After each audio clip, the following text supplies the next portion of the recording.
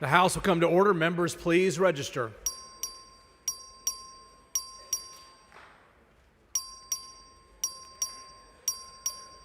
Have all members registered?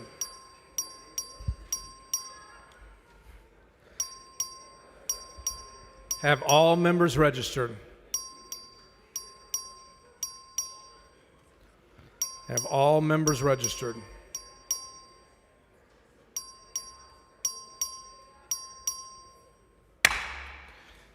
A quorum is present. The House and gallery will please rise for the invocation, which will be offered by Pastor Scott Wall from Capital Commission in Austin. Thank you, Mr. Speaker. Members, please join me in prayer. Before I begin, I just want to acknowledge this is for Christians. This is a Holy Week, and today's Holy Tuesday. And on Tuesday, Jesus, before he was crucified, did a lot of talking. And you'd think that those last words were important. And he addressed something that's going to be a little touchy. I'm just going to be praying for. But he touched on hypocrites. I don't know if you know any hypocrites. I don't know if it's easy to, people are looking around. Don't look around. The idea is that we do some self-evaluation. It's easy to find in other people. It's hard to see it in ourselves. I can see it easily in all of you. No, I'm just kidding. But seeing it in ourselves is difficult. So I want to pray that God would allow us to look at our hearts. He spoke to these religious leaders and said, you guys are like clean cups on the outside and dirty on the inside. It's useless. Or whitewashed tombs, he called them, that on the outside it looks good, but on the inside, dead. And we don't want that. I know we don't want that. And so I'm just going to pray that God shows us our hearts, allows us to deal with things in our own hearts before we begin today. So please join me in prayer. Heavenly Father, I don't want that. I don't want to look good on the outside, but have things on the inside that you have not dealt with me about. Show me. Show each of us here areas of our life that we fall short of what you want in our life, that we know we put on a good face for those around us. But God, we know that can come across to you and to others as hypocrisy, and we don't want that. Please show us where we come short. Allow us to ask for forgiveness and to cleanse that part of our life, and so that we can love one another with true, genuine, honest love, just as your son Jesus talked about in the same time. God, we thank you for the opportunity to serve here. We want to serve without hypocrisy and with love. Your son Jesus' name I pray. Amen. The chair recognizes the Honorable Salman Baljani of Tarrant County to lead us in the pledges of allegiance to the United States and Texas flags. Thank you, Mr. Speaker. Members, I'm honored to lead us in the pledges of allegiance. Please join me in pledging allegiance to the greatest country in the world. I pledge allegiance to the flag of the United States of America and to the republic for which it stands, one nation under God, indivisible, with liberty and justice for all. And now to the greatest state in the country, Texas. Honor the Texas flag. I pledge allegiance to thee, one state under God, one and indivisible. God bless Texas. The chair will now hear excuses for absent members. Please excuse Mr. Longoria because of important business in the district on motion of Representative Guerra. Please excuse Ms. Gervin Hawkins because of important business in the district on motion of Mr. Lopez of Bear. Please excuse Representative Plessa because of important business in the district on motion of Representative Bear, Lopez of Bear. Is there any objection? Chair hears none, so ordered. The chair is pleased to recognize Salima Noorani from Islami Jakarta in Euless as the pastor of the day. Members, join me in welcoming our pastor of the day.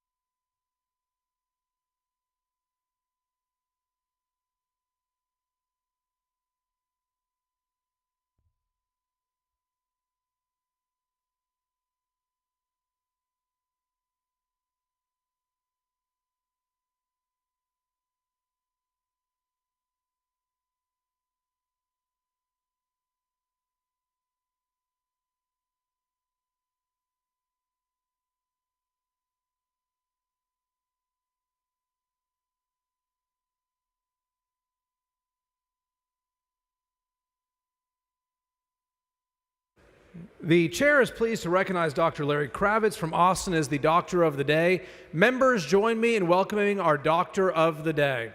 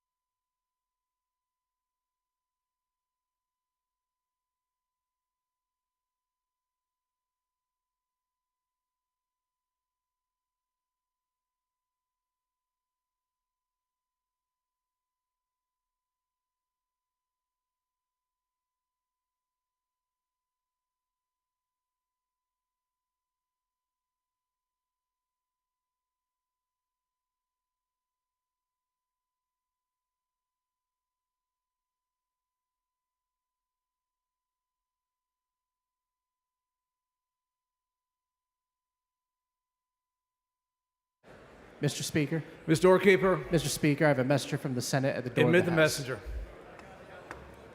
Thank you, Mr. Speaker.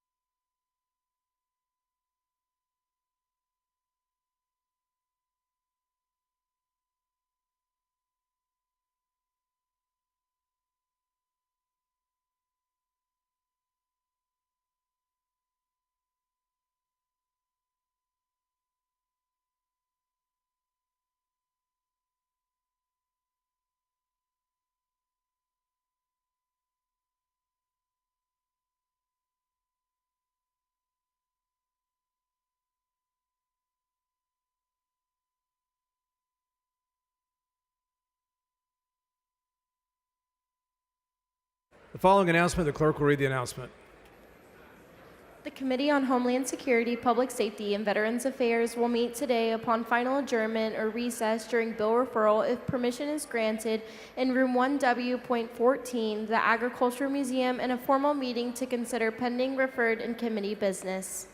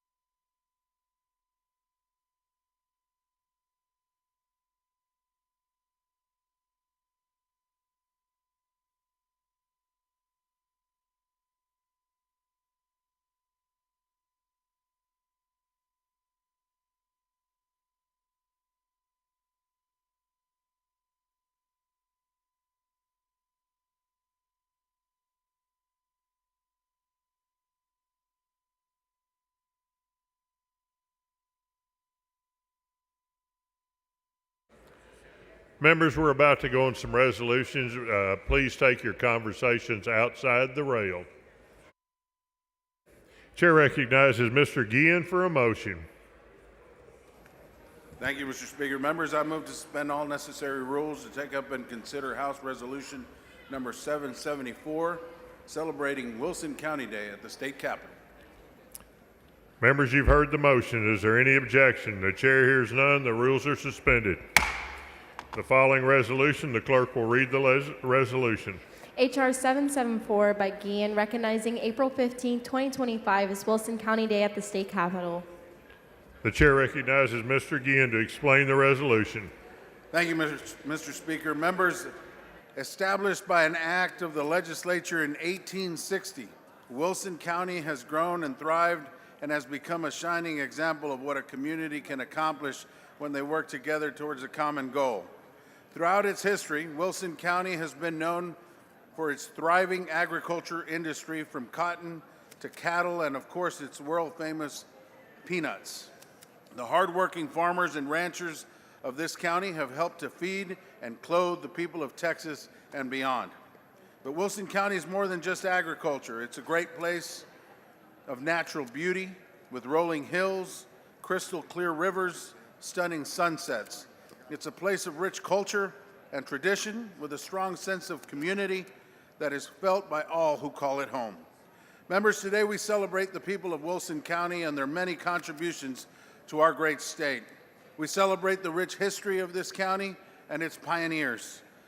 Members, up in the dais from Wilson County, we have Wilson County Precinct 2 Commissioner Russell King, Wilson County Precinct 4 Commissioner Scott Aiken, and Wilson County Court at Law Judge Tina Hartman. And up in the gallery, and as I call y'all's name, please stand.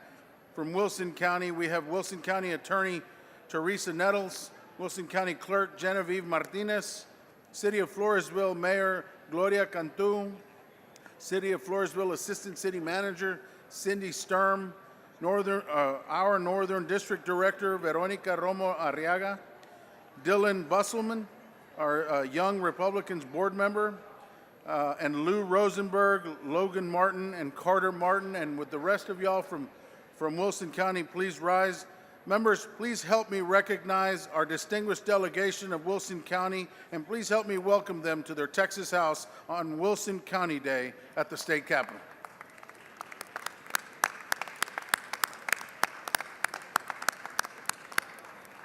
I move passage. Move adoption.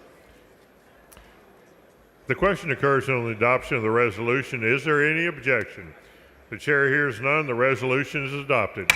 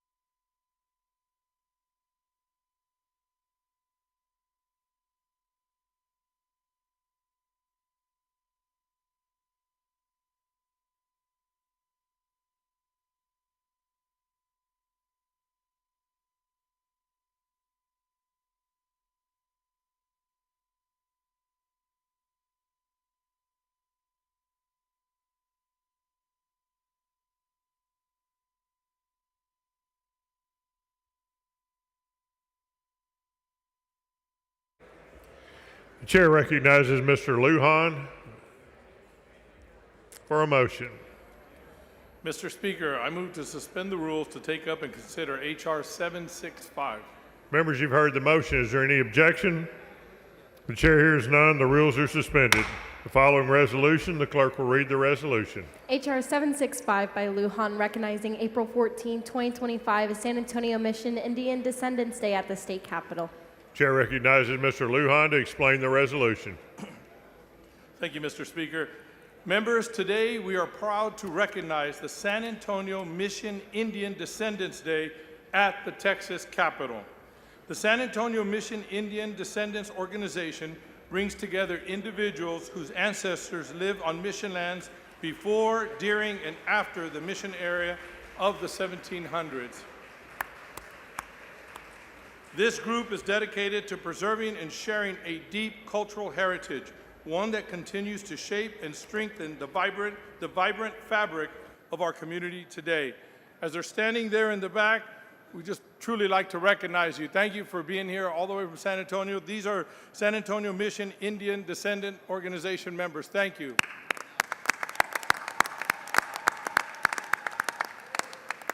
I want to thank you all for being here and for the work you do to keep this history of Texas alive.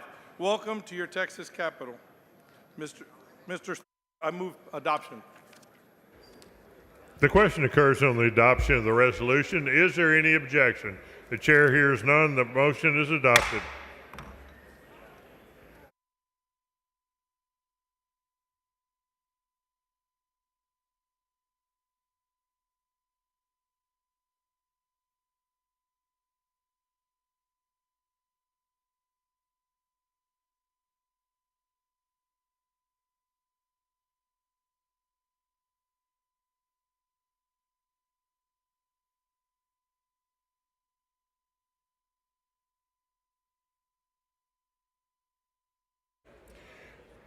The chair recognizes Ms. Campos for recognition.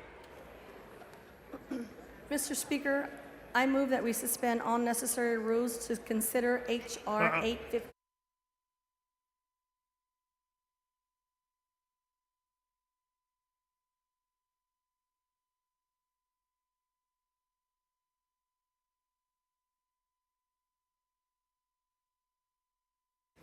Chair recognizes Ms. Campos. Thank you, Mr. Speaker and members. On this day, public-spirited citizens from every corner of the Lone Star State have come together, not just to be seen, but to be heard. United by purpose, driven by hope, and committed to progress, we raise our voices on behalf of women and families across Texas. Blue Ribbon Lobby Day is more than just a tradition. It is a testament to the strength, resilience, and determination of Texas women. It brings together passionate advocates, many from Texas Democratic women, along with community leaders and concerned citizens to shine a bright light on the issues that matter most: public education, healthcare, and economic security. These are not just policy concerns, they are the building blocks of a better future. They are the lifelines of our communities, and they are essential to ensuring that every woman and every family in Texas can thrive with dignity, opportunity, and equality. Today, women are meeting with lawmakers across the Capitol to make their voices heard. They are engaging in honest dialogue, advocating for equity, and reminding us all that the prosperity of Texas depends on the empowerment of all Texans, especially women. On behalf of the House of Representatives, I'd like to recognize April 15th as Blue Ribbon Lobby Day at the state capitol. Members, join me in celebrating the Texas Women and Blue Ribbon Day 2025 at the state capitol. I'd like to also recognize the ladies. Thank you so much for being here, and I appreciate everything that y'all do. Thank you so much. Thank you, Mr. Speaker.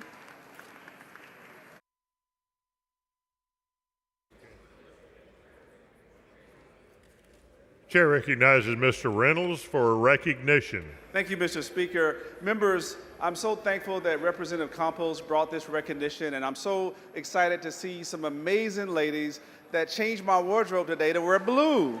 Thank you. Blue's my favorite color. Thank you for Coretta Graham for being here, our Madam President. Sophia Scheich from Fort Bend County. And all the Fort Bend folks, stand up. Maybe recognize Fort Bend County is in the house. Thank you. Oh, almost all of you. I love it. Listen, I want to thank you all for bringing great public policy. You all are championing some great initiatives, and I wish you well on your advocacy day today. Every session, this is one of the most robust days for women coming all across the state from 254 counties to be at your state capitol. So thank you for being the lifeline of so many initiatives and great public policy, and welcome to your capitol on Blue Ribbon Lobby Day. Thank you. Chair recognizes Mr. Lalani. And welcome to your capital. Thank you for your compassion, for your excitement, and coming out here. We need that energy here at the Capitol exactly. Keep doing the work that you're doing. Stay engaged, stay active, stay focused. As Congressman John Lewis has said, democracy is not a state, it's an act, and each generation has to do their part. So we both are going to do our part and we move it forward. Thank you. Welcome to your capital.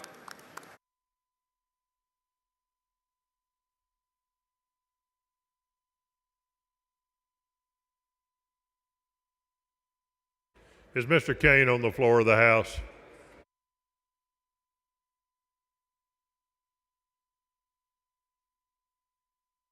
Chair recognizes Mr. Morgan for a recognition. Mike.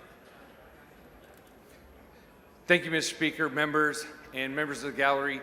I want to say thank you to Katy ISD, who is here today with many of their board members. Please stand, be recognized.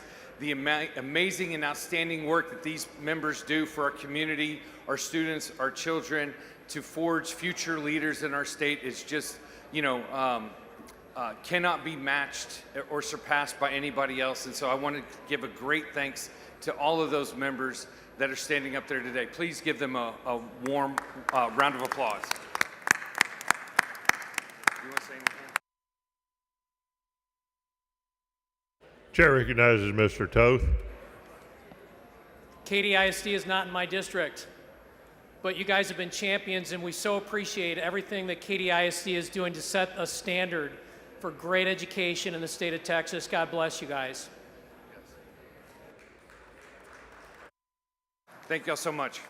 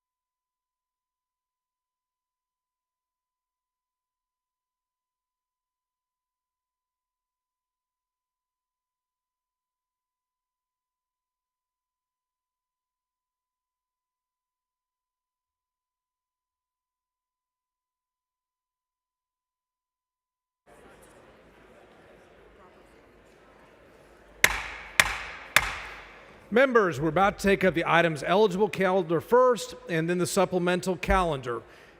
If you have motions to instruct, as we have now seen several, please bring them down front so they can be put in the proper form.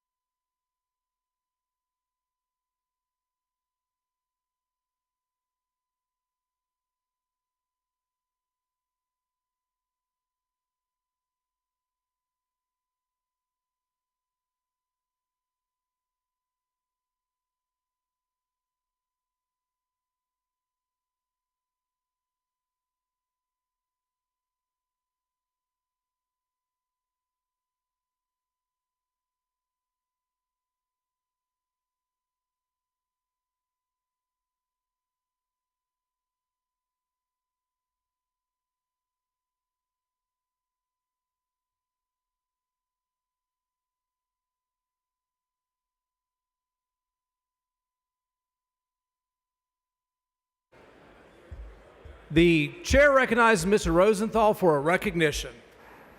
Thank you, Mr. Speaker. Members, if I can have your attention for a second, I would like to do a shout out to my wife, Aminta Rosenthal, on her birthday today.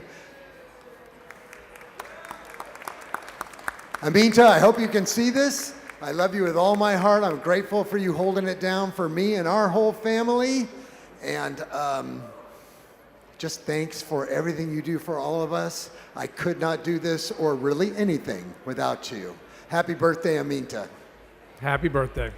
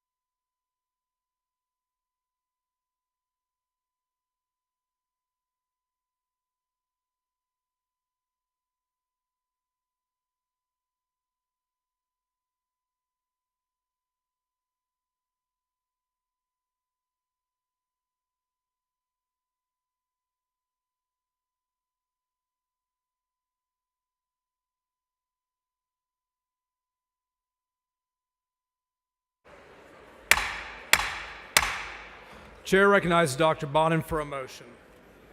Thank you, Mr. Speaker. I move to grant the request of the Senate to appoint a conference committee on Senate Bill 1. Members, you've heard the motion. Is there any objection? The chair hears none, and the motion is adopted.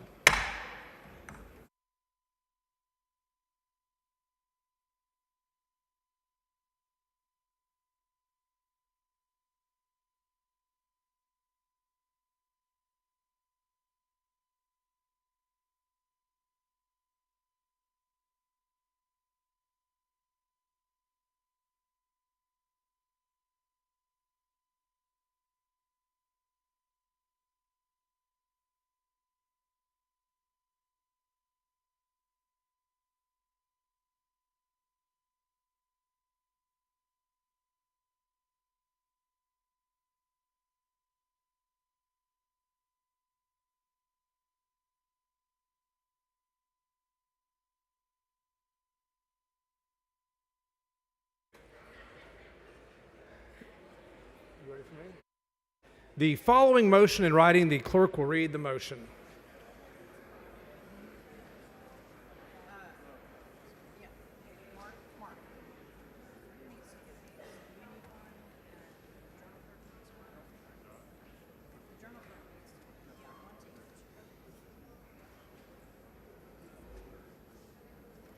Motion in writing by Little. Mr. Speaker, I move to instruct the House confers on Senate Bill 1 to support Amendment 361 to the bill E890226 and move this amendment from Article 5 to Article 1 and adjust Article 6 to Article 1 and adjust Article 5 funding appropriately. The chair recognizes Mr. Little to explain the motion.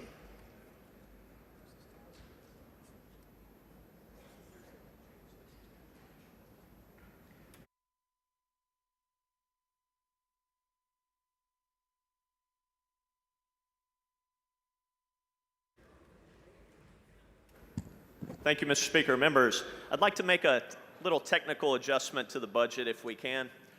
The purpose of this amendment is to replace the $63,750 in salary that the Attorney General lost during the course of the 2023 impeachment. As you guys may be aware, the House of Representatives rolled over an unexpended balance from the last biennium of $19 million that was unexpended. $63,750 is a small amount of money to the House of Representatives, but it's very significant to the Attorney General. And if we believe that not only politicians but regular citizens are entitled to the presumption of innocence, we should truly believe that he should have been entitled to his salary during the course of his suspension. And now that he's been acquitted, if you broke it, you bought it. I ask you to vote for this motion and support it and replace and atone for the money that was lost during that period of time. Riddell, for what purpose? Will the gentleman yield for questions? Does the gentleman yield for questions? I do yield for Gentleman questions. yields. Thank you. Representative Little, is it true that the Attorney General Ken Paxton was acquitted by the Texas Senate? That's true. And during that time, he was unable to fulfill the duties of his office, not because he was convicted of anything, but because the House chose to impeach him based on accusations that ultimately didn't hold up in the Senate. Is that correct? That's accurate. Okay. Isn't it true that under the Texas Constitution, if a judge is suspended from office and they're still required to receive their pay unless they're convicted? And isn't it also true that teachers, peace officers, and other public servants, even if suspended without pay, have mechanisms to request payback later? Is that clear? Is that true? Yes, Mr. Riddell, it is true that all the public servants that you identified are entitled to their back pay unless they're convicted. That sounds like it matches this situation. If the standard is no conviction, no consequence for judges, teachers, and law enforcement, why is the Attorney General the exception? Well, in this, it appears that we make certain exceptions for people who have a certain political elevation, and I don't think that should be the case. I think we should treat the Attorney General like any other public servant who is acquitted of the charges against them. I agree with that. Are you okay with setting a precedent where duly elected statewide officials voted in by over 4 million Texans is punished financially, even if he's acquitted? I'm not, and I don't think anyone in this chamber should be. And I'll just say, members, this shouldn't be controversial. We had a complete trial, and we had an acquittal, and I think it's time to replace what was broken. Members, this shouldn't be controversial. The Attorney General was acquitted after a full trial, and yet here we are refusing to reimburse him for salary we withheld, not because of conviction, but because of an accusation that didn't hold up. I'm going to ask you to join me in making this right. Thank you all for your all's time. Thank you, Mr. Little.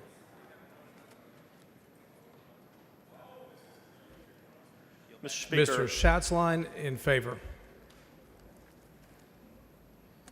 Members, I'll be incredibly brief. I just want to make it incredibly clear what this vote is. You are going to vote right now whether to give back pay to our great Attorney General after he was acquitted, or you are voting to not give back pay to our great Attorney General even though he was acquitted. Thank you.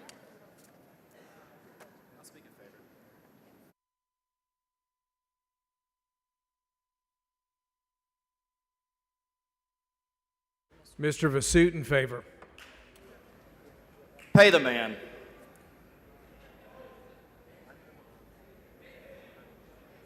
Mr. Little. Dr. Bonin on the motion to instruct. Thank you, Mr. Speaker. This is a motion to instruct the conferees on Senate Bill 1, and I actually agree with the topic that they're discussing.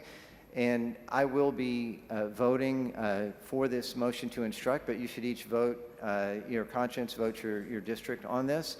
I will also tell you there's another piece of legislation that is probably a more natural fit for this consideration. But please feel free to vote in favor of this. That's what I will be doing. Or if you have a different perspective and you want to vote against it, essentially, I'm going to make this will of the House, but I will be voting for it. Mr. Wu, for what purpose? Mr. Speaker, will the gentleman yield for questions? Will the gentleman yield for questions? Happy to yield for questions. Gentleman yields. President Bonin, the provisions for pay, those are in Texas statute? Like if you're impeached, what happens to your pay? That's in law, correct? I'm not certain. It may be constitutional, actually. Yeah, it's written down that if you are impeached, you lose your pay, correct? It is my understanding that that is a provision that is the reason why that occurred. So what we're asking the body to do today is to vote to exempt one of our own from the laws of the state. Well, the way I personally see this is that, again, it's a motion to instruct. There definitely are some constitutional considerations, and there may be, again, another legislative vehicle to address this. There may be a way to get around the concerns that Representative Wu has raised. But today it's more of a statement of sentiment or your belief of whether this should be done or not. And the mechanics of that will have to be dealt with outside of this motion to instruct. Does any other member wish to speak on, for, or against the motion to instruct? Representative Louderback. Members, doing the right thing for the right reason is never a bad thing. Thank you. Does any other member wish to speak on, for, or against the motion to instruct? If not, Mr. Little to close on his motion to instruct. Thank you, Mr. Speaker. I close. All right. Following motion, the question occurs on the motion to instruct. This is a record vote. The clerk will ring the bell. Dr. Bonin voting aye. Mr. Little voting aye. Ms. Fairley voting aye. Mr. Lopez voting no. Ms. Jones Ferris voting no. Have all members voted? Have all members voted? There being 88 ayes and 56 nays, the motion prevails.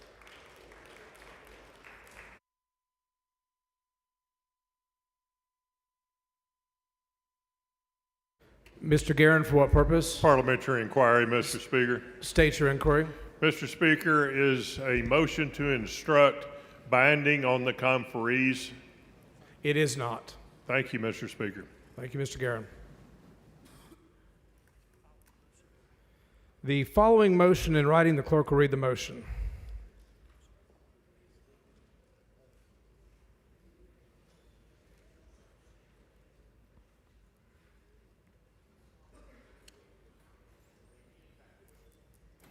Motion in writing by Olcott. Mr. Speaker, I move to instruct the House conferees on Senate Bill 1 to support amendments 253 and 315 and move them from Article 11 to Articles 2 and 5, respectively.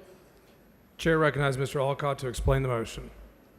Thank you, Mr. Speaker. Members, my motion is pretty simple. It takes two amendments, very important for clarification on how much illegal aliens are costing Texas taxpayers. Two of those amendments were moved to Article 11 on budget night. This is simply a motion to instruct to move those articles to move those amendments to the respective articles in the budget. And like I said, each of these amendments gives taxpayers clarity on the cost that illegal aliens are imposing on the state of Texas and the citizens. Mr. Chasline, for what purpose? Will the gentleman yield for questions? Does the gentleman yield for questions? Once I finish, Not at this time, Mr. Chasline. Amendment 253 supports Governor Abbott's executive order to collect data on how much illegal aliens are costing hospitals for uncompensated care. And Amendment 315 collects data on the cost of illegal aliens in our prison systems.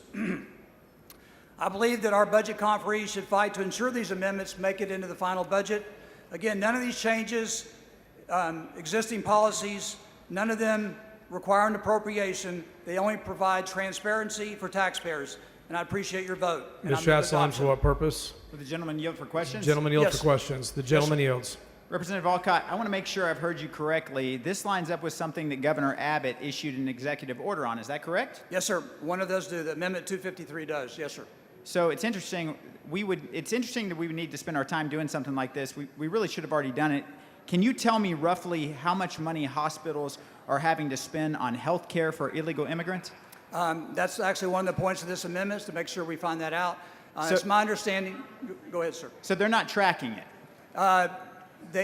Based on Governor Abbott's executive order, some of that information might be available at March, but we haven't seen it yet. This basically just gets it into law to make sure that the hospitals are following through and complying. Wouldn't that data be incredibly important if we were serious about addressing the invasion that happened at our southern Texas border? I think it is. I think the Texas taxpayers deserve to know how much that invasion is costing them. What about our prisons? Do we at least know how much of our incarcerated population are illegal aliens?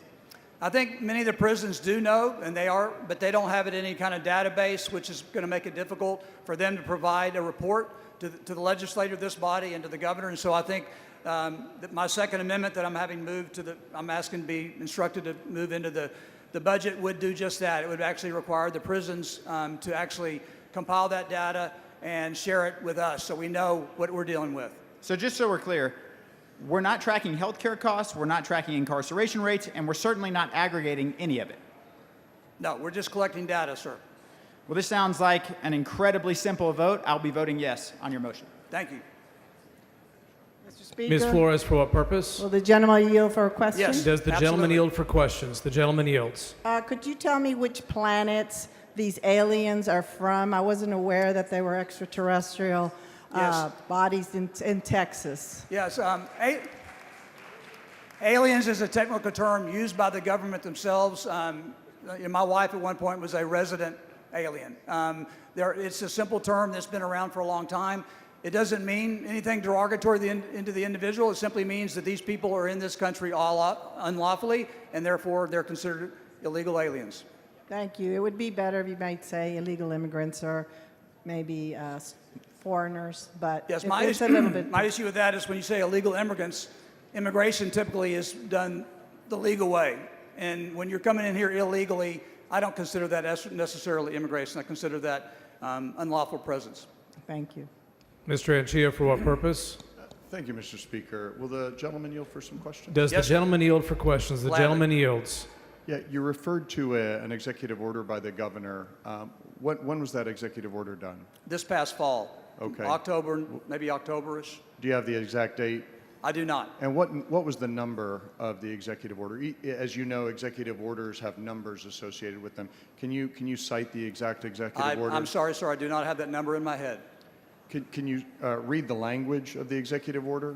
I don't have to it the with me, body? sir. Okay. What is the effect? What is the legal effect of But executive? just so you understand that this. Sorry, this, I have a question. Okay.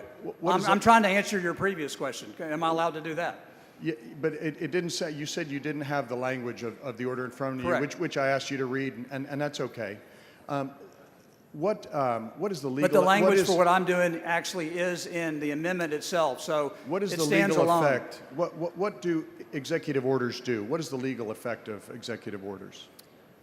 It basically instructs from the executive level the entities to do what the governor is asking them to do. And what entities did the executive order include? Hospitals receiving state funds. Okay. And I think you also said prisons, correct? That's a separate amendment, sir. So I'm not, which amendment are you referring to?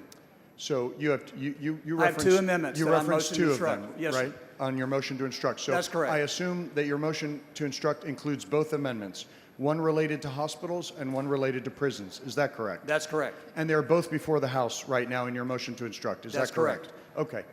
So why do we need this motion to instruct if we have an executive order from the executive branch to require the provision of this data to the head of the executive branch, the governor? Explain that to me. We're not acting on that. And by the way, I have spoken with the governor's office about that, and they are supportive of this. No.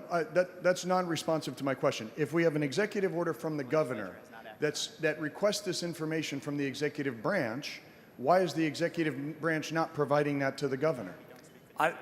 Listen, Mr. Representative Anchia, I believe that we represent the people in our districts. The legislature has not That's not acted responsive. on. That's not responsive to my question. We're not in the courtroom, sir. we The have- legislature has not we acted have- upon this, and this is an attempt by this body to act on this motion. That's why I've offered I'm just this. curious about separation of powers here. We have an executive order from the governor directing the executive branch to give him information. Why is that not occurring today, and why do we, as the legislature, need to tell the executive branch what information to give the governor? Why would we object?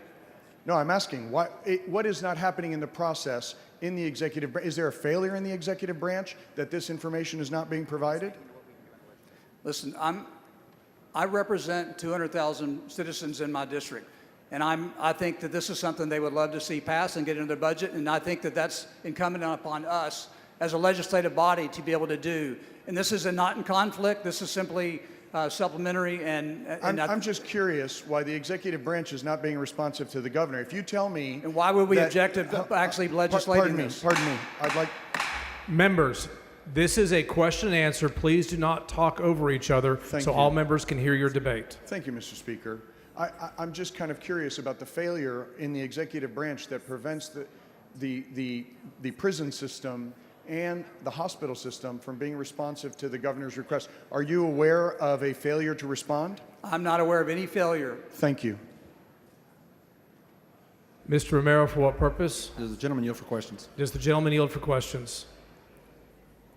Yes, I do. The gentleman yields. Thank you, Mr. Speaker. Representative Alcott, so in this process, as you understand it, to continue with Representative Anchia's point, do you believe that this is not being done today? I don't know because we haven't seen a report yet. I'm just making sure that it is going to be done. So you haven't seen a report, but yet you stand here asking for it, so you don't know if this is being done correctly or not. Do you know how the process works? I don't know the details. So are but you but I do know that this simply instructs hospitals that are providing uncompensated care at the expense of the taxpayer, that they should simply be able to report to us how much it's costing us. Because a lot of these small hospitals are suffering because of overwhelming costs. And I'll give you an example. Back when I spent some time at the border near Falfurrias back in 2006, an emergency room, the only emergency room in the area actually had shut down. And the reason I was told was because they were overrun by illegal aliens and they went out of business. And so little children in that area in Falfurrias now had to drive 2.5 hours to Corpus Christi to get emergency care. That's not right. And I think most people in this chamber should be concerned about the fact that in small rural areas, this is a huge burden to these small hospitals. Okay, so you heard that from someone at the hospital, but yet just a moment ago you said you didn't have any data, you didn't have a report. That So was a report that I Let me ask you observed. That is one of the reasons I became passionate about this. This happened back in 2006, sir. Who is going to be asking these questions? And if someone that's a patient, at what point do they ask this question? And are they required to reveal that they're here documented or not? Does that mean that every person that goes into a county hospital is now going to be asked this question, including U.S. citizens like myself? Yes, so these hospitals have standard. The gentleman's time has expired. Mr. Speaker, gentlemen, well, motion to extend. Motion to extend. Is there any objection? Chair hears none. Extended. Mr. Alcott, at what point is a patient in a hospital asked about their status? When they, when patients go into hospital, they have a form to fill out, and this is simply going to be one additional question asked on that form. It doesn't deny care to anyone. Is it mandatory that they actually fill out 100% of that form in order for them to receive care? I do not believe there's anything in the requirements that says they're not going to So receive what makes care. you believe that this information would be correct? It's simply doing our best to obtain data on how So much of a if problem I this go is. into the hospital and don't fill out that question, what happens to the data? It's incorrect. I'm assuming that eventually, and I've got a bill working its way through the legislature, hopefully, that will actually address that. You expect to pass a bill? That's a very good question, sir. But I'm doing what I can because the people that sent me here, immigration was the #1 issue. The border security was the #1 understand. issue. And so I'm doing what I can. These bills have not gotten a hearing yet. But so I'm doing what I can for issues that are very, very important to most Texans. And you this is something I understand- feel passionate about. Representative Alcott, the point that I'm making to you is I, as a U.S. citizen, if I choose not to complete that form 100%, that data is skewed. So regardless of your point in receiving this data, do you understand that because I'm not forced to complete it, your data is not going to be correct? This legislation that this mimics has passed in Florida about 2 or 3 years ago, and it's working very effectively. And then we have not So seen we any follow, we problems. do what Florida does in Texas? No, it's just one of the beauties of our country is that we are a nation of states, and it's like a little experiment where we can look at what works in other states and what does not work in states. And when something works really well in another state, I think we should seriously consider adopting it here. We don't have to do what any other state does, but we can use other states as models to pass good legislation, and I think that's what this does. Representative Alcott, you mentioned Falfurrias and the people there and the kids there. Did they give you a number of the unfunded care, and did you file a rider to protect those kids? Just so you know, you might Is have that a yes or- misunderstood that's me. a yes- that's yes or didn't- no? Yeah, I didn't. This was not from a conversation with the hospital. This was from local residents. I was told. So this. you didn't, okay, so you didn't even go into the hospital? No, the hospital no So longer you believe existed. everything that people tell you in your community, sir? Actually, one of my jobs as a representative is actually to collect information. And no, I don't. Do you actually do that? Do you actually go around and ask when you when Are your you asking constituents- questions, sir? Oh, okay, yeah, Yeah, thank you. yeah. Jamoni, for what purpose? Will the gentleman yield for questions? Does the gentleman yield for questions? The gentleman yields. Mr. Olcott, there's been some discussion about what the governor has asked for and not asked for. Is the legislature entitled to certain information for money that we appropriate, regardless of whether or not the governor has asked for or received the same information? Absolutely, that's separation of powers. Do we have an independent right on behalf of our constituents to ask for information about how their tax money is being spent? Absolutely. Not only do we have the right, it's our duty. And Mr. Olcott, to follow up on what Mr. Romero was asking, is there anything in your amendment, were it to pass and be a part of this budget, that would deny funding to any hospital who was serving illegal aliens? Not whatsoever. Is there Basically, any? all it does is collect information to help us make more educated decisions. Is there anything that in your amendment or your motion that would mean that a person who is an illegal alien at one of our hospitals receiving state funding would not receive health care? No, actually, it specifically instructs the hospital that they are not allowed to deny care, and they're even told when they're brought in and when they answer this, they're actually even told to tell the potential patient that this will not affect your care, and it will not affect their care. Will this help if we were able to receive this information as a legislature? Will it help us in future sessions as we allocate money to make sure that the people in this state are provided for in our healthcare facilities? That's one of the major intents of this amendment. And Mr. Olcott, do you serve on the Public Health Committee? I do. And Mr. Olcott, have you heard bills this session, and do you expect to hear bills about how many uninsured persons we have in the state of Texas? Have not seen one come across yet. Yes, I have not seen one come across yet. Were you here during budget night when there was a discussion about expanding the Medicaid program to take care of more people? I was. And do you believe that as we consider things like that kind of expansion of Medicaid, that it would be helpful for the people in this body and the people in the state of Texas to understand how many of those uninsured Texans or uninsured people in Texas are here legally? I think it's very appropriate. And that's one of many examples of why we need that information. And it would also be just as important to know how many of those people that are not receiving health insurance are not here legally. Is it not? It would be great information.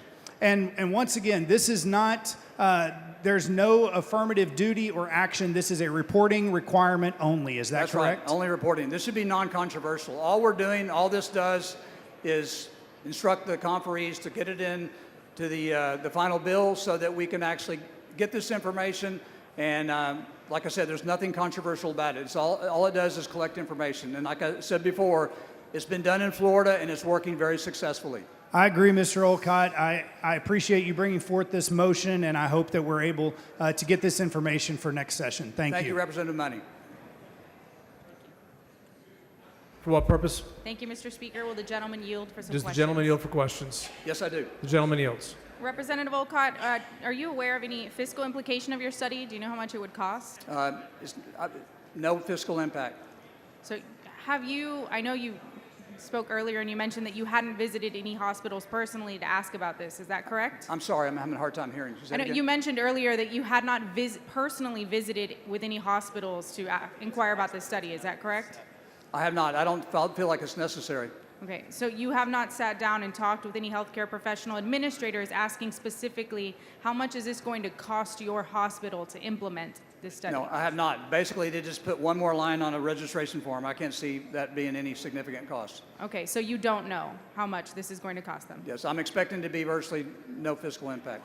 But you do intend for it to be in a written sort of checkbox format, or how do you intend for the hospitals to implement this study? Yes, I believe that's the way it's been implemented by Governor Abbott's executive order. Okay, so on this written form, are you aware that this body intends to, in the next coming months, make it a felony for an individual to be here in this state unlawfully? No, but I don't consider that relevant. That's great. I hope we do. You don't think it's relevant because you keep mentioning this is not a controversial bill, this is not a controversial bill. So you're saying you do hope and you intend to, pardon me, you do hope and you intend that this body make it a felony for an individual to be here unlawfully. I think we need to stick with this particular motion. And I'm getting there. So that's correct, right? You intend to vote on that to make it a felony to be here unlawfully? You know what would be really interesting is to actually see what the cost of illegal aliens are before that And I guess bill passes. I'm and then just asking what you to be happens. responsive to my question. Okay. So understanding that you intend to make it a felony for individuals to be here unlawfully, I would- are you going to ask it has that nothing to do with this hospitals- motion. Respectfully, Mr. Olcott, are you going to have hospitals Mirandize these individuals prior to checking that box, knowing that their answer to your study will likely incriminate them to the effect of being liable for a felony? But you're implying that it's going to be shared with authorities.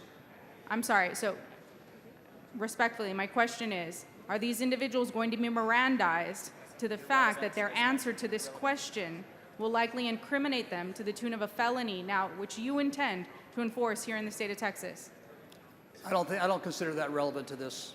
You don't think their due process, their rights, knowing that they have the I right don't. to I remain don't see silent, this the right to amendment not. doing anything to infringe on due process rights of the people coming into the hospitals. So then you have no problem. This if is a somebody simple motion to recommends instruct. Respectfully, I didn't interrupt you.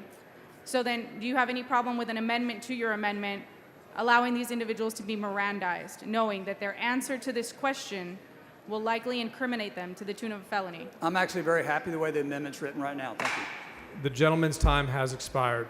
Thank you, Mr. Speaker. Thank you.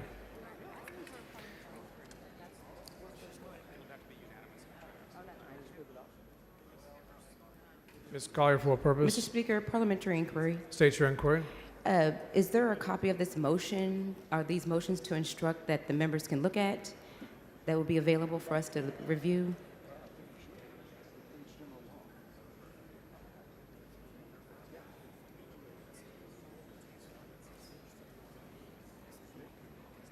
Ms. Collier, we can scan them and load them into the chamber documents so people can see them. We have not done that. That may take us a moment to do. If you'd like us to do that, let us know. Yes, I would like you to do that, please. Thank you, Ms. Collier.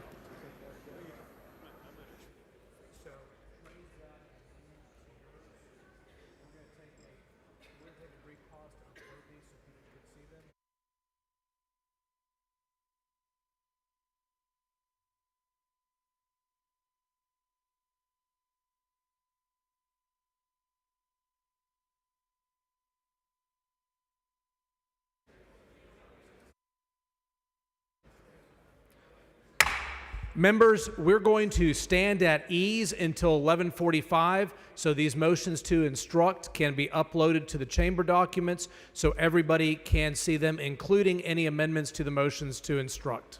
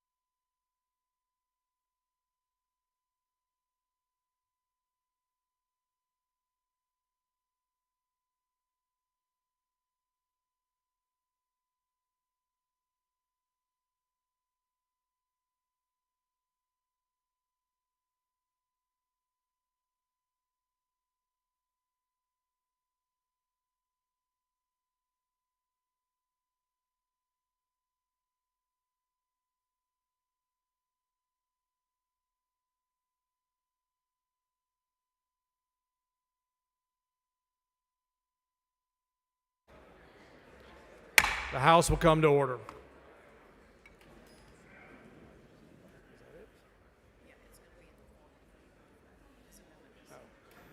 The following motion in writing, the clerk will read the motion in writing. Motion in writing by Martinez Fisher. Mr. Speaker, I move to amend the Alcott motion to include the following language. I further instruct the House conferees on Senate Bill 1 to support Amendment 59 by Linda Garcia and move Amendment 1 to Article 1. The chair recognizes Mr. Martinez Fisher to explain the motion. Thank you, Mr. Speaker and members. I don't like hearing a debate that's a one-sided story. And as much as I don't like the discussion about looking at cost and labeling people as burdens and wanting to get to the heart of a matter for some nefarious reason, I will spot that argument if somebody believes honestly that there's a legitimate legislative purpose to look into these burdens when it comes to our healthcare system and our prison system. But I also believe we should look at the benefits. And so I know that I had an amendment, along with Representative Garcia, had an amendment that would look at the study of the economic impact of immigrants to this state. And specifically, the instruction would be to add this amendment, which would also report on a couple things like workforce impact. What I mean by that is 33% of all agricultural workers in this state are immigrants. So we want to look at the workforce impact. We want to look at the tax contribution, all of the money that we have just given away, $51 billion in tax cuts. I will remind you that 58 cents of every dollar we generate in this state comes from sales tax. I bet you lots of folks pay that sales tax, so we want to know that. So if Mr. Alstott means what he says and he wants to get this picture, we should have the complete picture. So I am hoping and expecting that he will accept this amendment to his amendment, so that when we send this instruction over, we're not just looking at some perceived burdens, we're also looking at overall benefits. And I hope it is acceptable to the author of the original motion. Ms. Jones, for what purpose? Will the gentleman yield? Does the gentleman yield for questions? Yes, I do. Gentleman yields. Representative Martinez Fisher, you just talked about how we shouldn't just look at the burdens, we should look at benefits as well. That's correct. Which is a totality of the circumstances. Yes, ma'am. Are you doing this because, one, you want for things to be accurate, but that you also know that in America, we all have a Fifth Amendment right to remain silent, which means that the government can't force you to incriminate yourself? Is that one reason for this amendment? Among others, yes, this is one of the reasons. And also, did you do this amendment because you're asking, what are we doing here? We're trying to use the budget to coerce people into disclosing their immigration status in one of the most vulnerable moments of their lives when they're sick, injured, or dying in hospitals. Is that meant to show something else? It is, and it also takes into account that, there's about a $30 billion economic investment that is made through immigrant spending, immigrant labor. That's about, in addition to that, they pay about $6.5 billion of combined state, local, and federal taxes. And I would be very, very cautious about doing anything in this subject matter without looking at these important data points. Now let me ask you this. Asking someone about their citizenship status in a hospital setting is more than just cruel. It may be unconstitutional. It forces people to choose between getting medical care and potentially incriminating themselves. And that's not just wrong, it's dangerous. Does that fit into what you're trying to do with this amendment? I agree. And are you offering your amendment because you're trying to, I guess, de-weaponize using the state budget to trample on the Fifth Amendment? I think the Fifth Amendment is important, Representative, but look, the honest truth is if there's a belief out here by any member that thinks that there's something happening that requires inquiry, well then, I'm willing to give that member the benefit of the doubt, so long as that member is willing to give me the benefit of the doubt that we should look at the complete picture. So I will discern, if this amendment does not go on, then I'm led to believe that there really is no true legitimate interest in understanding immigrant impact on this state. They're just maybe looking for a talking point or a tweet or something to message back home, and I don't think we should be legislating for political theater. Does it concern you that our hospitals may end up being a tool of law enforcement and that is a danger to public health? It is, Representative, and I also don't want to lose the attention of the body. I think we know what this is. We know what the original motion is. We know what this amended motion is. Let's just see if the author will accept this or if we're going to have to vote on it. But I appreciate your questions. Thank you.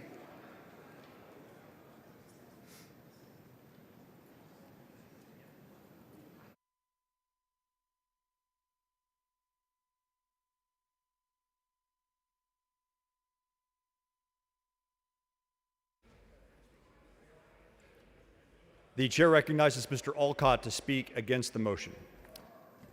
Yes, thank you, Mr. Mr. Speaker. Members, while I appreciate and respect Representative Martina Fisher's Mr. Speaker. intent, and I encourage him to send this, file this as a separate motion to instruct, I'm unwilling to accept this simply because I don't want to cloudy up my motion to instruct. I don't want to subject it to a point of order, and so I respectfully decline. Mr. Speaker. Mr. Anchia, for what purpose? Will the gentleman yield for questions? Will the gentleman yield for questions? I will. The gentleman yields.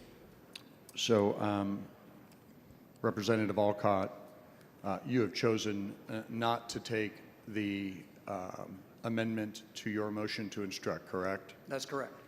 And your ostensible reason for not wanting to explore the benefits of our immigrant communities, our friends, our neighbors, our spouses, is that you don't want to, and I think I'll use your words, muddy up the motion to instruct. Is that correct? I'm happy to entertain this motion as a separate motion, sir. Okay, but you are speaking against it. Is that right? As an amendment to this amendment, I'm speaking against it. Okay. And your amendment, your motion to instruct, rather, and we have it uploaded now, so I'd like to walk through it with you in the body. Your motion to instruct is to take amendments 253 and 315 and move them from Article 11. Is that correct? You have to forgive me. I'm going to have to pull it up.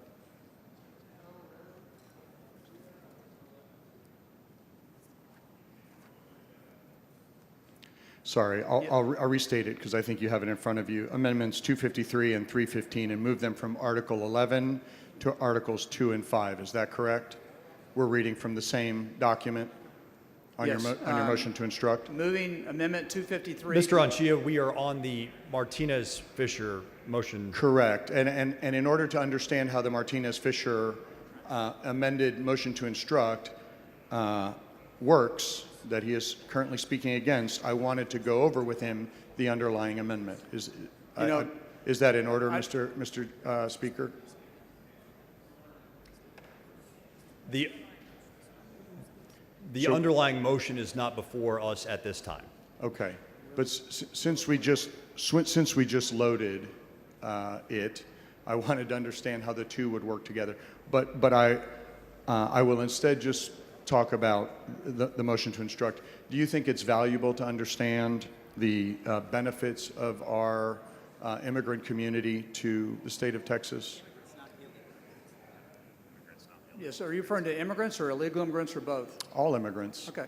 I'm not speaking on for or against. I'm actually just speaking that I don't want this on my motion to instruct. So I think it's a great thing that he introduces this to the body in a separate motion. Okay. Mr. Speaker. Mr. Anchia, for what purpose? I'd like to raise a point of order against further consideration of the amendment and the underlying and the amendment to the amendment under Rule 13, Section 8, as it not being properly before the House. Mr. Anchia, bring your point of order down front, please. Thank you.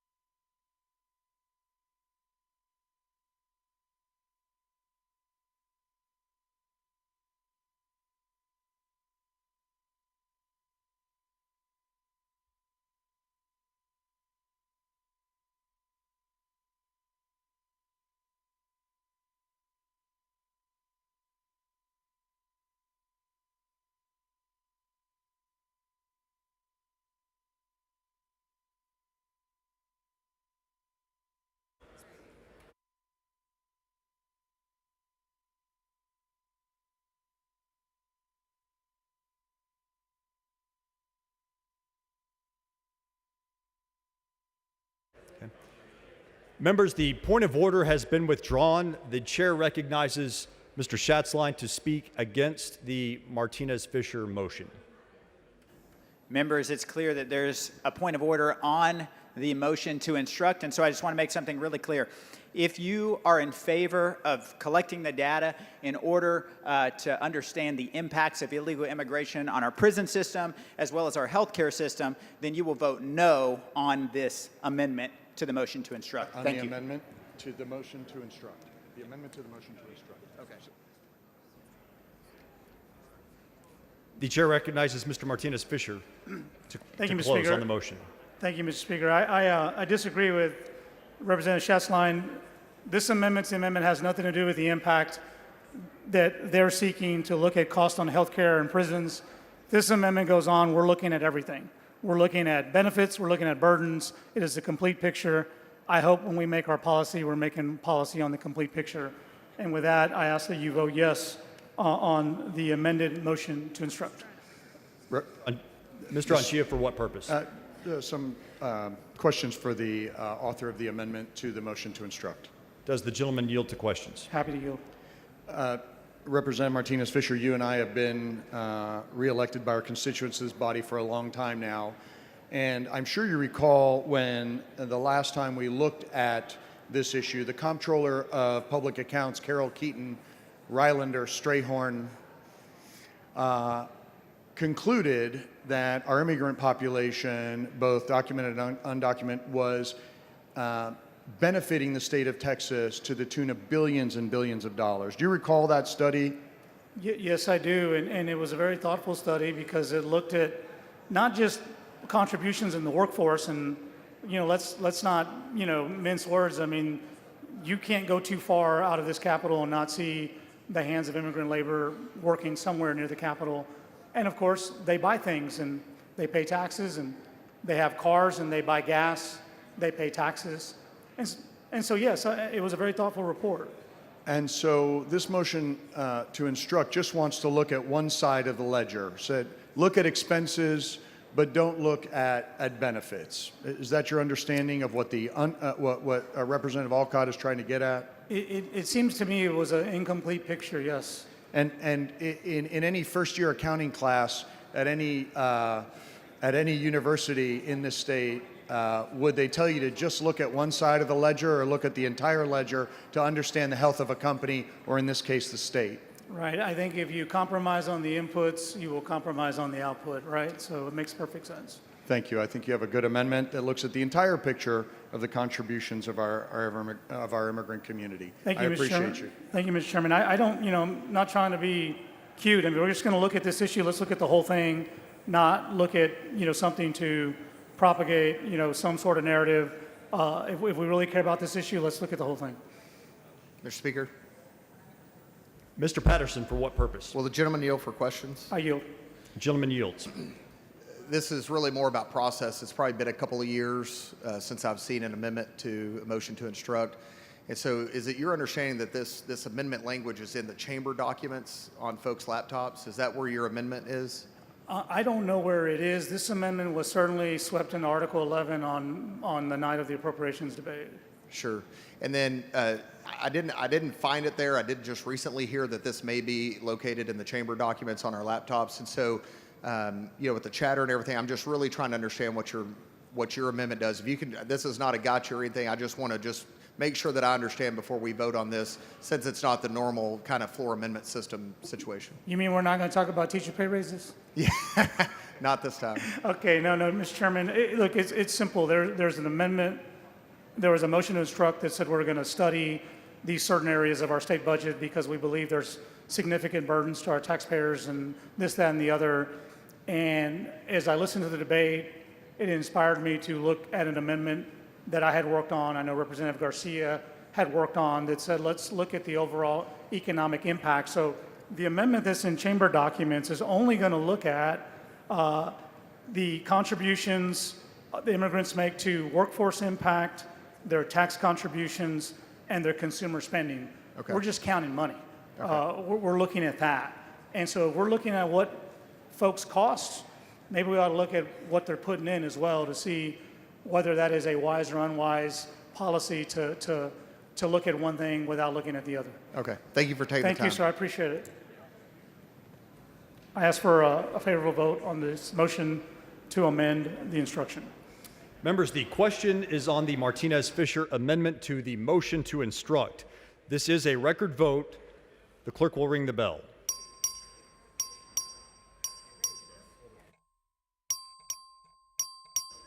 Show Mr. Martinez-Fisher voting aye.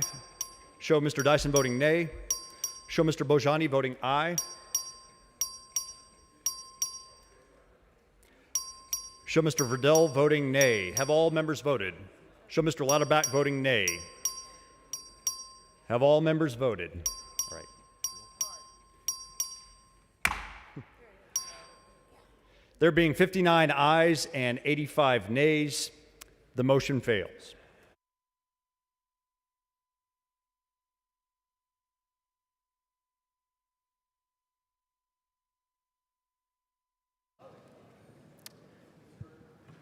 Mr. Speaker, Mr. Anchia, for what purpose? I raise a point of order against further consideration on the motion to instruct by Alcott under Rule 13, Section 8, in that there are not items in disagreement between the House and the Senate. Mr. Anchia, please bring your point of order down to the front.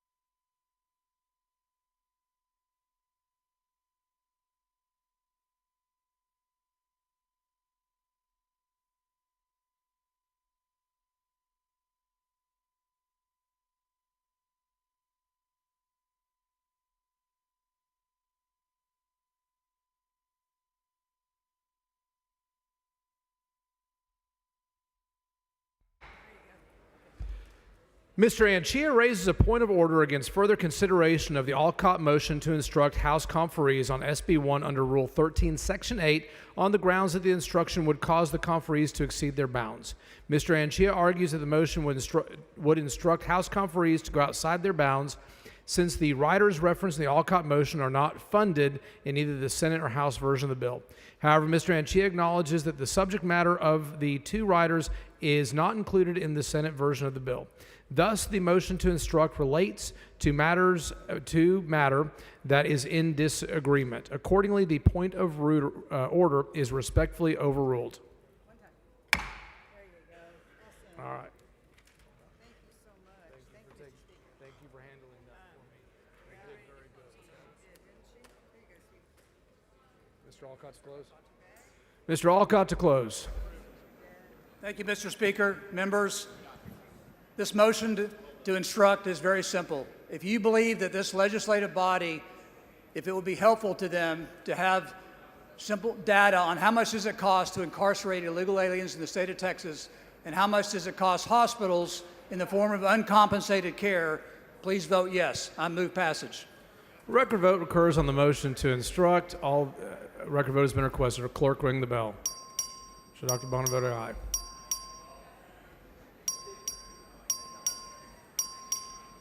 Have all members, Representative Anchia voting nay.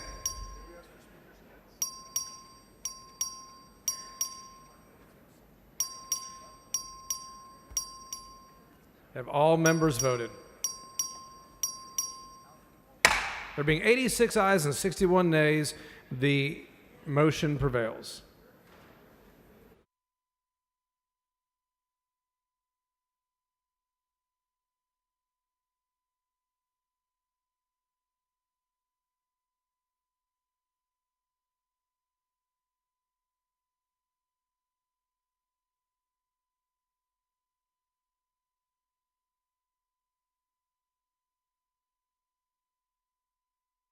The following motion in writing, the clerk will read the motion. Motion in writing by Hopper. Mr. Speaker, I move to instruct the House conferees on Senate Bill 1 to support the House position that funding for the Texas Lottery Commission be eliminated and to oppose any effort in conference to restore or reinstate such funding in the final versions of the appropriations bill. Chair recognizes Mr. Hopper to explain the motion. Members, the Texas Lottery Commission was created with the promise of generating revenue for public education. But after nearly 3 decades, we have to ask, has the lottery truly delivered on that promise? Or has it simply expanded gambling access while providing an unreliable stream that disproportionately impacts low-income Texas? The House has taken a strong position on this budget to end taxpayer support for a system that preys on false hope. This motion simply instructs our conferees to hold the line on that decision. I respectfully ask for your support on this motion. Mr. Money, for what purpose? I will yield for questions, if I can hear you. The gentleman yields for questions. Mr. Hopper, if I remember correctly, the budget that we reviewed, SB 1, did include funding for the lottery when we came to the floor on Thursday. Is that correct? That is correct. So was the funding for the lottery removed during the Mary Gonzalez amendment to the amendment? I think it was a surprise to us, Representative, but that's exactly what happened. And if I remember correctly, didn't Representative Gonzalez say that this amendment was a technical adjustment? I believe that's what she used the term she used to describe that amendment, yes. And do you remember what the original amendment was that we were amending on that amendment to the amendment number 1? Well, I don't remember the exact verbiage. I just know it was totally different than the language after the amendment to the amendment was applied. Would it surprise you to learn that that original amendment was a $100,000 reallocation of funds? Interesting. Thank you for that. I did not know that. And then the amendment to the amendment had the effect of completely defunding the lottery. Is that correct? That's exactly right. And was that brought to the attention of the House at the time? It was not. In fact, I was actually surprised to see how many folks voted for it that didn't even know what it was because it wouldn't show up on my screen. Do you believe that a policy decision like defunding the lottery is a mere technical adjustment, as was stated by the author to the amendment of the amendment? I would not choose to use a technical adjustment as a term to describe that amendment, no. Now, that amendment passed 106 to 37. Is that correct? I believe that's right. And having had the weekend to reflect on that amendment, would you have voted in favor of that amendment, knowing that it defunded the lottery? Well, as you know, Representative Money, my default vote is no, so I voted no on that amendment at the time, not knowing what the amendment said.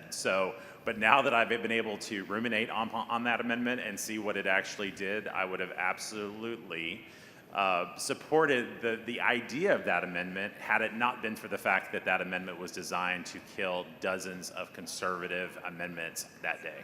And we did, that amendment did have the effect of killing a lot of conservative budget amendments. Is that correct? Yeah, indeed, it did. Including it killed the budget amendment that would have funded Attorney General Ken Paxton's back pay, correct?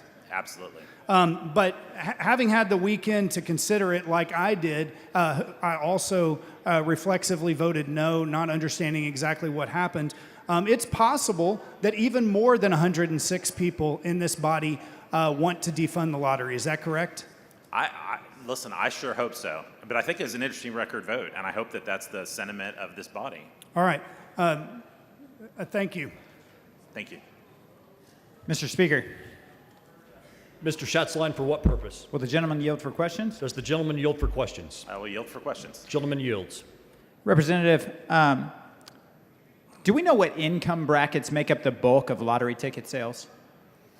I think it's unfortunately lower income folks that are participating in the lottery. Yeah, you're correct. It's fair to say that low-income Texans are the ones that are mostly funding the lottery. Are you aware that the Texas Lottery Commission invested $3 million in a 4-year marketing campaign specifically targeting ethnic markets with high-dollar scratch-off tickets, $20, $50, even $100 games, predominantly sold in low-income neighborhoods? It does not surprise me, but that is very interesting. So just to be clear, we're not accidentally profiting off the poor. We're doing it on purpose with the Texas Lottery. Unfortunately, the Texas Lottery does target low-income folks. I do recall a statistic when I was running for office that said that low-income folks are 33 times more likely to participate in the lottery than folks with a moderate to high income. Well, Representative, I think that this is great that you're making this motion. I can't wait to support, and I hope everyone else will too. Thank you. I move for adoption. Does any member wish to speak for or against the motion? Chair recognizes Mr. Hopper to close on the motion. Move adoption. The question is on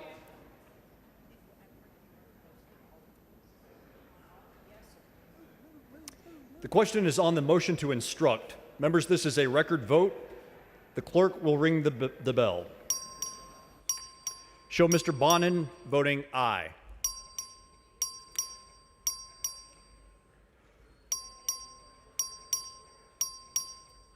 Have all members voted? Show Mr. D'Orazio voting aye. Have all members voted? There being 89 ayes and 57 nays, the motion prevails. The following motion in writing, the clerk will read the motion.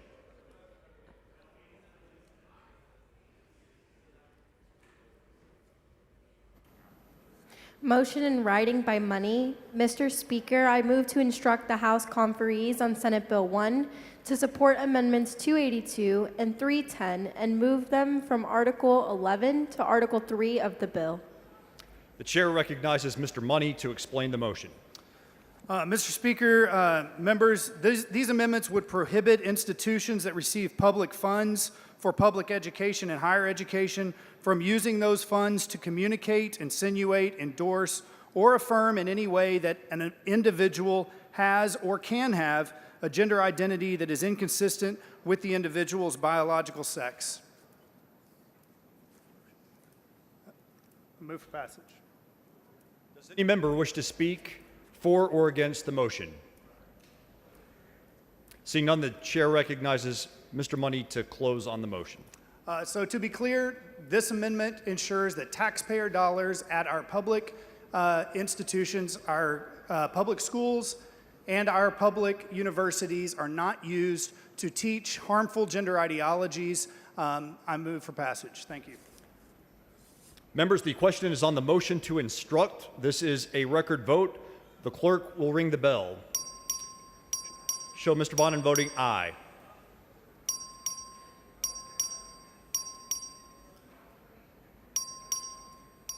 Have all members voted?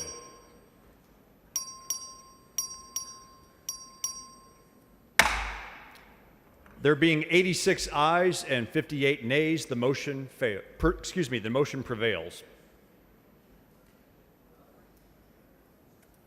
The following motion in writing, the clerk will read the motion.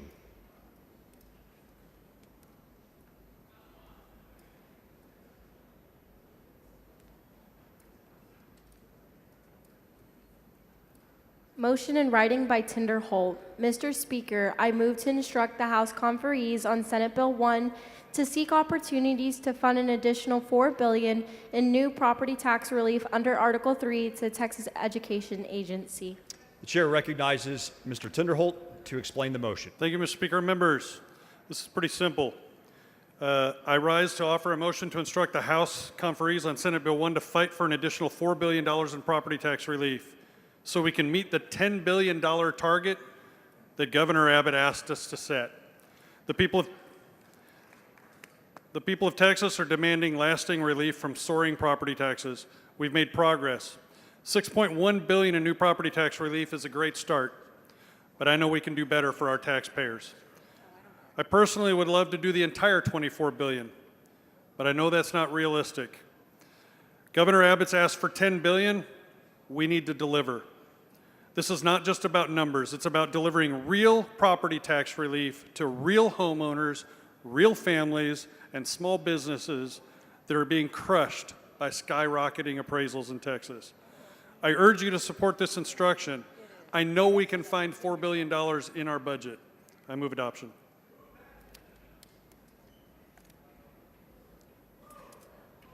Mr. Money, for what purpose? Will the gentleman yield for questions? Does the gentleman yield for questions? I just have one question, Mr. Tinderholt. I'll yield.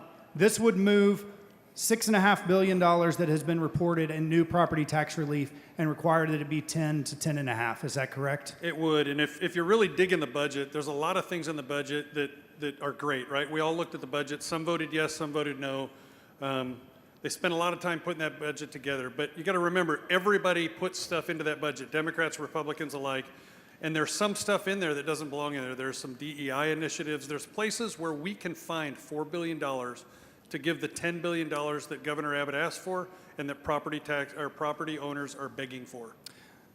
I believe this is the number one priority of most of our voters, and I hope everyone will join me in voting for your amendment. Thank you. Thank you. Mr. Schofield, for what purpose? Will the gentleman yield? Does the I will gentleman yield for questions. Gentleman yields for questions. I would never take the floor from you, Mr. Tinderholt. Mr. Tinderholt, as I read your motion, it would instruct the conferees to seek opportunities to move this money. So even if a motion to instruct were binding, you're not looking to tie the hands of the conferees. You're looking to give them the instruction from the House that we want them to prioritize finding property tax relief where they can. Is that right? Correct. And worded a little bit different is when we vote, if we have the 88, 89 votes we keep getting, it's telling the Senate and telling the House conferees, please try very hard to find this money because the governor asked for it, property owners want it. It is not binding, but what it is saying is it is important to the House that you do so. Thank you for bringing this motion. Thank you. I move adoption. Does any member wish to speak for or against the motion?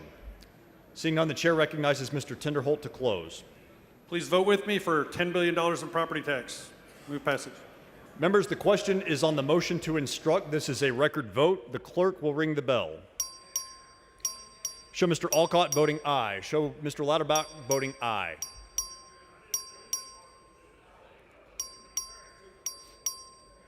Have all members voted? Have all members voted?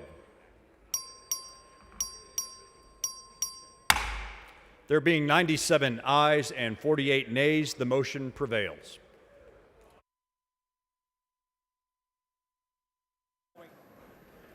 The following conferees, the clerk will read the conferees.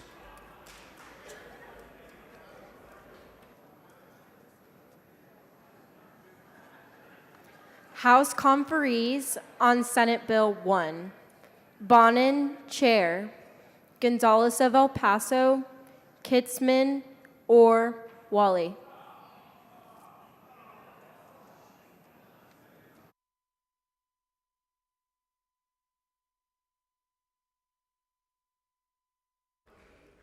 Members, we are about to go on the supplemental calendar. If you have a bill on the supplemental calendar, please be prepared. The following bills and resolutions on first reading and referral to committee. The clerk will read the bills and resolutions.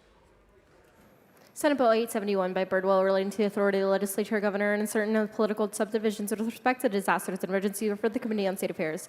HER 40 by Birdwell proposing constitution amendment regarding the powers of the governor, the legislature, and the Supreme Court following certain disasters of emergency declarations or for the Committee on State Affairs.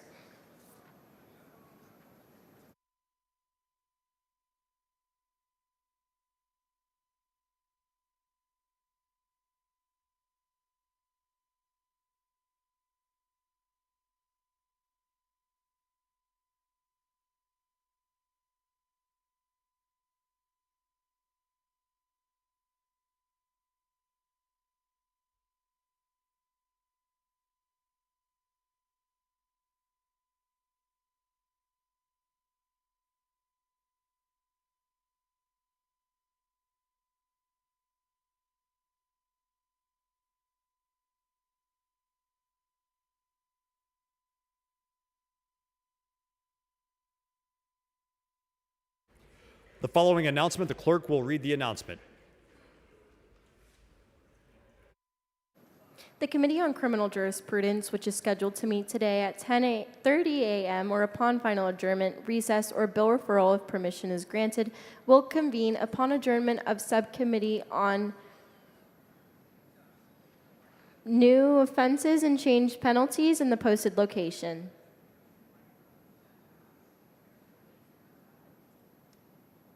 The chair lays out on third reading HB 39. The clerk will read the bill.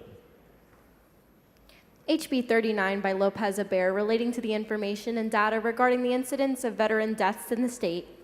The chair recognizes Mr. Lopez Abair to explain the bill. Speaker, members, this bill will certainly affect the veteran suicide rate. I would ask for your support, and I move approval. The question occurs on final passage of HB 39. This is a record vote. The clerk will ring the bell. Show Mr. Oliverson voting aye. Show Mr. Lopez Abair voting aye.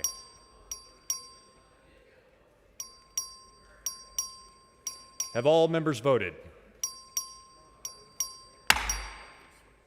There being 145 ayes and 0 nays, HB 39 is finally passed.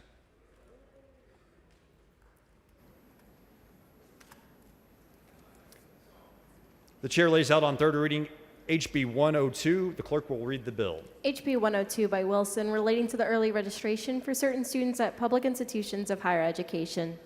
Chair recognizes Mr. Wilson to explain the bill.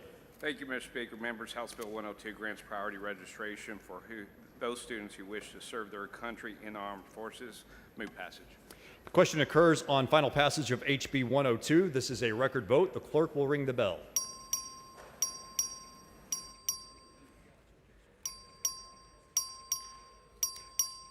Show Mr. Lopez Abair voting aye. Have all members voted?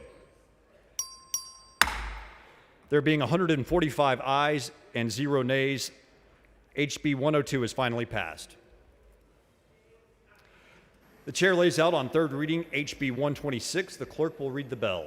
HB 126 by Tupper relating to the compensation and professional representation of prospective student athletes and student athletes participating in intercollegiate athletic programs at certain institutions of higher education. Chair recognizes Mr. Tepper to explain the bill. Thank you, Mr. Speaker. This is that NIL bill again. It's been litigated already. It doesn't take any state money, and it's going to keep Texas collegiate athletics competitive with the new court decisions. Move passage. The question occurs on the final passage of HB 126. This is a record vote. The clerk will ring the bell.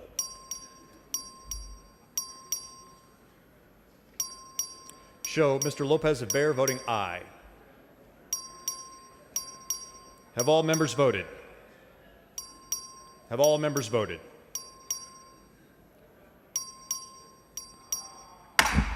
There being 125 ayes and 19 nays, HB 126 is finally passed.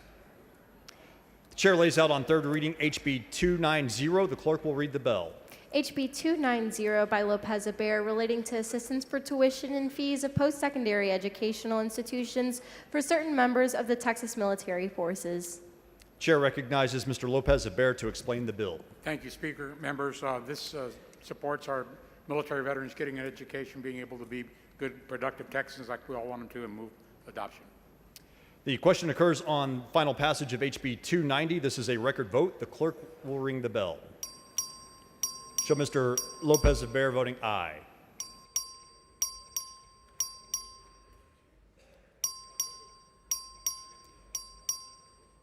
Have all members voted? Show Mr. Bojani voting aye. Have all members voted? There being 117 ayes and 28 nays, HB 290 is finally passed. The chair lays out on third reading HB 300. The clerk will read the bill. HB 300 by Wilson relating to scholarships under the Texas Armed Services Scholarship Program. Chair recognizes Mr. Wilson to explain the bill. Thank you, Mr. Speaker. Members, House Bill 300 updates and streamlines the Texas Armed Services Scholarship Program. Move passage. Members, the question occurs on the final passage of HB 300. This is a record vote. The clerk will ring the bell. Show Mr. Lopez Abair voting aye. Have all members voted? Have all members voted? There being 144 ayes and 0 nays, HB 300 is finally passed. Chair lays out on third reading HB 2143. The clerk will read the bill. HB 2143 by Metcalf relating the designation of the portion of Farm to Market Road 1097 in Montgomery County as the Army Specialist Joey Lenz Memorial Highway. Chair recognizes Mr. Metcalf to explain the bill. Thank you, Mr. Speaker. Members, House Bill 2143 seeks to honor the life and service of my constituent Army Specialist Joey Lenz by designating a portion of Farm to Market Road FM 1097 in Montgomery County as Army Specialist Joey Lenz Memorial Highway. I move passage. Members, the question occurs on the final passage of HB 2143. This is a record vote. The clerk will ring the bell.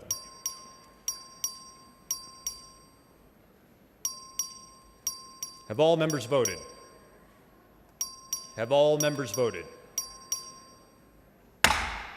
There being 145 ayes and 0 nays, HB 2143 is finally passed.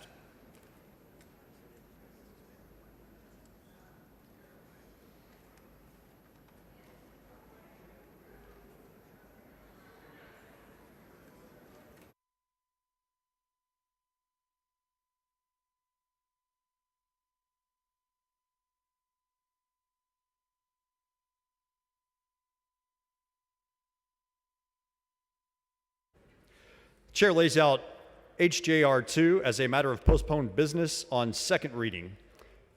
The clerk will read the resolution.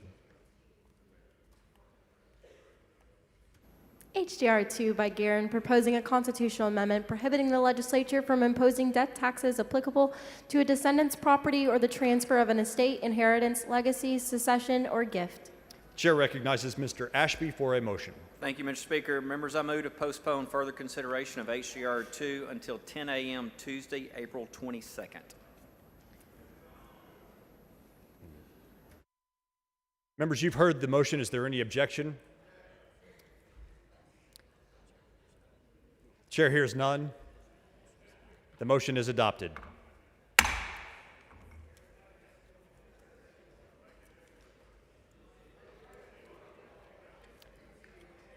Members, the next bill on the calendar is HB 147. The Senate companion is over and eligible. The chair lays out on second reading SB 503. The clerk will read the bill.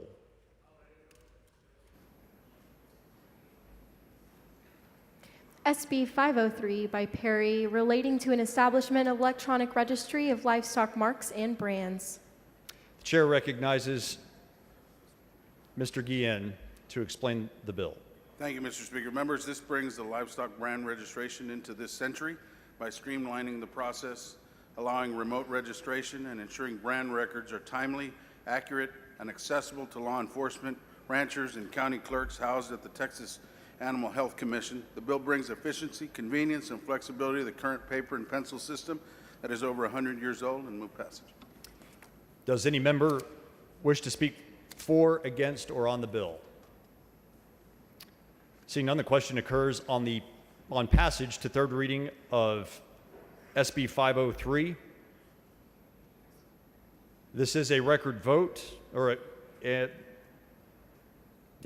excuse me, members, a record vote has been requested. A record vote is granted. All those in favor vote aye. All those opposed vote nay. The clerk will ring the bell.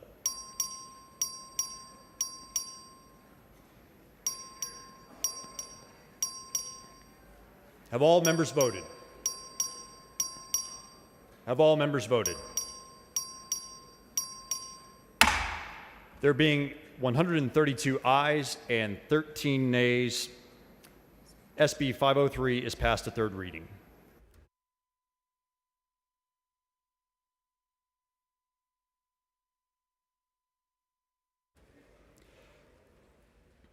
Mr. Guillen moves to lay House Bill 147 on the table, subject to the call. Is there objection? Chair hears none, and the motion is adopted.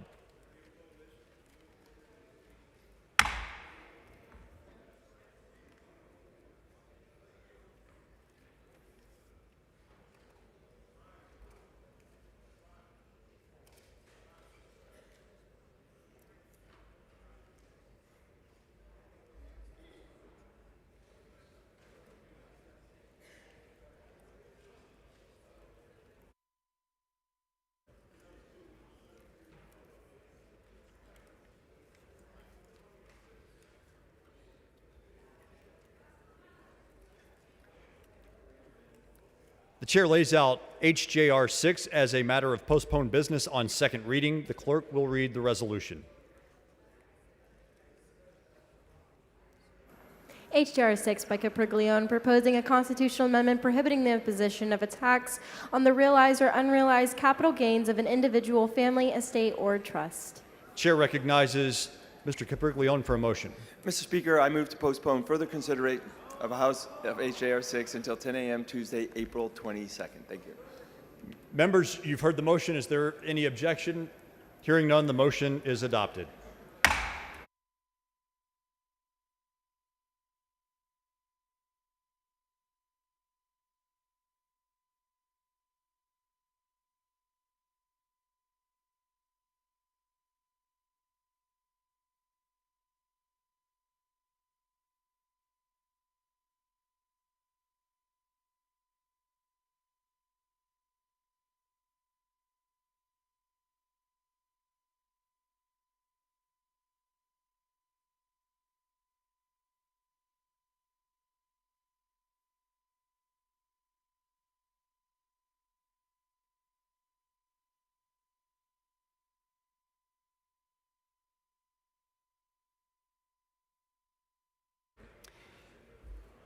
The chair lays out on second reading HB 120.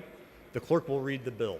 HB 120 by Belov Kaufman, relating to career and technology education programs in public schools, the Rural Pathway Excellence Partnership Program, and a high school advising program, including funding for those programs under the Foundation School Program and to the new instructional facility allotment and the permissible uses of funding under the Foundation School Program.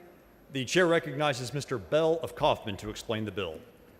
Thank you, Mr. Speaker. Members, in his State Address, Governor Abbott identified expanding career and technology education as a legislative emergency, highlighting the urgent need to prepare students for Texas' growing workforce demands. By 2030, over 60% of the jobs in Texas will require education beyond a high school diploma, yet many students, particularly in rural and underserved communities, still lack access to high-quality workforce aligned pathways. HB 120 builds on existing programs, introduces new initiatives to ensure students graduate with the skills, credentials, and career pathways they need to succeed. This bill is a crucial investment into the Texas students and the future of our state's workforce. HB 120 ensures that more students graduate with the skills, credentials, and support needed to transition into high-wage, high-demand careers, strengthening both local communities and the Texas economy. Mr. Speaker, I do have a perfecting amendment. Mr. Speaker, Mr. Raymond, for what purpose? I was going to ask if the gentleman would use for a question, but why don't we do the perfecting amendment first? Would that be better? Okay. The following amendment, the clerk will read the amendment. Amendment by Bell of Kaufman. Chair recognizes Mr. Bell of Kaufman to explain the amendment. Members, the perfecting amendment cleans up language on the advising program to ensure that advisors are equipped to support students in partnership with private and public higher education institutions, protects advisors' times to ensure they can adequately assist their caseloads, and addresses the future funding stream for the high school advising allotment. Thank you, Mr. Speaker. I move adoption. Mr. Bell of Kaufman sends up an amendment. The amendment is acceptable to the author. However, a record vote has been requested and a record vote is granted. All those in favor of the amendment, vote aye. All those opposed to the amendment, vote nay. The clerk will ring the bell. Show Mr. Bell of Kaufman voting aye. Have all members voted? Have all members voted? There being 143 ayes and 1 nay, the amendment is adopted. Does any member wish to speak for or against or on the bill? Speaker. Mr. Raymond, for what purpose? Does the gentleman yield for a question? Does the Let me give the floor to the gentleman. Mr. Bell, do you yield for questions? Excuse me. The chair recognizes Mr. Bell of Kaufman to close on the bill. I would. Mr. Raymond, for Mr. what Coach, purpose? Go ahead.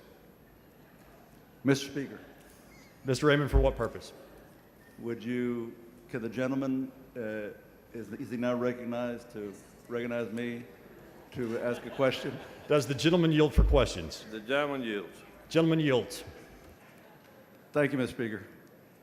So, Representative Chairman, one of the things that we have facing us in the state are great opportunities at great jobs, attracting more companies, attracting more industry, but we have got to get more of our workforce prepared to take advantage of those opportunities. Is that right?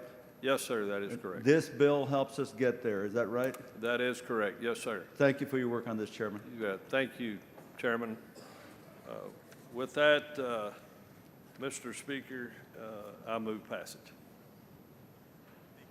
The question occurs on the passage to engrossment of HB 120. A record vote has been requested. Record vote has been granted. The clerk will ring the bell.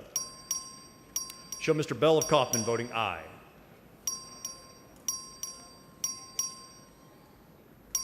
Have all members voted? There being 142 ayes and 4 nays, HB 120 is passed to engrossment. The chair lays out on second reading HB 20. The clerk will read the bill. HB 20 by Gates relating to establishing Applied Science Pathway Program. Chair recognizes Mr. Gates to explain the bill. Thank you, Mr. Speaker and members. It is my honor and privilege to present one of the most transformative opportunities in how we approach career and technology education in our high school, House Bill 20. HB 20 is designed to enhance educational opportunities for 11th and 12th grade students through the Applied Science Pathway programs, also known as vocational training. This program allows students to concurrently earn their high school diploma and a level 1, level 2 certificate or other industry-based certificate, giving them a meaningful head start toward a career. The need is clear. 50% of Texas students do not go to college. Of those who do, only about half earn a degree within 5 years, and of those who do graduate, only 15% end up working in a field related to their degree. HB 20 focuses on that 50% of those who choose not to go the traditional college route. We must ensure that these students have an opportunity to gain hands-on learning experiences through work-based opportunities in high-demand industries. HB 20 builds upon existing partnerships between school districts and institutions of higher education for dual credit programs. When this program is fully implemented, students will be able to graduate not only with a diploma, but also a credential that qualifies them for meaningful work right away. For those who wish to continue this Head Start, means they'll be further along than peers who began training after high school. They can choose to continue their education through TSTC, community colleges, or other institutions building on what they started in high school. In my conversations with industry leaders, we've emphasized the importance of building rigorous, high-quality career pathways, equip students to lead self-sustaining, meaningful careers without requiring the traditional college route, strengthens industry ties, and drives Texas economic growth. HB 20 is a critical step toward that goal, and I ask you to vote in favor of HB 20. Thank you, members. Mr. Dutton, for what purpose? Would the gentleman yield for questions? Does the gentleman yield for questions? Yes. Gentleman yields for questions. Thank you. Tell me how this process, how you anticipate it working. I mean, a high school that has 11th and 12th graders in it can contract with a university? Is that what you're anticipating? Well, they can enter into a partnership agreement, but currently high schools do dual credits with TSTC or community college. This is just expanding that to a lot more than just typically a dual credit of 2 or 3 courses. This would allow a student to virtually almost be full-time. Those dual credits happen at the high school, though, right? The dual credits that they currently Courses. earn by attending, they can earn them also attending a community college or a TSTC campus. You mean while the students in 11th or 12th grade, they can go over to the campus of a university and get dual credit courses? Well, under this program, you would take a course that's been approved that meets the requirements to get what's called a level 1 or level 2 certificate. But you're anticipating that it would be a CTE course, right? These would be, yes, career technology education courses. Right. It's the same thing that you would earn right now. Let's say a student is out of high school, they decide to go to a TSTC campus. And that may be 18-month to a 24-month program. Well, that's the same program that the high school student's going to be doing. They're just going to be doing it in high school. So is the program going to operate at the high school or at the university? While a high school could do it, they typically don't have the capital infrastructure to be able to handle these type of courses. So it's envisioned that they would partnership with a TSTC campus or a community college. And so the student would have to go from their own high school over to the university or wherever these CTE courses are being offered? If that's where the course is going to be at, yes. Yeah. And how would they get there? Does the bill prescribe anything about transportation for these students? No. Well, how do you anticipate they would get there? Well, currently, high schools throughout Texas do, like I said, dual credits with community colleges and TSTC. But generally, that's on the campus of the school. Not necessarily. TSTC has a very robust programs that they partnership with high schools throughout Texas where high school kids go over to a TSC campus. So how do the students get to those then? There is some funding. I don't know how much, but there is some transportation by school districts to a TSTC campus. But most of these students, instead of reporting at their high school, they would report at a TSTC campus because it's almost full-time.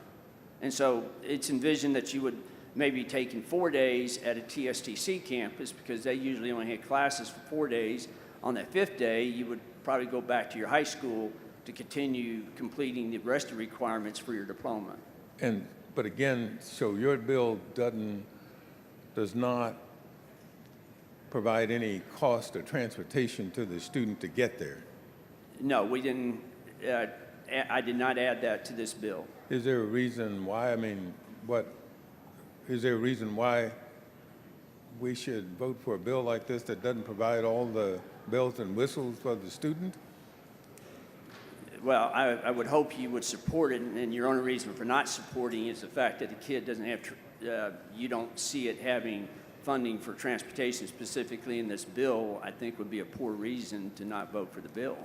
Well, but kids generally, to get there requires a cost.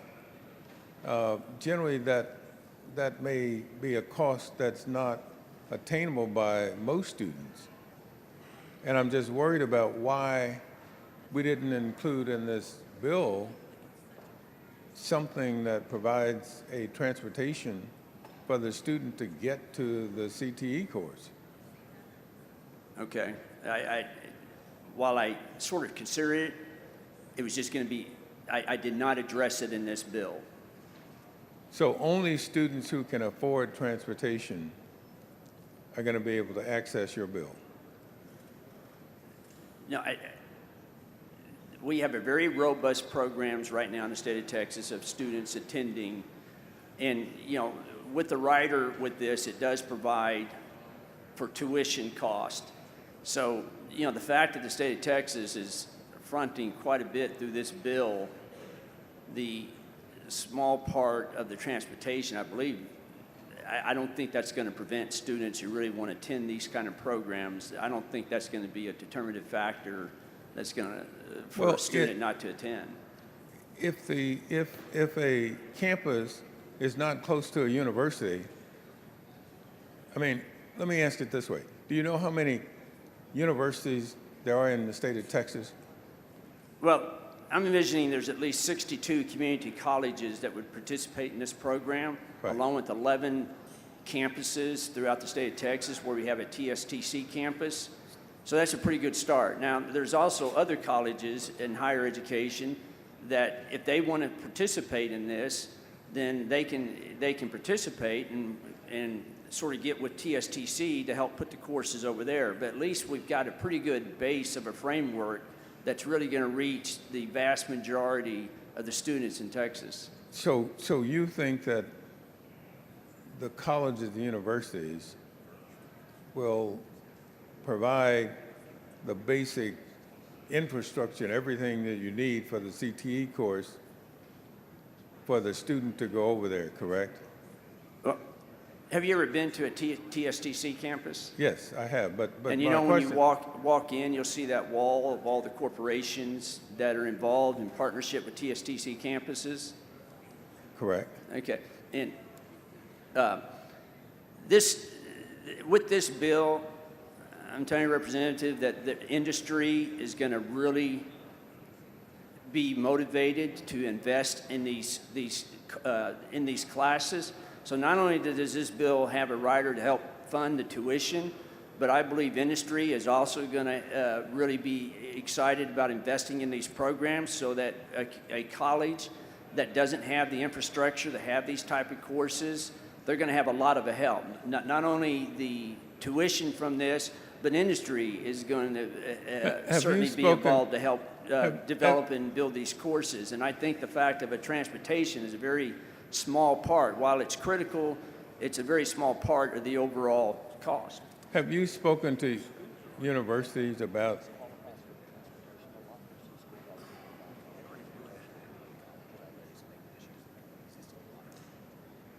Okay, so I've been advised that there's already an allotment for transportation in the school funding package already to provide transportation for to community colleges. for students who take advantage of this bill? No, that's already part, even separate with this, there's already transportation dollars appropriated to transport students to a TSTC or a community college absent this bill. That's already For in part example, of this. you're from Houston, right? You're from Houston. Right. Correct, that area. Okay. Where's the TSTA campus in Houston?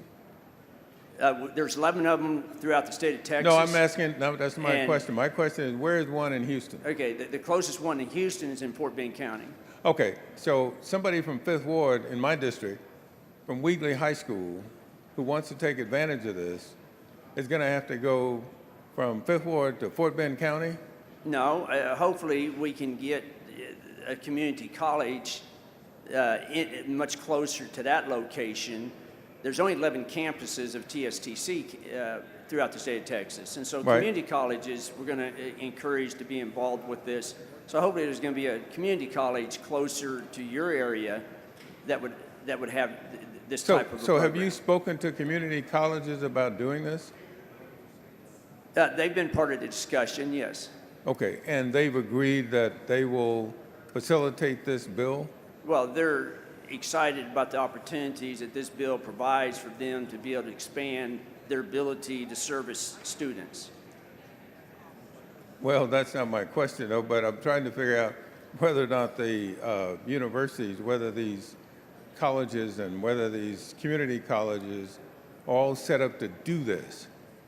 Well, I don't know if I could say, I can't speak for all of them, but I can tell you collectively that the community colleges have been part of the discussion, and they're excited about the opportunities that this provides for them to be able to expand the type of programs and services that they could do to help reach more students.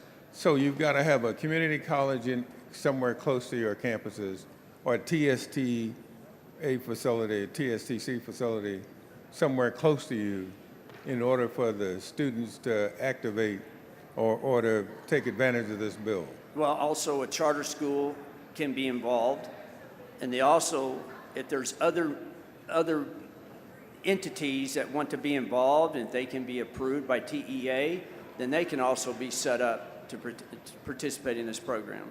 When you say participate, what do you mean? You mean for example, plumbing and pipe fitting, which you have listed here as number 8.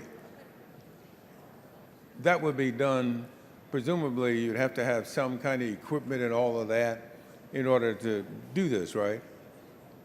That's correct. Okay, and so are there community colleges set up to do this already? There are a number of community colleges that have great CTE programs. They have very robust programs. And they're being used by not by the ISD students, are they? Yes. So this program you're doing under House Bill 20 would simply be an extension of that?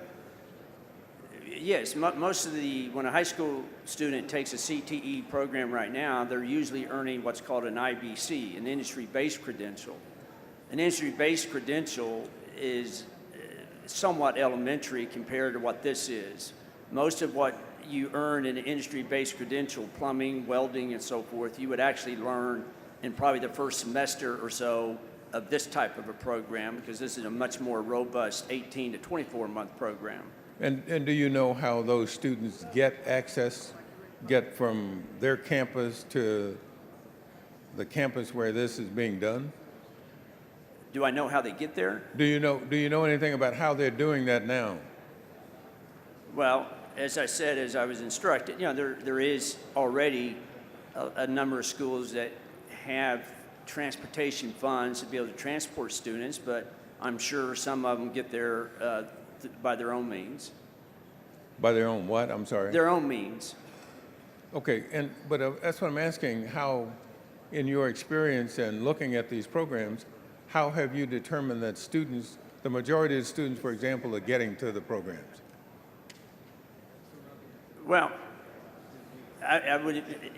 we already know that a lot of students throughout the state of Texas attend dual credit courses at many community colleges throughout the state of Texas, and they attend dual credit courses at TSTC campuses.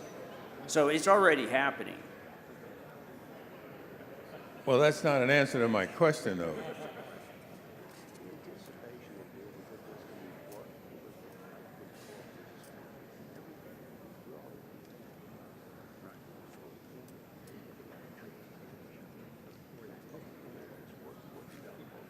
Mr. Speaker, could I reclaim part of my time?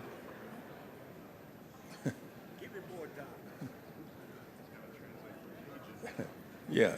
So now that you got your lawyer's advice, tell me again. You have obviously looked at some of these programs before this bill, correct? Correct. And how are most of the students getting access to the program? Do they go by public transportation? The school district provides a school bus? They walk, ride a bicycle, or what do they do? Well, I suppose those are all means of transportation, but I think most of them either get there through a vehicle that they have themselves or through bus transportation. But I don't have specifically, I've not looked into that. Okay, so you didn't anticipate the student having transportation issues Yes, under I your did. bill? Yes, I did. Okay, but you didn't include any money in there for transportation? Well, as I told you, and as I've been informed, we already have transportation dollars that And how much is that? I don't know. Do you have any idea? Nope. Do you have any idea how many students it would accommodate? Well, I know we have funding to try, currently right now with the 11 campuses of TSTC, we have around 11,000 students, 1,000 at each one.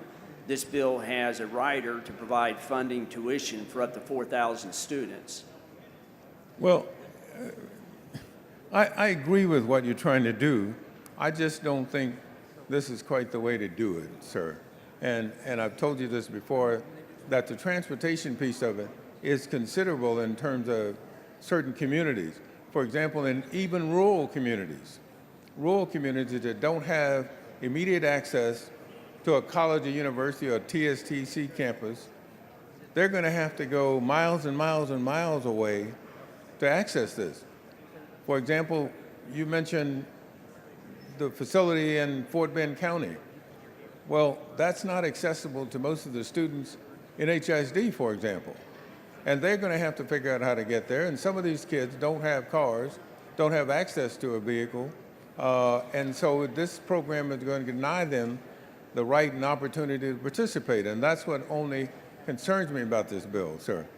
No, I think I don't buy that. I think HISD is a huge school district, and as you know, a number of schools are being closed within ISD because of the drop in enrollment in the Houston ISD. And so Houston ISD has been contemplating what to do with a lot of these empty buildings. And so there's no reason, I would love to work with you, and HISD is a big enough school district that there's no reason that they cannot build a program with industry and help create the program right there at an HISD campus. But they don't exist. They don't exist currently. That's my only point. Right, because the funding has never been there. So now we have the funding with this bill, and so let's work together and build a robust CTE program in HISD. So finally, the partnership between these entities is going to, for example, what is the cost of one partnership? Well, what does it cost? It's not, a tuition cost can run around $8,000 or $9,000 a year. So every student who accesses this program, it's going to cost the school district about $8,000, $9,000 a year. No, currently, like I said, the school districts already do dual credit. And so they enter into a memorandum of understanding. Gentleman's time has expired. All right, thank you.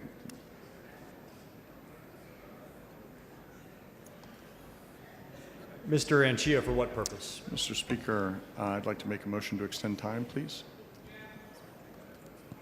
Members, is there an objection to an extension of time? Chair hears none. The gentleman's time is extended. Thank you, Mr. Speaker. Just have a couple of questions about your bill, Mr. Chairman.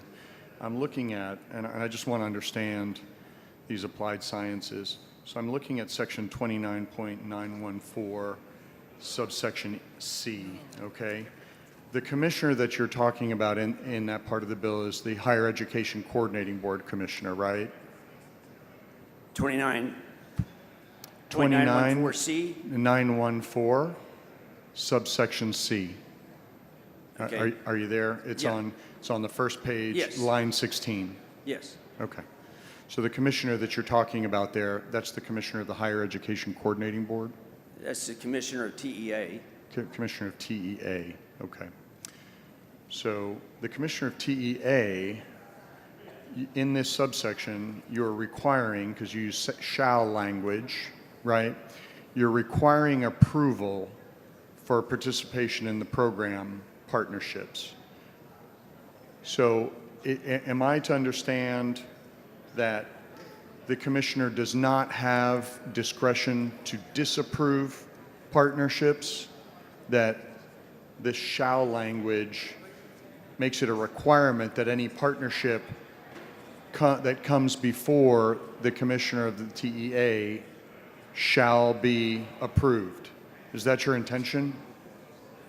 No, I think the intent is if you want to be approved for a program, you have to go to the commissioner to get the approval. Okay. Through TEA.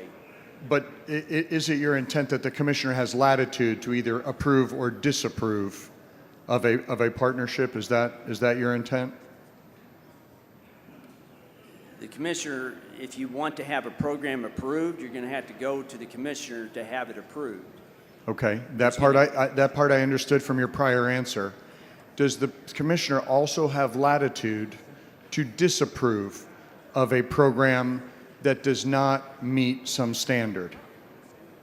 Well, because the way it's worded here is that the commissioner shall approve, and I just want to understand if that includes the inverse, which is to not approve something. it gives a list of things that are needed, and so you're going to have to meet those stipulations to get approval by the commissioner. And so, again, this is not a trick question. I just want to understand your intent. If some of the things in C sub 1, sub 2, to A, B, C, down to T are not complied with or are outside of these industries listed in C sub 2, then you're saying that the commissioner does have the discretion to disapprove an application. Is that correct? I word it as if you wanted to have something that's not on the list approved by the commissioner, if it's not on this list, then it can't be approved. Okay, so got you. That was the answer I was looking for. That in fact the commissioner can disapprove of a program that does not comply with sub 1 and sub 2. Okay? Now there's one line in C, in subsection C, that I just don't understand. I'm hoping you can explain it to me. It says, to provide courses in a non-duplicative sequence of progressive achievement. What does that mean? To provide courses in a non-duplicative sequence of progressive achievement. What does that language mean? I want to be cautious here because I'm not an attorney. No, but you ostensibly you drafted the bill, right? I don't want to say something that sets up something. I really don't know what you're getting at. What I'm getting at is to understand what is on line 19. Yeah. What is a non-duplicative sequence of progressive achievement? I assume you drafted this language intentionally, correct? That's correct. And Okay, so what does that mean? I would want to get back with you on that. Okay, you can't answer that now? I don't. I want to be very cautious on what I say to you. Why? Because Why does this explaining your bill require caution? Because I don't know what you're trying to get at. Just the meaning of that sentence. Well, this thing's been out here for a long time. I don't know why if that was really a concern of yours, then I Because wish you're you could have laying it brought out before for the House. hours that we've been sitting here on the floor, and I could have gotten you a better answer. Right. So I'm going to be very cautious in how I answer that. So with do you not know what it means? I want to be a little cautious of how I answer that with you. Okay, that's interesting. All right. So you can't, you don't know what it means, or you will not tell the body what it means. So tell me, let's go down to the bottom of page 2 and the partnership participating programs and what they must do. Okay? They must enable the school district or open enrollment charter school to provide at least one course of study described through the partnership with an institution of higher education. Is that right? Okay, which line are you reading from? Let me repeat that for you. Or could you give me the line numbers? Yeah. Bottom of page 2, subsection D. Okay. Line number 25. Do you see that language? A partnership participating in the program must. This is what the partnership must do. And by partnership, I imagine you're talking about the public-private partnership, right?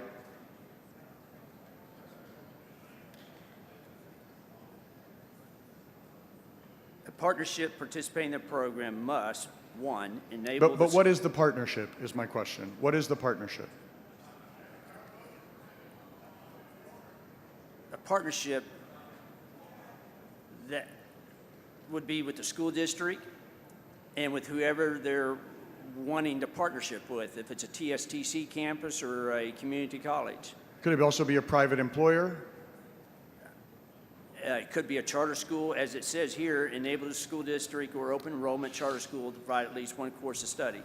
Right. No, I can read that, but I'm trying to get it, because partnership is not defined earlier, so I'm trying to understand what a partnership is.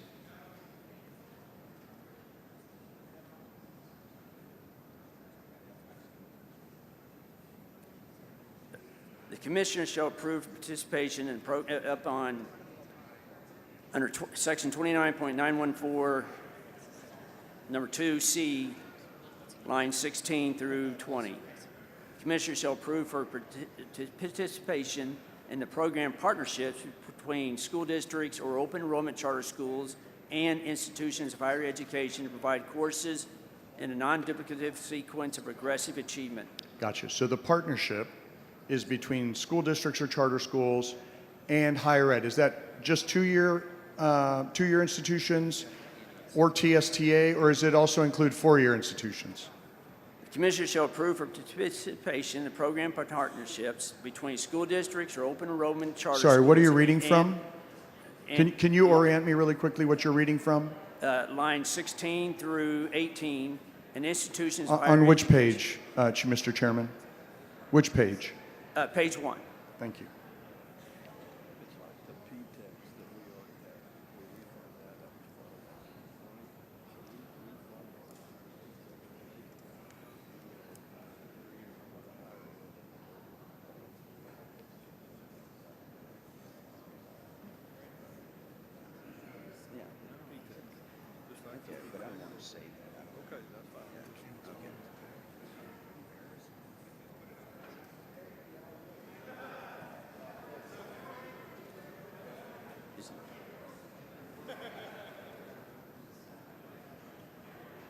Mr. Chairman, you were reading something before you started caucusing there.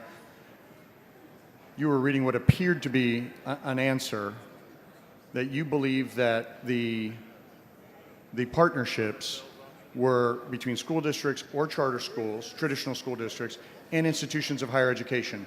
My question was, does that include two-year institutions and four-year institutions? Okay, repeat that question again. Does that include two-year institutions and four-year institutions? When you say institutions of higher education? Well, I read to you line 16 through 20. Yep. And my question is, when it says institutions of higher education, does that mean two-year and four-year? I don't know. I mean, I'm asking you as the author of the bill. Right now, I'll stick with as it's being read on line 16 through 20 under section 29.91. The gentleman's time has expired. Mr. Speaker. Mr. Anchia, for what purpose?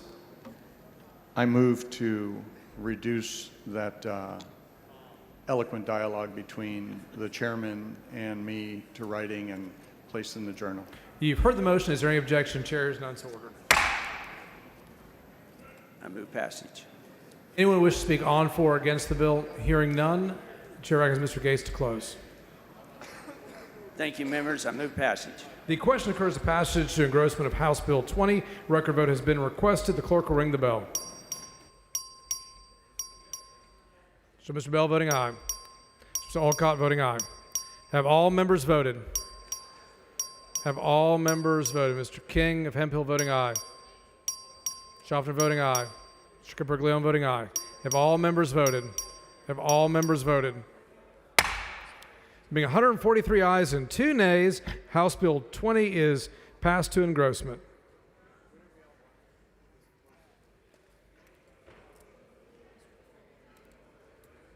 The game delayed it.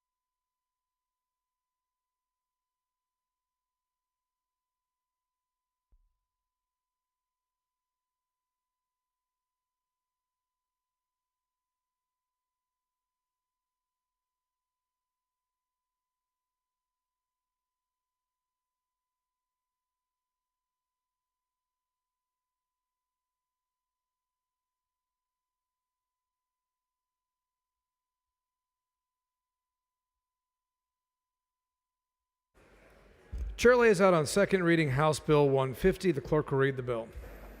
HB 150 by Capriglione, relating to the establishment of the Texas Cyber Command as the component institution of the University of Texas system and the transfer of it of certain powers and duties of the Department of Information Resources. Chair asks Mr. Capriglione to explain the bill. Thank you, Mr. Speaker. Members, cyber attacks from criminal networks in adversarial nation states have grown exponentially year over year.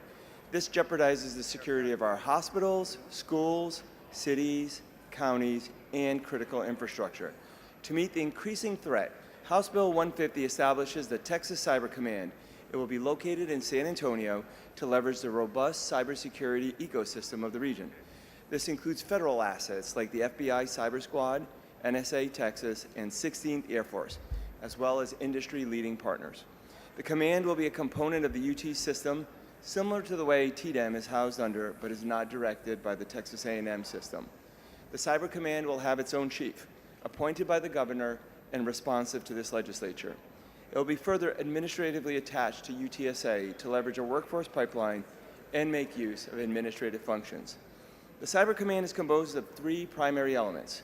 1, it will assume cybersecurity responsibilities currently under DIR. It will also place the state in an operational posture to include a threat intelligence center, a critical incident response unit, and digital forensic laboratory. And finally, it will collaborate directly with neighboring federal assets, as I noted earlier.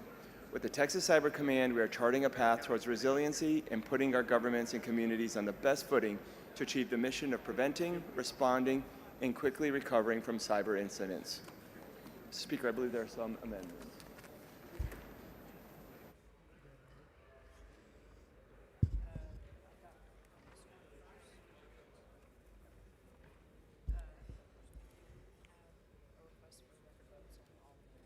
Okay, are we ready for the amendment? Following amendment, the clerk will read the amendment. Amendment by Campos. Chair asks Ms. Campos to explain the amendment. Thank you, Mr. Speaker. Members, my amendment is accepted by the author. The amendment repeals the cyber program, its functions transferred to the Cyber Command, and removes the legislature as an applicable entity.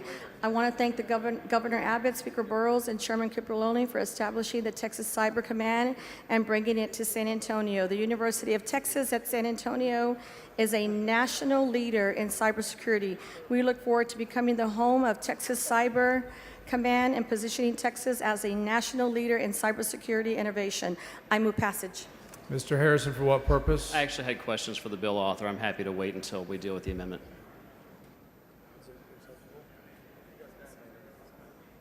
Ms. Campos sends up an amendment. The amendment is acceptable to the author. Record vote has been requested on all amendments. The clerk will ring the bell. Mr. Capriglione voting aye. Ms. Campos voting aye. Cortez voting aye. Mr. Lujan voting aye. Have all members voted? Mr. Leach voting aye. Mr. Tinderholt voting aye. Have all members voted? Have all members voted? Being 136 ayes and 9 nays, the amendment is adopted. Following amendment, the clerk will read the amendment.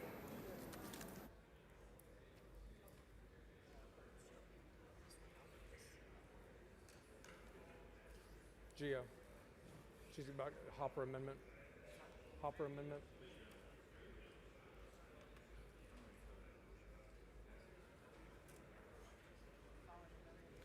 I just said it earlier. Say it again. Following amendment, the clerk will read the amendment. Amendment by Hopper. Chair asks Mr. Hopper to explain the amendment.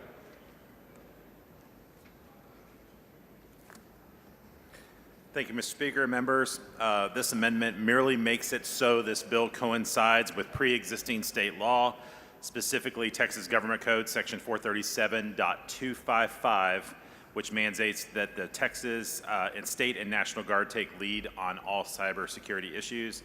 Texas Guard has the required expertise and pre-existing framework to facilitate cyber operations and is already integrated into the state system.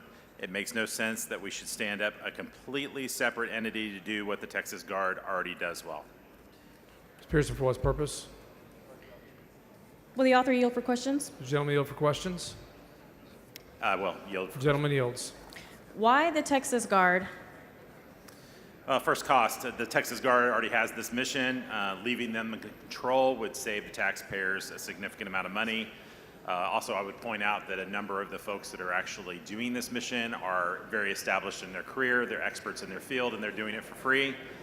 Second, there's a continuity.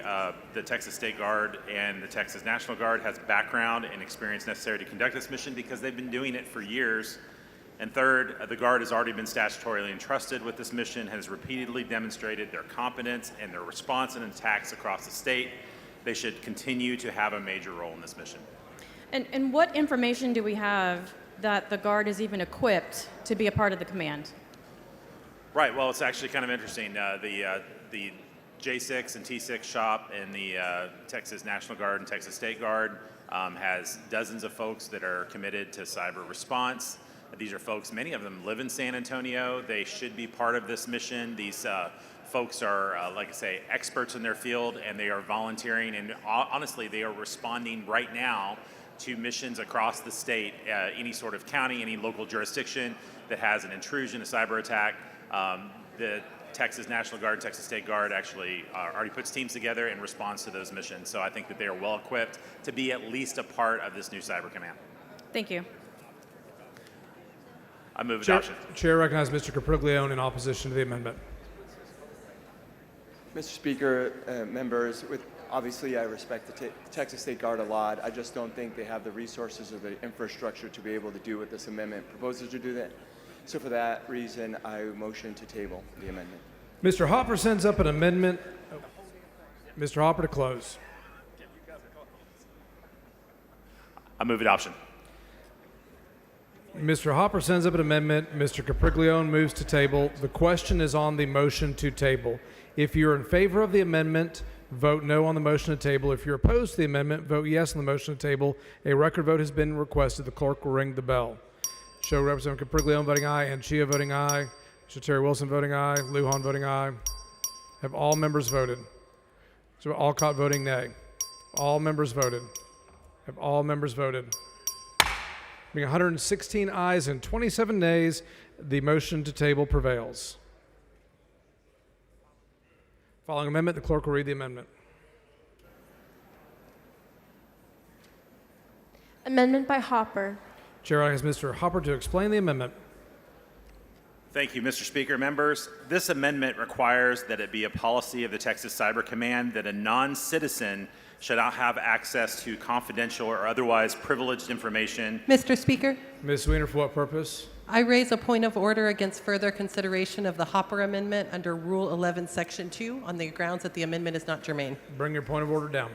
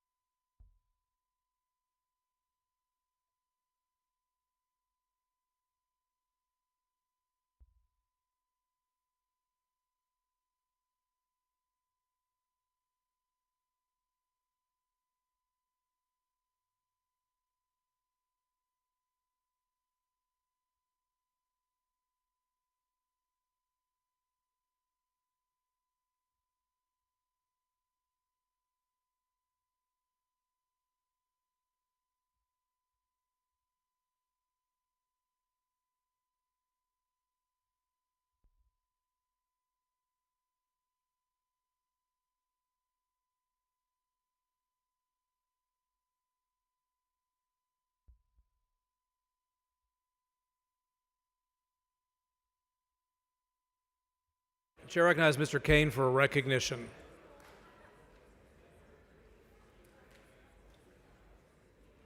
Thank you, Speaker. Members, please join me in welcoming a special guest to the gallery, Mr. Larry Cernusek, and his wife Sylvia. You can stand.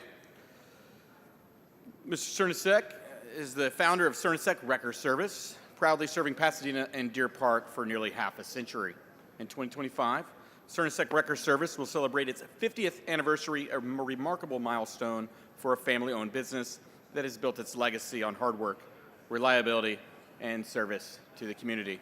Larry's been a leader in the towing industry, serving multiple terms as chair of the Texas Towing and Storage Association, and leading the Texas Motor Transportation Association, and earning induction into both the Texas and International Towing Halls of Fame. Members, please help me and welcome and congratulate Larry Cernusek and his loved ones on this extraordinary 50-year legacy. Anything?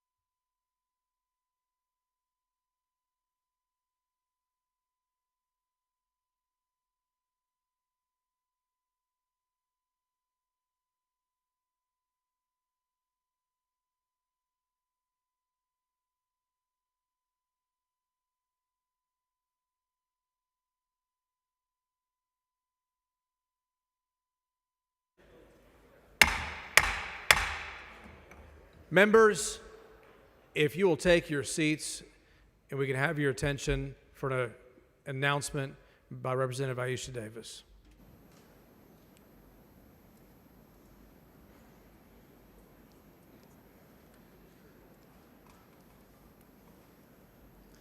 Members, as many of you are aware, a shooting has occurred at a high school in my district. It's currently on the news and it's unfolding now. I humbly ask for prayers for those students, the families, the staff at the schools, the first responders, and everybody else who's going to be affected by this. I don't know many details, but I know it's not good, and I know that we have some kids that are traumatized from this. So I do sincerely ask for your thoughts and prayers from my community at this time, along with action to make sure our students are safe. Members, will you please rise and join us in a moment of silence in recognition of this?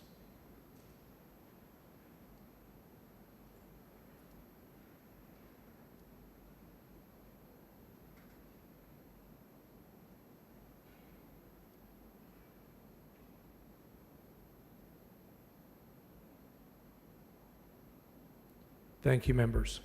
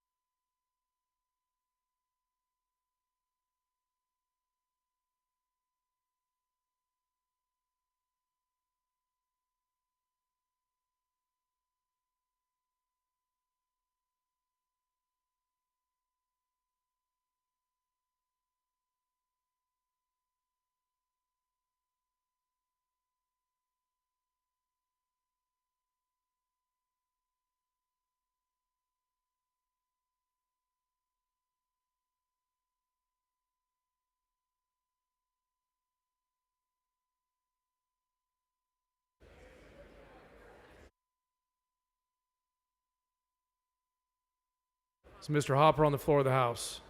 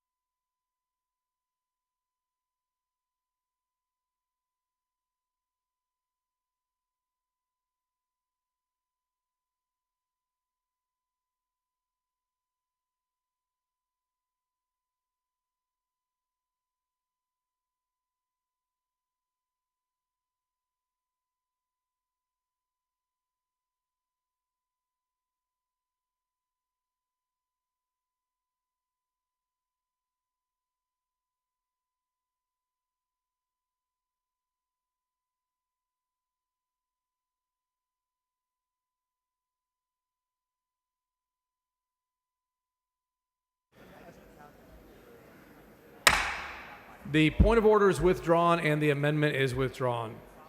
The following amendment, the clerk will read the amendment. Amendment by Hopper. Chair recognizes Mr. Hopper to explain the amendment. Thank you, Mr. Speaker. Members, similar to the last amendment, this amendment Mr. requires Speaker. that it Ms. be... Weiner, for what purpose? I raise a point of order against Rule 11, Section 2, that the amendment is not germane. Bring your point of order down.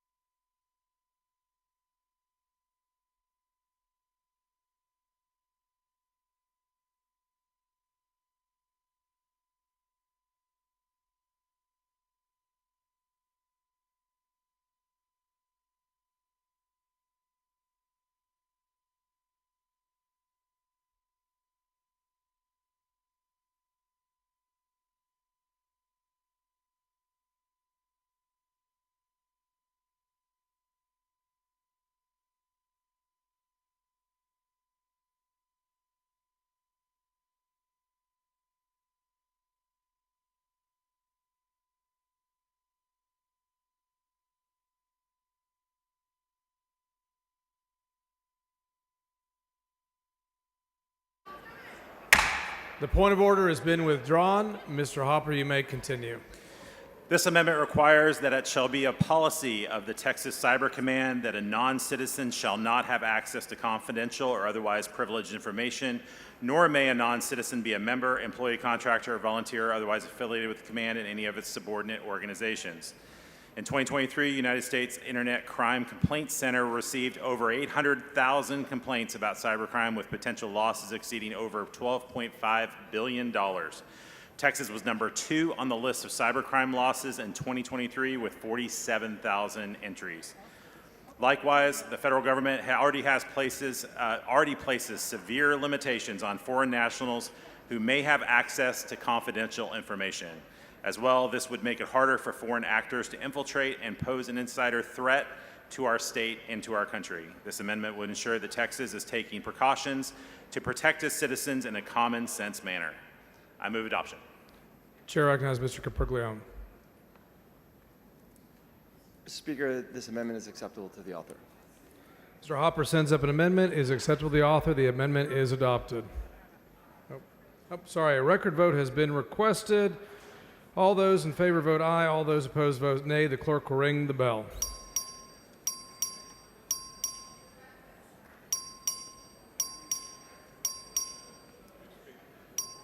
Mr. Wilson voting aye. Have all members voted?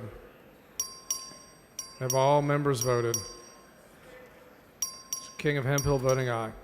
Have all members voted? Being 89 ayes and 54 nays, the amendment is adopted. Following amendment, the clerk will read the amendment. Amendment by Gonzalez of Dallas. Chair recognizes Ms. Gonzalez of Dallas to explain the amendment. Thank you, Mr. Speaker. Members, this amendment simply changes the makeup of the Cybersecurity Council slightly to, instead of it just being an employee of the Elections Department, it will be the director of the Elections Department. The author is agreeable, is acceptable to the author, and I move adoption. Ms. Gonzalez of Dallas sends up an amendment. It's acceptable to the author. The record vote has been requested. All those in favor say vote aye. All those opposed vote nay. Clerk will ring the bell. Shows like a Capriglione voting aye. Have all members voted? Have all members voted? Mr. King of Hemphill voting aye. Mr. Vidal voting aye. There being 132 ayes and 9 nays, the amendment is adopted. Does any member wish to speak for, against, or on the bill? If none, the chair recognizes Mr. Capriglione to close on the bill. Mr. Harrison, for what purpose? Will the gentleman yield for just a couple questions? Gentleman yield for a couple questions. I do. Thank you. Hey, Gentleman yields for questions. Now, appreciate you bringing the bill. The issue of cybersecurity, without any doubt, is an important one. But just a couple clarifying questions. Did this bill come out of the House DOJ Committee? This bill went through the House DOJ Committee, yes, sir. That's what I thought. Isn't the point of the DOJ Committee to be reducing government and making government more efficient? Well, the point is, of course, to make the government more efficient. And the way this does this is by providing a laser focus for the state of Texas to make sure that we build up our defenses, whether that's attacks against our critical infrastructure, whether it's attacks against our cities and our schools, and of course the state. What the purpose of this bill is to, in the most efficient way possible, provide those protections against foreign attacks and against our citizens. No, I hear that, and I appreciate the intent of the bill. And as I said at the start of my first question, cybersecurity is, of course, an important thing that the state of Texas needs to deal with, and we are, in fact, already doing that with DIR. Does this bill, just a couple clarifying questions, though, does this bill cut government in any way?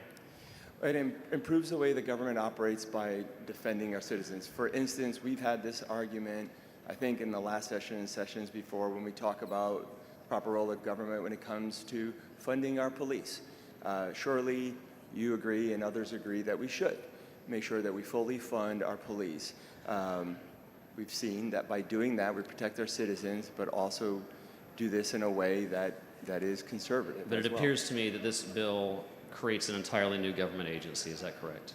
What this does is, and you may recall, but more recently in March of this year, President Trump signed an executive order in which he stated that citizens are the immediate beneficiaries of sound local decisions and investments designed to address risks, including cyber attacks. Texas Cyber Command does exactly that. No, I hear that, but the fact is we are doing this in a way that grows government, and not just that grows government by creating an entirely new government agency. I guess the next question would be, does this cut spending in any way, shape, or form? Well, if you look at how much and how significant these attacks are, and I'll give you some examples on how much. So it's just since 2019, there have been 210 total ransomware. So ransomware, as you may or may not, I'd like to answer your question. The question wasn't, is cybersecurity a serious problem? That's No, not my I think question. it is, because, I mean, you know, you could, for instance, look at your own email address, which is on the Have I Been Pwned website, and see that it's been breached. So whether it's a state representative like yourself that's had their cybersecurity email breached, or other members, our job and our goal is to make sure that these attacks, which are costly to our citizens, costing billions of dollars every single year, and they cost not just private citizens, but there have been, since 2019, 53 cities that have been affected by ransomware is an expense. No, again, Okay, it's a but big just for expense. clarification. 38 against counties. In fact, I have a list here of cities and private companies in your district that have been affected, and people lose not just money, but they lose their identities. They are breached. And so to that respect, I would say absolutely, it is much more efficient and much more intelligent, to be honest with you, for the government to go and create this cyber command to go and protect against these attacks. Again, with all due respect, you seem to be think that I'm asking whether cybersecurity is a threat. Third question: does this bill reduce the bureaucracy in any way, shape, or form? By providing a focus in an agency that has a direct ability to be responsive to attacks in that sector, of course it does. It makes a lot more sense to have one agency that is focused on this, that is able to be there, responsive to private companies, to critical infrastructure, to our cities and counties, and do this all in one place with direct knowledge of RSOCs and have that all in one place. In But there's no reason we can't do it all in one place. Absolutely is more efficient. There's no reason we can't do it in one place. Please do not talk over each other. It's a question and answer. Let the members hear your debate. Sorry, Mr. Speaker. Yes, in this sense, by creating this cyber command, what we're doing is not just creating this in San Antonio. We're going to have the most resilient, the most secure cyber command in the entire country. But again, your answer is that we're going to do it all in one place, but we could do it all in one place right now without creating a new government agency. Isn't that correct? Well, if you look at how this is being done, it is consolidating a lot of the effort in one central location. But creating a new agency. We're doing this by, again, creating an area where we can go and protect and help our citizens. I mean, listen, you just have to go anywhere and you can see just recently how artificial intelligence has just incredibly increased the amount of cyber attacks that are happening, whether it's fake written content, video deep fakes, social media bots, as you know very well. These are all out there attacking individuals. So in the answer to your first three questions, unless I heard you wrong, this is not cutting government, it's creating a new agency. It's not cutting the bureaucracy, it's adding 130 FTEs, if I'm reading this right, and it's not I don't think you're reading it right, with all due respect. 130 million. No, I think if you read, again, fiscal President Trump's executive order, this is almost exactly what he has asked for in the executive order, is to make these types of decisions, to go and create these sort of protections on the local level, which is literally what we're doing. President Trump's DOGE is cutting government. This is doing the opposite. Final question. How is this, because the fiscal note's got $130 million, how are you proposing to pay for this new government program that costs $130 million and adds 130 FTEs? Well, the total number of FTEs, some of them are currently in other agencies, but again, the purpose of this is when you have a situation where these attacks, which you can see the notes are about $600 billion a year attacking the United States.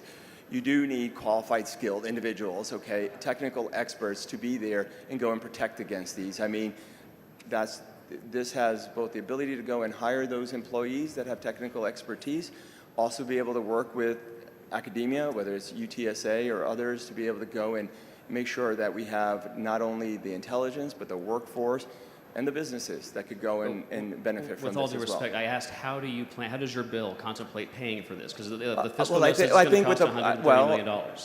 It's going to be paid for with the budget you didn't vote for. So is there anything that's being cut from anywhere else in the budget? Is there a pay for anywhere? We have, as you know, 5 different fiscally conservative spending limits, and this fits below that.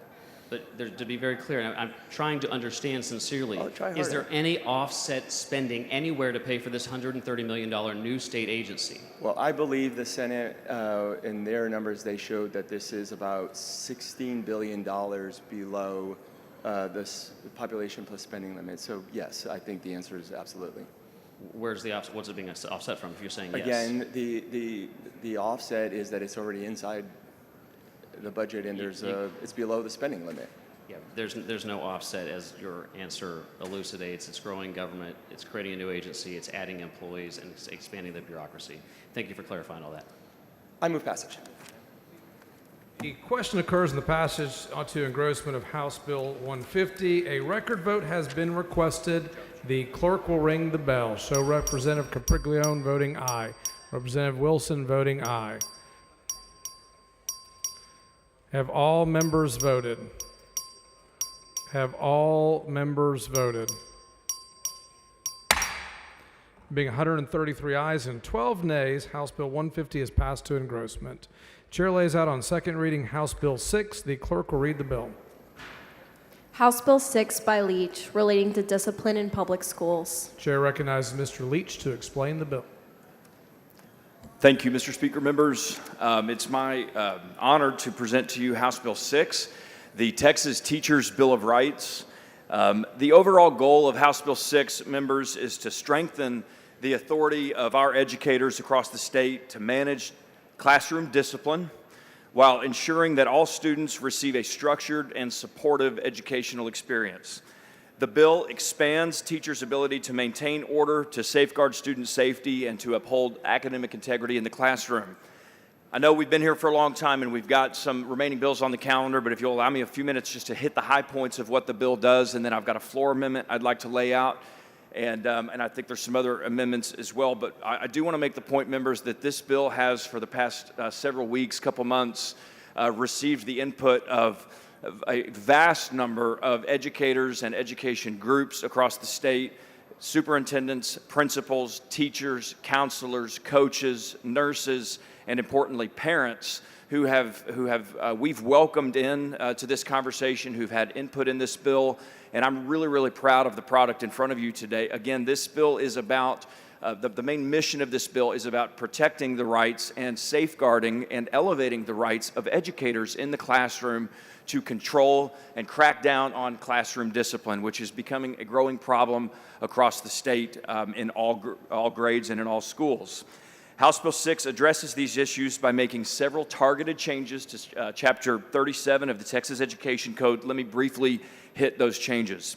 First, House Bill 6 puts in place a 10-day at a time, a 10-day limit on the use of in-school suspensions. This returns discretion to school districts to utilize ISS to address misconduct depending on the nature and circumstances of the particular offense. Second, the bill will allow for suspension of students at any age who routinely engage in repeated and significant disruption of the classroom or who threaten the immediate health and safety of the educator and or other students in the classroom. This provides the campus administrator the opportunity, along with the classroom teacher, to agree that the behavior is repeated and significant and to constitute a suspension. Third, very importantly, last session, members, you'll remember that we mandated, this body, along with the Senate, we mandated placement in a disciplinary alternative education program, a DAEP, when a student uses or possesses an e-cigarette. This is something that we did last session. I believe, and the people who have had input on this bill believe, that while we want to crack down on our students vaping in schools, we went too far. We didn't allow discretion to our school districts, to teachers and educators to crack down on this. Basically, you're caught with one now, whether you put it there, whether someone sticks it in your backpack, whether it has nicotine in it, whether it's empty. You get caught with one, you're going to a DAEP. And there's no discretion whatsoever that we allowed for our educators, and this bill returns that to them. House Bill 6 also provides for removal of additional serious offenses and misconduct.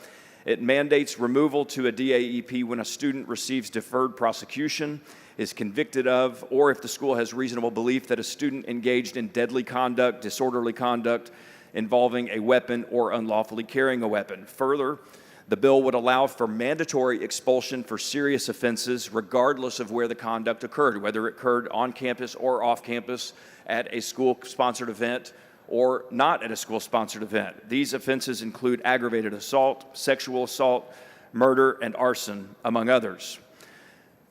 Further, under current law, when a student is expelled from school, they're either sent to a JJAEP, which is a Juvenile Justice Alternative Education Program, or in some cases, they're expelled to the street, out of school entirely. Sometimes when a JJAEP facility is full or unable to accept students, a student ends up expelled to the street when, simply put, they do not have to be. House Bill 6 provides another option to school districts by allowing for a removal to a virtual disciplinary setting to provide educational services when a JJAEP is full or when a student would otherwise be expelled entirely. The bill also provides districts with a state law option for removal of a student, including a student with a disability who is exhibiting dangerous behaviors and whose continued placement is substantially likely to result in injury to the student or others, by allowing a school district to petition a court for removal of that student. Since the initial bill was laid out, we held a committee hearing. We invited witness testimony, not only to those who were able to come to the Capitol to testify, but we opened this up across the state, and we heard from a lot of educators, including many from your district. And many of you, I'm grateful, came into my office or called me and were able to talk to me about your concerns and ideas as well. And as part of that process, we included the following changes. Language relating to makeup of a threat assessment team. If the student under assessment is a special education student, this will ensure knowledgeable professionals are involved in the threat assessment teams. We've restrained the ability of charter schools to deny enrollment to students based on their disciplinary history. I've got a cleanup of that in my floor amendment.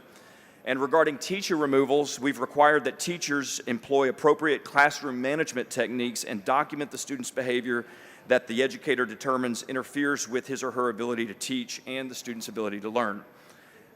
Members, I do have a floor amendment that I'd like to present to you. I know there's some questions. I'm happy to take those questions now, or Mr. Speaker, if I could go ahead and lay out my floor amendment.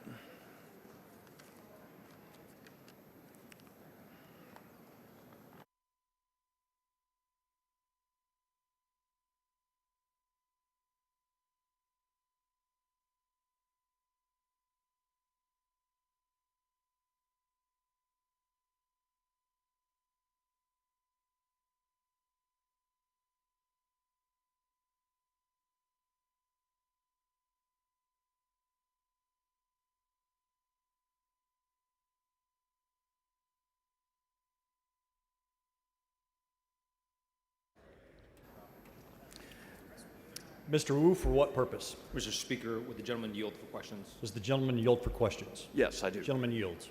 Thank you, Mr. Leach, and I definitely appreciate the work that's gone into this and the sentiment behind it.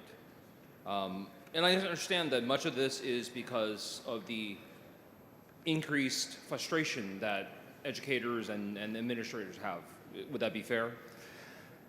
Yeah, I think that's fair. It's not just increased frustration, Representative Wu, it's actual fear. Right. Fear on the part of many educators. Fear of actual violence. More than that, fear of inability to do their job. Okay. And and sometimes we might do things that we don't always mean to do when we're scared. Would that be fair? Representative Wu, I'm not sure I understand the question. What I heard from educators is in many, many cases, they feel powerless, totally powerless, because of the laws that this legislature has passed to control their classrooms. And so in many cases, they're having to focus on one student repeatedly, day after day after day, or a group of students day after day after day who are causing problems and distracting them from the other 23 to 25 students in their classroom. That, to me, is a problem. Right now, they feel powerless to deal with that, Representative Wu, and that's what this bill is intended to address. That's completely fair. It's completely fair. But would you agree with me that if we are doing things and we're doing things against kids, and we're doing things because we're afraid, that what we should do should be very careful and should be very measured. I'm sorry, I don't know if I understood. Did you say we're doing things against kids? Yes, I mean, if we're going to punish kids more, then that would be against kids. Look, I think that not only is this the Texas Teachers Bill of Rights, this is actually the Texas Students Bill of Rights. Because when I look at even my own kids who are in high school, middle school, and elementary school, and I hear the stories about kids in their classrooms, and we've heard this from all over the state, kids in their classrooms who are demanding 99% of the teacher's attention day after day after day, I actually think that what we're doing here is not only smart, I think what we're doing here is necessary. It's bordering on an emergency for our schools and our educators across the state, and I fear what will happen if we don't act this session. Yeah, absolutely. And because we're operating in this environment, you would agree with me that what we should be doing should be very careful and very measured.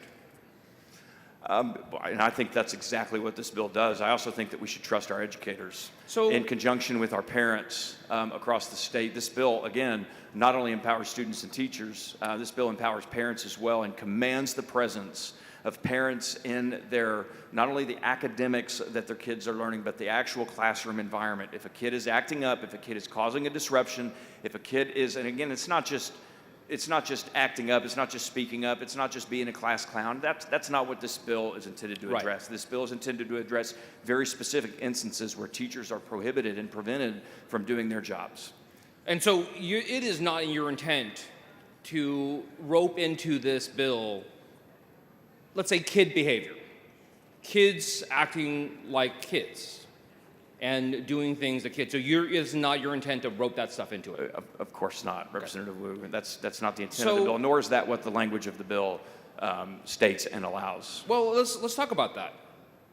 So in the one on page 2 of your bill, it says that you can provide an exclusion, that you can get rid of a kid I'm sorry, I'm going to take issue with that. We're not getting rid of any kid, Representative Wu. I take strong issue with that suggestion. You can remove them from the school. You can temporarily remove a kid from a school if certain steps are taken. If that kid is presenting in a routine engagement in repeated and significant disruption of the classroom, or if that kid is threatening the immediate health and safety of the teachers or other students, we are not getting rid of that kid, Representative Wu. We are coming alongside of that kid. There are consequences for actions.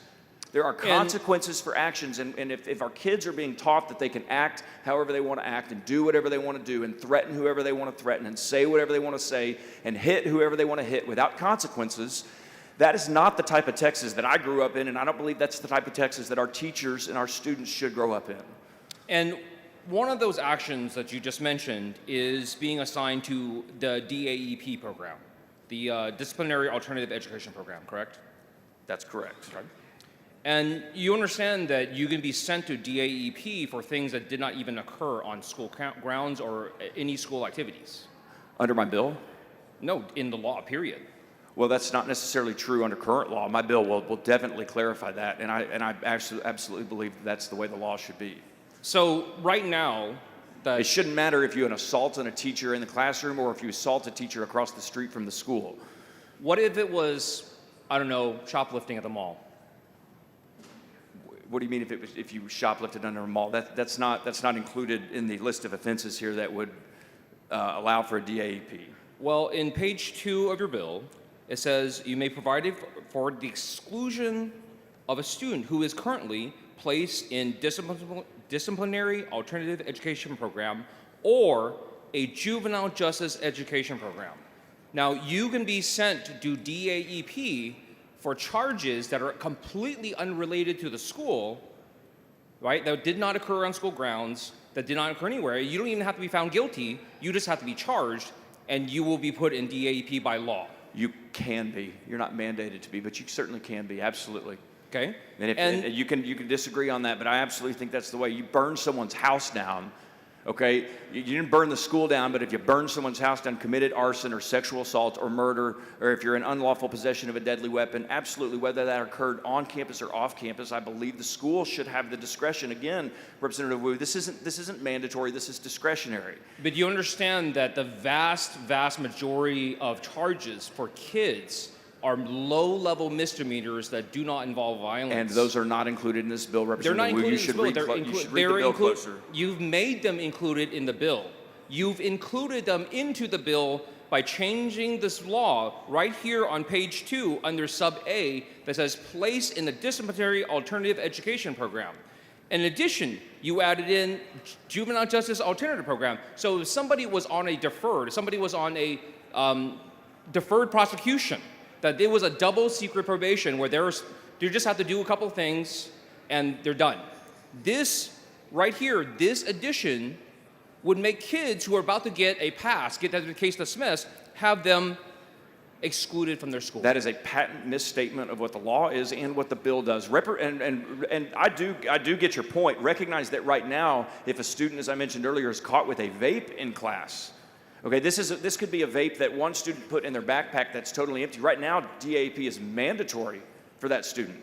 So I absolutely agree with you that we should take some very careful discretion and be very, very diligent in what offenses are included, but also recognize, Representative Wu, that a DAP is not mandatory, nor is there any certain length of time that a DAP could be. It could be for 3 days, it could be for 10 days, 20 or 30 days. Actually, for many various charges, the DAP time is mandatory. It's defined in law. If the principal, at the end of the day, Representative Wu, you must not trust principals and educators. I do. I trust principals and educators to determine what is in the best interest of themselves and the students in their schools and in their classrooms. Absolutely. And if it's a principal and student agree that a student should be removed to a DAEP temporarily for whether the conduct occurred on campus or off campus, look, I trust that principal and that educator, hopefully in conjunction with an active parent.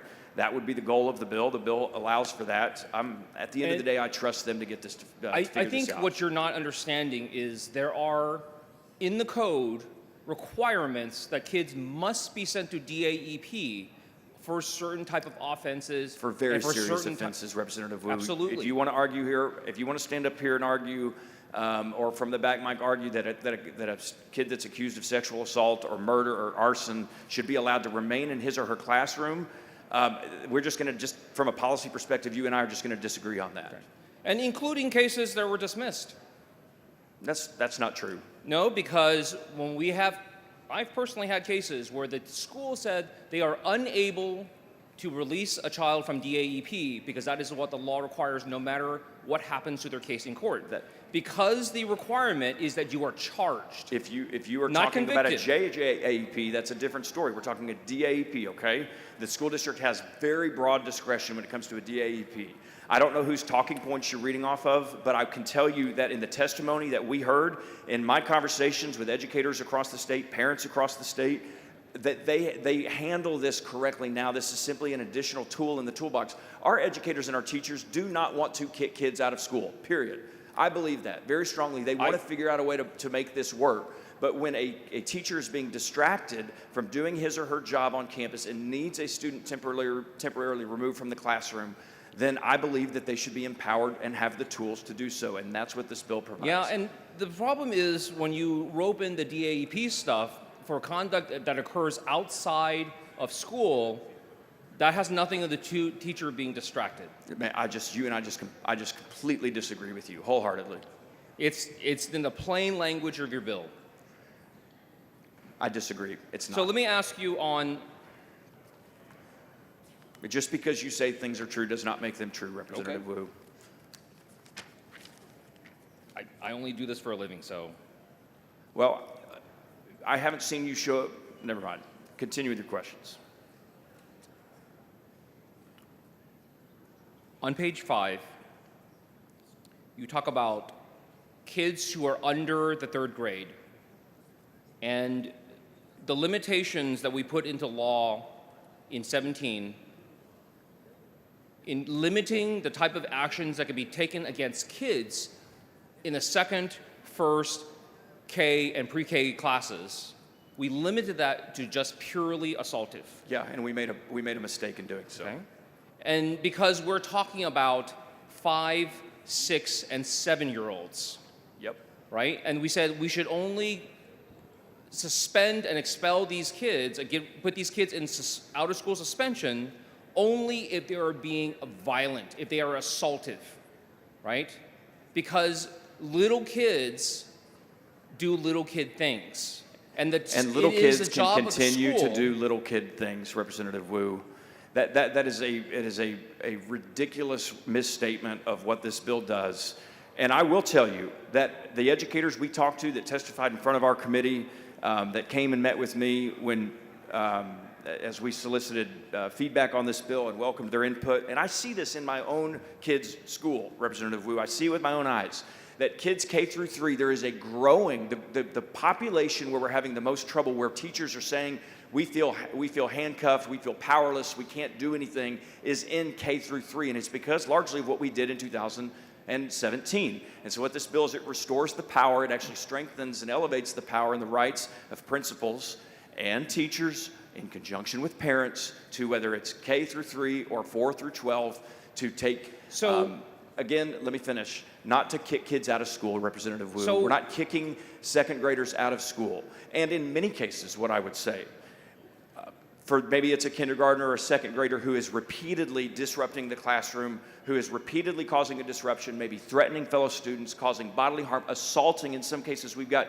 kindergartners, second graders, third graders who are assaulting teachers and fellow students, that maybe what that kid needs more than anything is to go home for a few days. So the problem is that assaulting a teacher is already in the law. That's what we changed the law to in 17.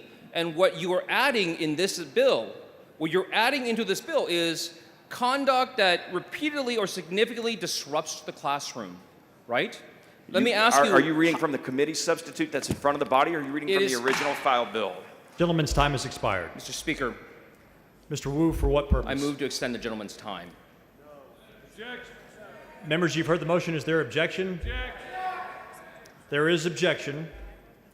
All those in favor of extending the time, please vote aye. All those opposed, please vote no. Division vote.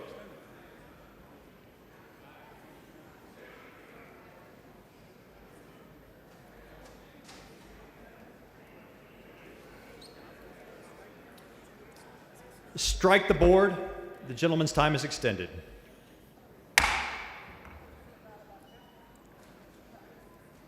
Mr. Wu, for what purpose? The gentleman yield for questions. Does the gentleman yield for questions? I do, yes. Gentleman yields. Thank you. Mr. Leach. Mr. Wu. On page 5, in talking about kids that are under the third grade, the old rule was that it had to be an assaultive type of conduct, that for little kids, everything else the school needs and should deal with it at the school.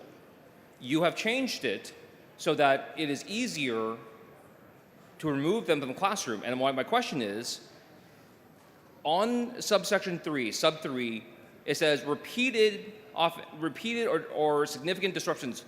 How many times is repeated? How many times does it need to happen for it to be repeated? I cannot put a number on that. I trust the principal in conjunction with the teacher.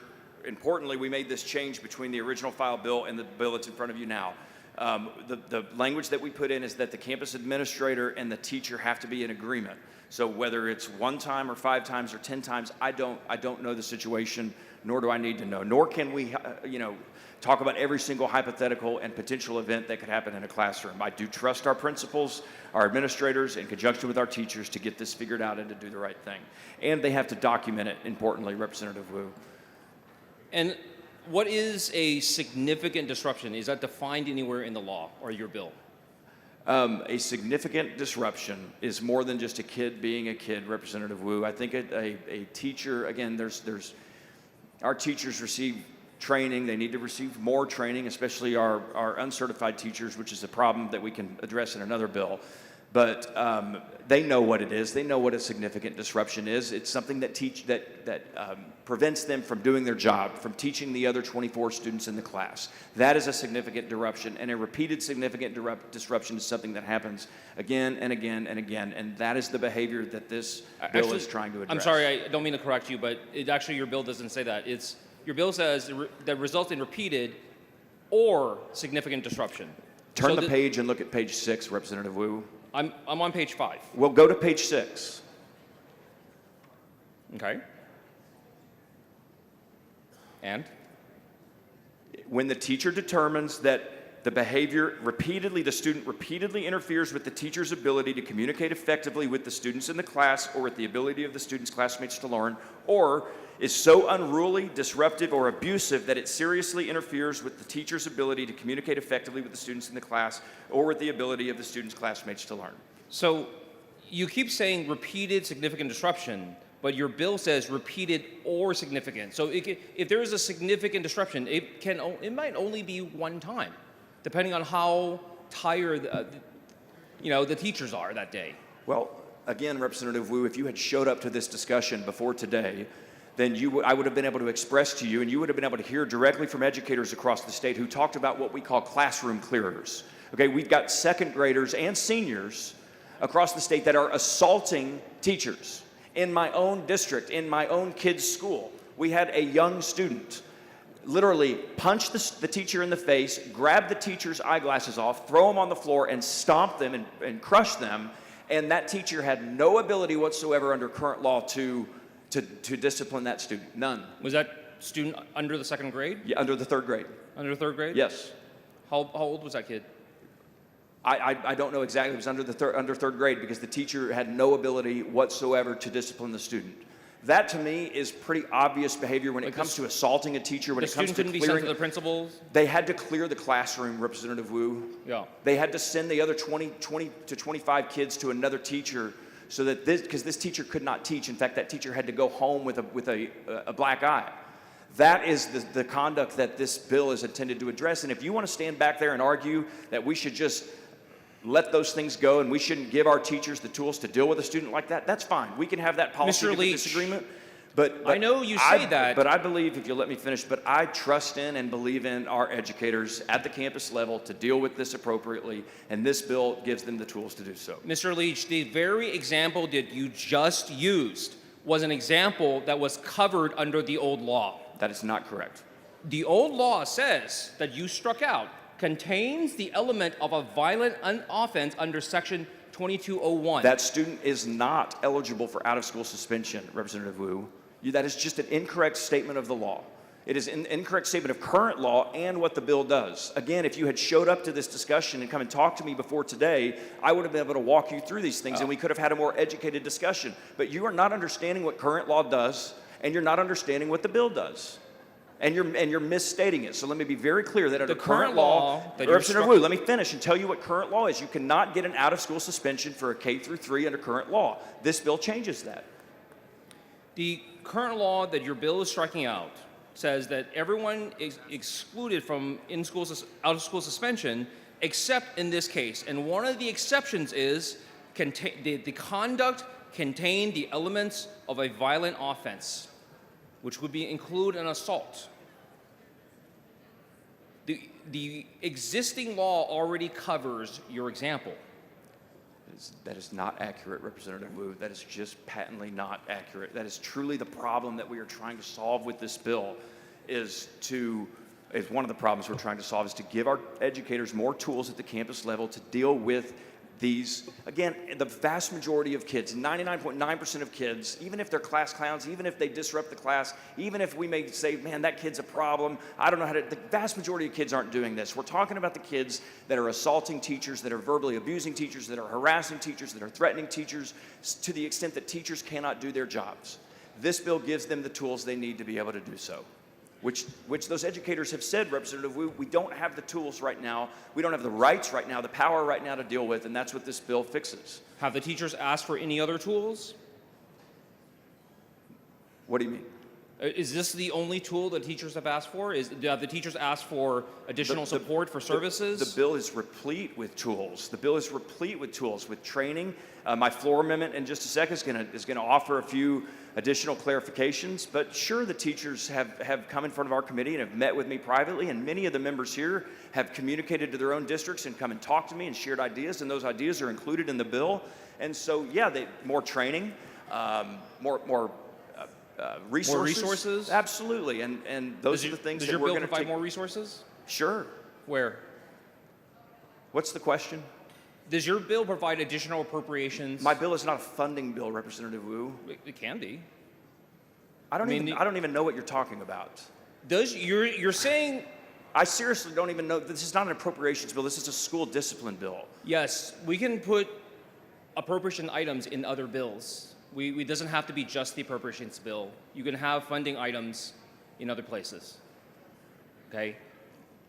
Does your bill request any money? There are other bills this session. Again, Representative Wu, there are other bills. We have an appropriations bill. Tomorrow we're voting on a school finance bill. We've got a school security bill. There are other appropriations bills that deal with spending in education, and I'm more than happy to have that conversation with you. I appreciate it. Thank you very much. Thank you. The following amendment, the clerk will read the amendment. Amendment by Leach. Chair recognizes Mr. Leach to explain his amendment. Thank you, Mr. Speaker. Members, this floor amendment makes several substantive changes. Again, I'm going to do this as quick as I can. Number one, this amendment clarifies the review process and discipline proceedings for students with disabilities.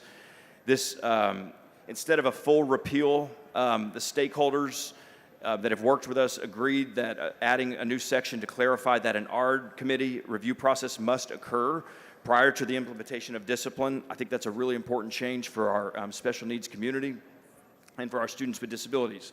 Secondly, it adds language to require a district to show that they provided notice to the parent of the student of both the threat assessment and filing of a judicial action.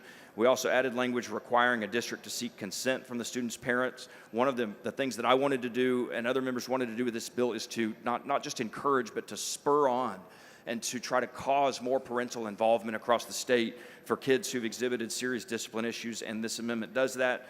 The floor amendment includes language to require a meeting between a representative of the school district and the student's parent to be held within 10 days of the discipline assignment in order to develop an agreement that specifies the responsibilities of the parent and the student. It includes crisis prevention training. The bill also this is a really important change that I'm glad that we were able to arrive at language on, an out-of-school suspension alternative. And Chairman Dutton brought up some great points on this during the committee hearing, is the question of what do we do if a kid receives out-of-school suspension but doesn't have parents at home or in some cases maybe homeless and doesn't have a safe place to go. So what this amendment includes language to address that issue. It specifies that it's at the discretion of the campus administrator or district designee to, instead of OSS, out-of-school suspension, to allow for a 15-day in-school suspension.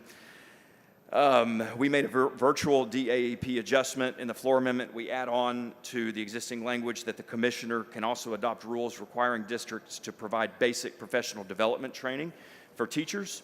And finally, we adjusted the charter school language briefly. The floor amendment tightens the language to limiting denials to students who have committed a criminal offense or a serious violation under the Education Code. So with that, Mr. Speaker, I move adoption of the amendment. Mr. Leach sends up an amendment. Is acceptable to the author. A record vote has been requested. Clerk, ring the bell. So Representative Toth voting aye, Representative Leach voting aye, Representative King of Hemphill voting aye, Representative Curry voting aye, Representative Bell voting aye. Have all members voted? Have all members voted? Bowers voting aye. Have all members voted? Have all members voted? There being 143 ayes and 0 nays, the amendment is adopted. Following amendment, the clerk will read the amendment. Mr. Meyer for a recognition. Sorry, just very quickly, I just want to recognize a group of fourth graders from House District 108 in Dallas, Texas, from Wesley Prep. Please stand up. Wade, welcome to your Texas house, guys. Thank you.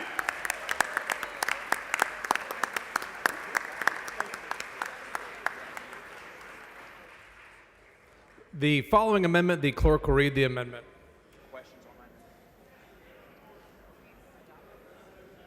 Amendment by Goodwin. Chair recognizes Ms. Goodwin to explain her amendment. Thank you, Mr. Speaker. Members, I bring this amendment forward because every parent in Texas deserves to know how discipline is being applied in their child's school. This amendment enhances transparency and fairness by requiring school districts and charter schools to report data they already collect including suspensions, expulsions, law enforcement referrals, and DAEP placements through our existing PEMS system. That data will then be published in a clear, accessible format by the Texas Education Agency, and families will receive an annual summary and a link to the report. This is about using the information we already have to empower families, inform communities, and ensure every student has a chance to succeed. Let me tell you why this matters. Recent data shows out-of-school suspensions increased by 11% between 2021 and 2023 school years, rising from approximately 362,000 to over 403,000 suspensions. This marks the highest number since 2015. Disciplinary alternative education program placements have also seen a significant rise. In the 2023-2024 school year, 121,000 students were sent to alternative placements, up from 103,000 the previous year. Students in special education represent a disproportionate share of disciplinary actions. While they comprise a small percentage of the student population, they account for a higher percentage of out-of-school suspensions and punishment. Here's what we know from national research. Students who are suspended or expelled are up to 10 times more likely to drop out of school or end up incarcerated. We can't fix what we don't measure. This amendment gives families, school boards, and lawmakers the tools to see clearly how discipline is being applied and whether any groups of student is being left behind. It's a resource for our schools and for families to better support all students. I move adoption. Mr. Leach, in opposition to the amendment. Okay, members, I'm going to oppose this amendment and ask that you stick with me for a couple reasons. Number one, I haven't had a chance to review this language. I certainly haven't had a chance to discuss this language with all of the educators and all of the coalition members and all the stakeholders and many of you who helped write this bill. And we don't have time to do it now. I wish I had been brought this language earlier. We actually, members, have a point of order on this amendment. I've asked the person with that point of order not to call it, just in the interest of time, because I know we've got other bills and you've got other committee meetings to get to, and so we're just going to vote straight up or down, and I'd ask that you stick with me as the author of this bill and vote no on the amendment. Ms. Goodwin to close. Thank you, members. I just want to point out that this data is already collected and sent to TEA. I've actually proposed this in prior sessions. Originally, when we were discussing it with the people that brought it to us, we reached out to TEA to say, how is this data collected and used? And they said that it is on their website. We searched and searched and could not find the data on how much discipline and what discipline happens by school. Parents might want to know this if they are moving their child from one school to another, if they're moving into Texas and want to find out what discipline is happening within the schools. So this is not imposing anything new. It's just making the data and information that is already out there more accessible so that parents can read it and understand it and make a good choice for their student. I hope that you'll vote with me in support of this amendment. Thank you. Ms. Goodwin sends up an amendment. Mr. Leach is in opposition. A record vote has been requested. A record vote is granted. Clerk, ring the bell. Show Representative Leach voting no, Representative Goodwin voting aye. Have all members voted? Have all members voted? There being 49 ayes and 94 nays, the amendment fails to adopt. Following amendment, the clerk will read the amendment.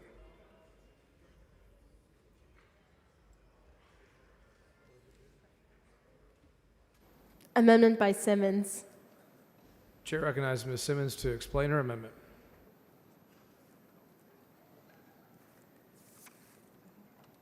Thank you, Mr. Speaker. Members, this amendment simply places a 30-day cap on the total number of days a student can spend in school suspension, which is ISS, during the school year. In-school suspension may be a useful tool for addressing behavior, but it was never meant to become a long-term alternative to education. We know that repeated exclusionary discipline actually leads to worse academic outcomes, higher dropout rates, and increased involvement with the justice system. I don't want to see ISS be used as a means for everyday classroom management in the evolution of this disciplinary measure as an alternative to education. I hope this amendment helps schools use ISS strategically, requires administrators to look into root causes of behavior, and consider counseling, behavior plans, or special education services. I've worked for the Teachers Union in the past for 5.5 years. We collaborated with educators and administrators all the time about better solutions for student outcomes. We know that children need to be addressed if they're misbehaving, but we also don't want children just thrown and locked away in a room where they're not able to engage with their class and do better, with their classmates and do better. Representative Reynolds, for what purpose? Mr. Speaker, would the gentlelady yield for questions? Does the gentlelady yield for questions? Yes. She yields. Thank you. Representative Simmons, I like your amendment, but I had a few questions that I want to see if you can clarify for me. Is that okay? Of course, absolutely. Okay, thank you. What does comparable education services mean? Say you have a teacher who was assaulted by a student. Are you then making the same teacher go visit the kid in ISS and teach them there as well? So this is a little bit of a different question to this particular amendment, but what I can say is just making sure that if a kid is in school suspension, they're just not in there doing worksheets, flying paper airplanes, that they're actually doing the same work similar to their classmates, even though they're in a disciplinary setting. So we just want to make sure it's comparable.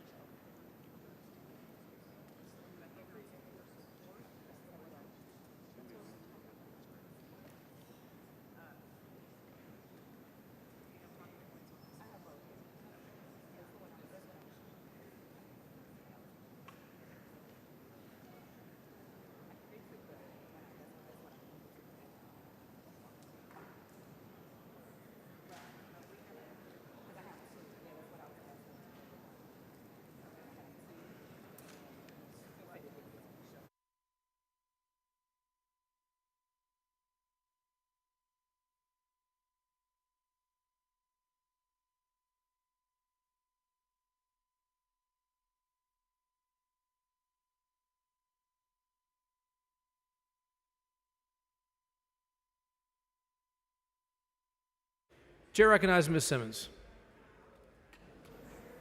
Thank you, Mr. Speaker. So I will start over because we had a little bit of a mix-up, but I want to make sure we're laying out the correct amendment. So, Mr. Reynolds, my apologies. So what this amendment does is will transfer in-school suspension from mere punishment opportunity for growth and educational progress by providing a comparable education service and behavior support during suspension periods. We just want to make sure that kids are receiving the same education, whether they're in the classroom setting or in a disciplinary setting. Mr. Reynolds, for what purpose? Would the gentlelady yield for questions? Yes, I will. Yield for questions. She yields. Okay. All right. So just to clarify, just so I'm crystal clear, what does comparable education services mean? And the example I gave, if you have a teacher who was assaulted by a student, are you then making the same teacher go visit this kid in ISS and teach them there as well? Is that what we're doing? So yeah, we're just making that we're making sure that comparable education services means ensuring students continue learning at the same rate, same curriculum as their peers, not necessarily with the same teacher. We understand those are very valid concerns.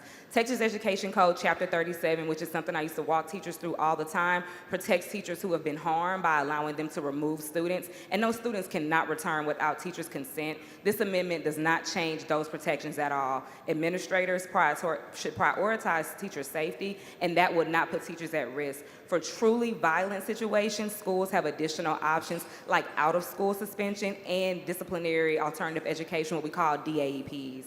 This amendment allows districts to utilize existing staff, teaching assistants trained in de-escalation while preserving local control, so schools can determine the best approach to protect teachers while ensuring educational access. So thank you for that question. That's a really important clarification. And thanks for that. That was very helpful. I just have one follow-up question. Is it true that many ISS programs hand out worksheets to for students of different grade levels to work on. Does that happen in our schools? So yeah, a lot of times because of just the under-resourcing and lack of staff, it's not always easy for schools to maintain a comparable setting for ISS students. And we just want to make sure, yes, we pull those kids out of class because they have done something wrong, there's been an infraction, but they're not missing out on very valuable learning time. So yeah, we want to make sure that if you've been pulled out of class, you're doing the same 5th, 4th, 6th grade work that you would do had you remained in that classroom. Thank you. That's a great amendment. I appreciate it. Thank you. Mr. Leach, in opposition to the amendment. Thank you, Mr. Speaker. Members, look, the essence of this bill is trusting our educators and our principals in conjunction with our parents to do the right thing. I believe that they will do the right thing. They do the right thing, and this bill empowers them to do the right thing. In-school suspensions we don't need to dictate exactly what needs to be done in ISS. We need to trust our educators and students, and this bill gives them the tools to do so. And with that, I'm going to oppose the amendment and ask that you stick with me in doing so. Ms. Simmons to close on her amendment.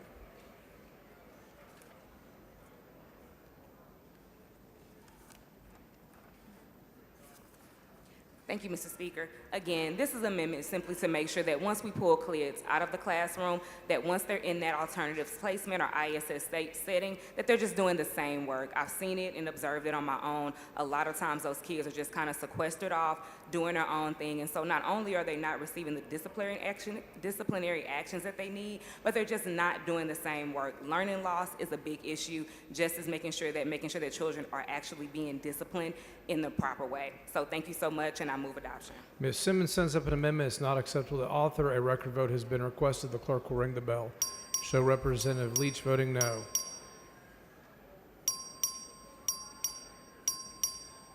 Have all members voted? Have all members voted? Have all members voted? There being 60 ayes and 87 nays, the amendment fails to adopt. The following amendment, the clerk will read the amendment. Amendment by Simmons. Chair recognizes Ms. Simmons to explain her amendment.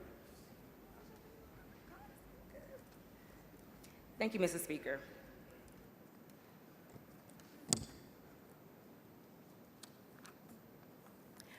Thank you, Mr. Speaker. Members, this amendment simply places a 30-day cap on the total number of days a student can spend in ISS. I went over this a little bit earlier, but we just want to make sure that once kids are placed in ISS, it is just not used to leave them there in perpetuity. It's an understandable belief that children, once they've made an infraction, have to be removed from the situation, but at the same time, we are just leaving kids kind of just to languish in these ISS systems, and it's just not working. Reynolds, for what purpose? Would the gentlelady yield for some questions? Does the gentlelady yield for questions? Absolutely. She yields. Thank you, Ms. Representative Simmons. Why is it important to place a cap on how long a student can be kept in-school suspension? Well, simply because ISS, in-school suspension, is not as extreme as out-of-school suspension, of course, but it just still removes a student from a normal instruction. If a student spends weeks or months in ISS, that's a major disruption to their learning. So in addition to them having a behavioral issue, now they're having learning loss. Does this amendment prevent schools from using in-school suspension when necessary? Not at all. It simply asks schools to just be more thoughtful about how often and how long they're relying on ISS. It preserves flexibility while adding a layer of responsibility. We just want to be thoughtful and mindful. What happens when students spend too much time in-school suspension? Learning loss, they fall behind academically, they're more disconnected, and it actually exacerbates poor behavior. Would this amendment help reduce disproportionate discipline against vulnerable student populations? Yeah, I think the data is very clear. Black students, Latino students, and students with disabilities specifically, a lot of what we see in schools in my district, for example, are overrepresented in ISS placements. Placing a cap just helps limit overuse and forces districts to monitor patterns. That's it. Are you aware that of Fort Bend Independent School District? I am. I am. Are you aware that some years ago, the Department of Justice actually had concerns about the over-discipline of African-American students compared to other students in the district. Were you aware of that? I think I remember something about that once I was working with teachers in the past, but it is a problem that we see throughout Texas, especially in the districts the schools that are in my district. So you are aware that there is actual data and facts to basically quantify that students of color are typically disproportionately sent to in-school suspension? Absolutely. And again, this is just a measure not to remove schools' abilities to discipline students, to just be thoughtful about the process, ensuring that there's equity when we are doing these measures to make sure that student discipline is addressed. And again, just not using it as a way to allow students to languish in a limbo of a program where they are not being serviced and they're also not being corrected. And final question, would you agree with me that if we don't take these precautions, that we are possibly leading these students from a school to prison pipeline? Absolutely, absolutely. Again, when we are addressing discipline with school-age children, we have to be very intentional about it. What we do today with a child can cause them and put them on a pathway to destruction. And so again, it's about thoughtfulness, mindfulness, not removing school and administrators' ability to discipline students. Thank you for this great amendment. Thank you. Mr. Leach, in opposition to the amendment. Thank you, Mr. Speaker. Members, the amendment is not acceptable to me. I'm going to oppose it for the very simple reason that this is the first time I'm seeing it. These deadlines, the dates, the amount of days that a kid can receive out-of-school suspension, in-school suspension, these have all been carefully crafted, negotiated, and agreed upon by literally thousands of educators across the state. And so I'm not going to accept an amendment that changes that when I'm just seeing it for the first time 10 minutes ago.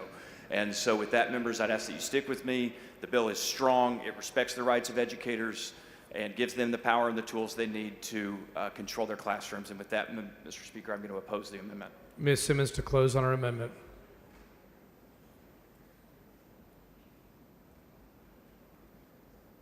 Thank you, Mr. Speaker. I move adoption. Ms. Simmons sends up an amendment. It is not acceptable to the author. A record vote has been requested. The clerk will ring the bell. Show Representative Leach voting no. Representative Louderback voting no. Have all members voted? Have all members voted? There being 57 ayes and 90 nays, the amendment fails to adopt. Following amendment, the clerk will read the amendment.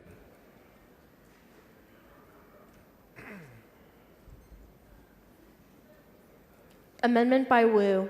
Chair recognizes Mr. Wu to explain his amendment.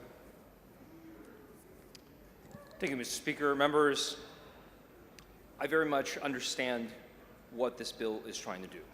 And I'm not trying to gut the bill. I'm not striking the enacting clause. I'm not even dealing with the section earlier where I talked about that the language is too vague and will swoop up more kids than you want and that you mean to do. My issue is with just one section. And on here, this section deals with kids under the 3rd grade. So we're talking about 5, 6, and 7-year-olds. And you think about your children at that age, 5, 6, and 7. This amendment would put back what our law is. What our current law is, and what we in this body changed it to in 2017, because we discussed that little kids don't need a stick. They need compassion, they need therapy, they need love, and they need resources, because little kids are not bad simply because they were born bad. But the kids misbehave and they act up because the family's not there, or the school is not there, or the community is not there, or any number of things. Because I believe that God creates all children to be good. And it is us who misleads and lets them down. My issue with this is that this bill would take little kids, 5, 6, and 7-year-olds, little kids that may have ADHD, little kids that may have undiagnosed issues, little kids that are just little kids. And this amendment this bill, as it's written, would say that if these little kids are disruptive, you can kick them out of school and put them in out-of-school suspension. Not even go to the principal's office, not even go to a different classroom, not even go to this special program where we help you, but you get to be home. You get to be ostracized. You get to be told that you are an even bigger unwanted problem than even the school is willing to deal with. Think about what message that sends to a 5, 6, and 7-year-old. That I work in the business of older kids who commit serious crimes. And I promise you, every single one of these kids did not start out at an ag rob or a murder. They started with lower things. They started with problems at school. They started with unaddressed problems at school because the schools have no resources, because the schools have no patience, because the schools, their teachers are teaching 33 kids in a classroom instead of 20. And all these problems won't go away because of this bill. But it will make kids who have behavioral issues, who have mental health issues, or simply do not get the support from their families that they need, being told, you don't even have a safe place at school. And all I'm asking for this body to do, I'm not touching any part of this, any other part of this bill. All I am asking is for little kids, 5, 6, and 7-year-olds, to have a little more mercy, a little more patience with them. And this amendment would turn us back to where we changed the law in 2017, said, for little kids, don't do anything to them. Don't take them out of school. Don't place them at home where they're already not getting the attention that they need, right? Unless it is for something that is violent. Unless it is for a violent, assaultive offense. Kids who are just making noise, kids who are standing up or walking around or talking to each other, those are very disruptive. I get it. But those are also what kids do. We're not talking about a murder or an arson or anything like that. We're talking about anything that a teacher can consider disruptive. And all I'm asking for, again, is for us to make a small exception in this very large bill for the littlest kids, this 5, 6, and 7-year-olds. I move adoption. Chair recognizes Mr. Leach in opposition to the amendment. Wow. Well, we not only disagree about this amendment. I mean, we just fundamentally disagree about human nature.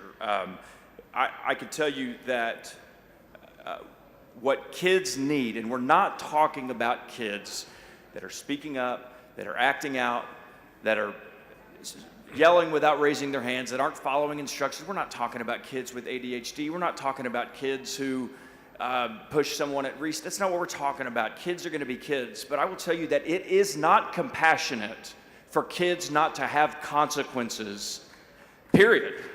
It is not compassionate. It is not merciful. It is not right. It is not good. And it's not effective for a student that comes into a classroom and threatens a teacher and pushes a teacher and threatens a fellow classmate and pushes a fellow classmate again and again and again and again to not have consequences.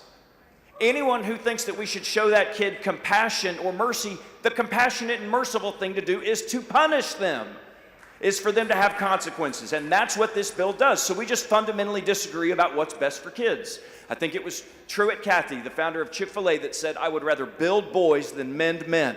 And I promise you that a lot of the problems that we see with our kids in high school is because they did not have consequences, none whatsoever, when they were younger. And this bill restores the rights of our educators and our teachers in conjunction with parents to provide those consequences and to provide the necessary controls. This amendment guts the bill. Members, I'd ask that you stick with me and trust our parents and our teachers and our educators. Mr. Wu to close on his amendment. Ms. Speaker. Hienhauser, for what purpose? Will the gentleman yield for a question? Does the gentleman yield for questions? In one moment. Not at this time. again, I want to be clear that the things that Representative Leach just talked about, those are already covered in our current law. If you're hitting someone, you're setting something on fire, you're punching someone, you're kicking someone, that is already included in violent offense. That is already in the law that we're striking out. And when we say we're not going to punish the ADHD things, we're not going to punish the behavioral things, that's not what this law says. That's not what this proposed bill says. It says point blank, conduct that results in repeated or significant disruption. If a kid does something intentionally, repeatedly, whether it is violent or not, that is grounds. If a kid does one thing that is just significantly disruptive, that's enough. If you would say we want kids to have consequences, again, if we're talking about 5, 6, and 7-year-olds, what kind of consequences should you have? Should the first or second time be enough to have those consequences for them without trying other things? And again, we're not talking about just there are no consequences. This is about out-of-school suspension. This is about parents being forced to come home from work and take care of the kid instead of being at work and making money for the family. We're not talking about discipline. We're not talking about being in trouble at school. We're not talking about detention. We're talking about being suspended and placed out of school for conduct that can just be kids being kids, because the law has been made. This bill would make the law so ambiguous that it would include everything. I'm happy to yield for questions. Otherwise, move adoption. Mr. Wu sends up an amendment. It is not acceptable to the author. A record vote has been requested. The clerk will ring the bell. Show Representative Leach voting no. Mr. Alders voting no. Mr. McQueenie voting no. Mr. Frank voting no. Have all members voted? Have all members voted? Kerwin voting aye.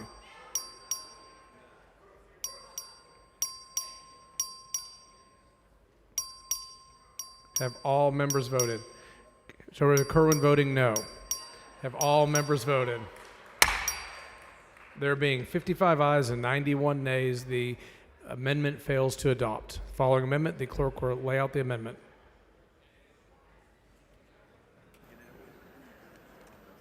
Amendment by Olcott. Chair recognizes Mr. Alcott to explain his amendment. Thank you, Mr. Speaker. Members, we've been hearing a lot about the word, and consequences is the most key word. During my campaign, I knocked on a lot of doors. Whenever I came across a teacher's door, one thing that I learned that I didn't hear about teachers' pay. What I heard about was the lack of discipline in the classroom and how many teachers were leaving the profession because they could not handle the out-of-control behavior in the classroom. And I met teachers that had actually left for that reason and others that were considering it. But almost all of them said they knew fellow teachers that loved the profession of teaching, and they were simply going to leave because they couldn't handle the out-of-control classroom. So I thank Representative Leach for bringing this forward. As a consequence of what I learned during the campaign trail, I met with a group of 7 teachers in my district. And one thing that became very clear is that right now, under current law, there are no significant consequences. And so we sat together and we decided, I asked them, what do you think would be the serious consequences that would make a difference? And one thing I learned was that in-home suspension was not so good. You send a kid home for 3 days, and basically they play video games, and they enjoy that. It's almost like an incentive to misbehave. So one thing they said they don't like to do is to go to the Disciplinary Alternative Education Program, or DAEP. And so what my amendment does, it's real simple. Any student that engages in conduct that contains the elements of the offense of assault under Section 22.01 Penal Code, or a terroristic threat under Section 22.07A2 Penal Code against an employee of the school district, it's mandated that they spend 30 days in DAEP, and that's all it does. And so once again, the key word is consequences. My amendment adds consequences in addition to the ones already in Representative Leach's bill. I move passage. Mr. Leach? Mike, let me see your amendment. I'm going to accept it, but we're going to vote on it. Mr. Leach in support of the amendment. Okay, thank you, Mr. Speaker. Members, I really appreciate Representative Alcott who came to me several days ago, last week actually, and talked to me about the language in this amendment. We were able to work on it and fix it. This is, as he mentioned, when a kid assaults a teacher or a terroristic threat, then they get the mandatory 30-day DAEP. They're not isolated, they're not ostracized, but that is serious enough where it mandates a 30-day DAEP. I appreciate you coming and talking to me. I'm going to accept the amendment. We're going to vote on it. I'd ask that you vote for it as well. Happy to take questions. Ms. Howard, for what purpose? I'm not sure which person I'm asking, but I need to clarify some language in the amendment. Mr. Leach has the mic right now. He can either answer or in a second. Yeah, I'm happy to Mr. try to. Alcott will close and you guys wanted can. Sorry, I just wanted to ask the question about the fact that the language is period of not less than 30 days. It doesn't say that it's 30 days. It's not less than 30 days, so it could actually be more than 30 days. So that's actually a great question, Representative Howard, that I asked right before I got up here. I asked our education, our coalition groups to tell me what is the limit on a DAEP. And actually under current law, and this won't change under the bill, there is no limit right now for a DAEP. It could be 3 days, it could be 20 days, it could be 60 or 90 days. This doesn't affect the ceiling. This simply says that if you assault a teacher or an educator, or if you commit a terroristic threat as defined in statute, then it's a 30-day minimum. Thank you. But this doesn't affect what could be possible under current law. Thank you.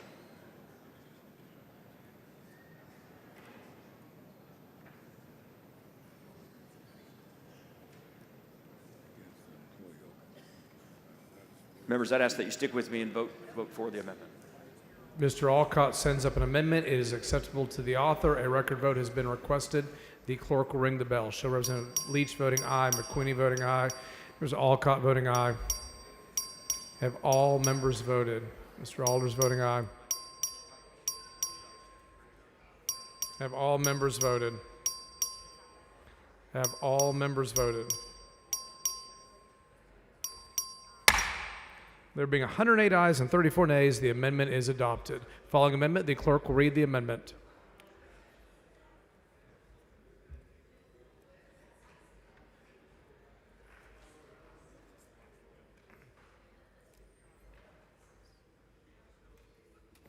Amendment by Bowers. Chair recognizes Ms. Bowers to explain her amendment. Thank you, Mr. Speaker. Members, my amendment preserves the student's right and access to education, even when placed in a virtual disciplinary alternative education program or virtual DAEP, by ensuring students have the computer equipment and Wi-Fi access. My amendment will also ensure parity for behavioral support services that are provided for in-person placements to also be provided for virtual placements as well. Ensuring computer equipment and Wi-Fi access for students in virtual DAEPs upholds educational equity, even during disciplinary periods. Virtual DAEP without proper equipment is simply an extended absence from education, not a structured alternative learning environment as intended under the Texas Education Code. When students in DAEP can't access their schoolwork, they fall significantly behind, making reintegration nearly impossible and increasing dropout risk. This costs our districts more in the long run. In addition, many Texas households are already struggling with economic challenges. Requiring families to provide technology creates an unfair two-tiered disciplinary system. Accountability is enhanced with school-provided equipment. Districts can properly monitor attendance, participation, and academic progress, ensuring the disciplinary placement serves its intended purpose. In addition, ensuring that behavioral support services, which are provided for in-person placements, are also provided to virtual DAEPs, helps address the underlying root causes of behavioral or emotional challenges. By addressing these root causes through proper behavioral support, we can prevent future incidents rather than delay them. Members, ensuring that students in virtual DAEP have the tools they need to continue their education is not just about discipline.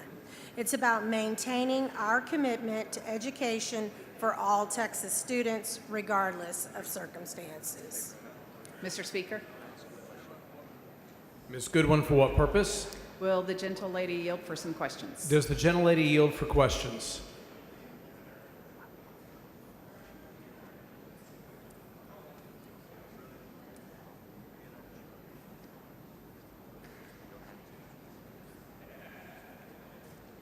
Does the gentlelady yield for questions?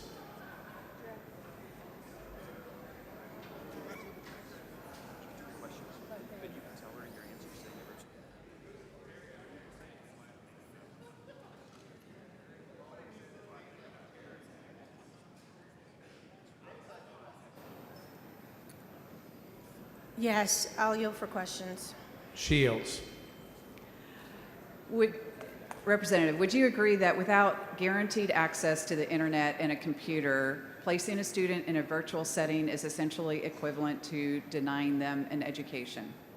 Yes, that's exactly right. A virtual program is only as effective as a student's ability to access it. Without equipment or internet, we're not offering education. We're pushing students out. And this amendment will ensure that school districts have a responsibility to keep students connected. Can you speak to how this amendment ensures we're not disproportionately punishing low-income students who may not have the means for virtual participation? Well, right now, a virtual DAEP might work for students with resources, but what about the ones who don't have it? This amendment acknowledges that equity demands support. We can't allow poverty to become a secondary punishment. Representative, why is it important that students in virtual disciplinary placements have access to behavioral or mental health support? Many students who end up in a DAEP setting are there because they're dealing with trauma, mental health issues, or difficult home environments. Behavioral supports, whether in person or through telehealth, address the root causes and not just the symptoms. And are we placing too much undue burden on school districts? Is it too resource intensive to provide computers?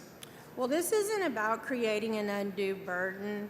It's about investing wisely to prevent greater costs down the road.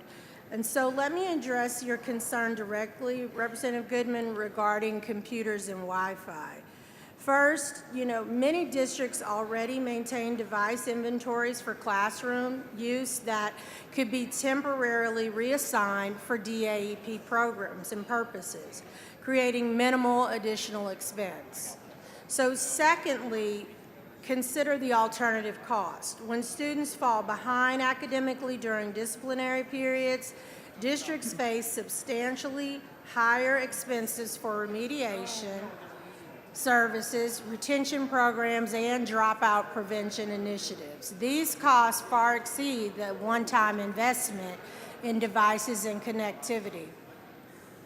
Third, federal E-rate funding and technology grants specifically designed for educational equity can offset many of these expenses. The TEA also provides technology allotment funds and direct districts can leverage for this purpose. Fourth, we're not mandating premium solutions. Basic devices and hotspots suitable for educational access can be obtained at reasonable cost, especially with educational and bulk purchasing discounts. And then finally, remember the DAEP placements affect a relatively small percentage of our student population. We're not talking about equipping entire schools, but providing resources for the limited number of students in alternative placement at any given time. The fiscal note on this provision is modest compared to the educational and financial consequences of failing to provide these students essential tools for continuing education during disciplinary periods. So in regards to behavioral support services, this can be as simple as providing the social worker or counselor at an in-person DAEP or JJAEP to have a Zoom account. Thank you, Representative Bowers. It sounds like your amendment would be very supportive for our students. Thank you.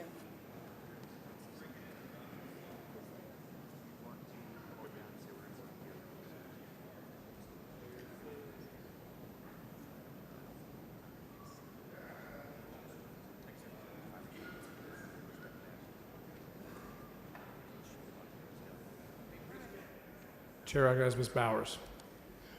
Thank you, Mr. Speaker. I respectfully am going to pull this amendment down, and I'm going to work with Mr. Leach to get an amendment that's appropriate. The amendment is withdrawn. Anyone wishing to speak on, for, or against House Bill 6? Chair recognizes Mr. Dutton in favor of the bill. Thank you, Mrs. Speaker and members. I don't want to take a whole lot of time, but I do want to tell you that discipline in our schools is a huge problem that we can fix. And you know how we fix it? Based on the stats that I have, it indicates that a student is more likely to be in need of discipline when they're not learning. And so one of the things we ought to do in this body is we ought to ensure that every child who shows up at the front door of our school, that we can unlock the genius in that child by making sure they get educated. And so I'm going to support this bill because I think we need to do something to make sure our schools are safe, our classrooms are safe, our teachers are safe, and more especially all the other students are safe. And so we need to do that, and this bill does that. This bill gets at that in the strangest way, but it does it. And so I want to thank Chairman Leach and all of the people who have been a part of this to make sure that this bill comes out the way it is. And Mr. Speaker, I'll be quiet for any questions that my good colleague has. Mr. Speaker, does the gentleman yield? I yield, Mr. Speaker. He yields for questions. Mr. Dutton, discipline is important in school. Absolutely. And I taught school and I know how important it is. But wouldn't you also say that it's important for us to give school resources? Absolutely, because that in effect increases student outcomes in terms of education. And when that happens, discipline goes down.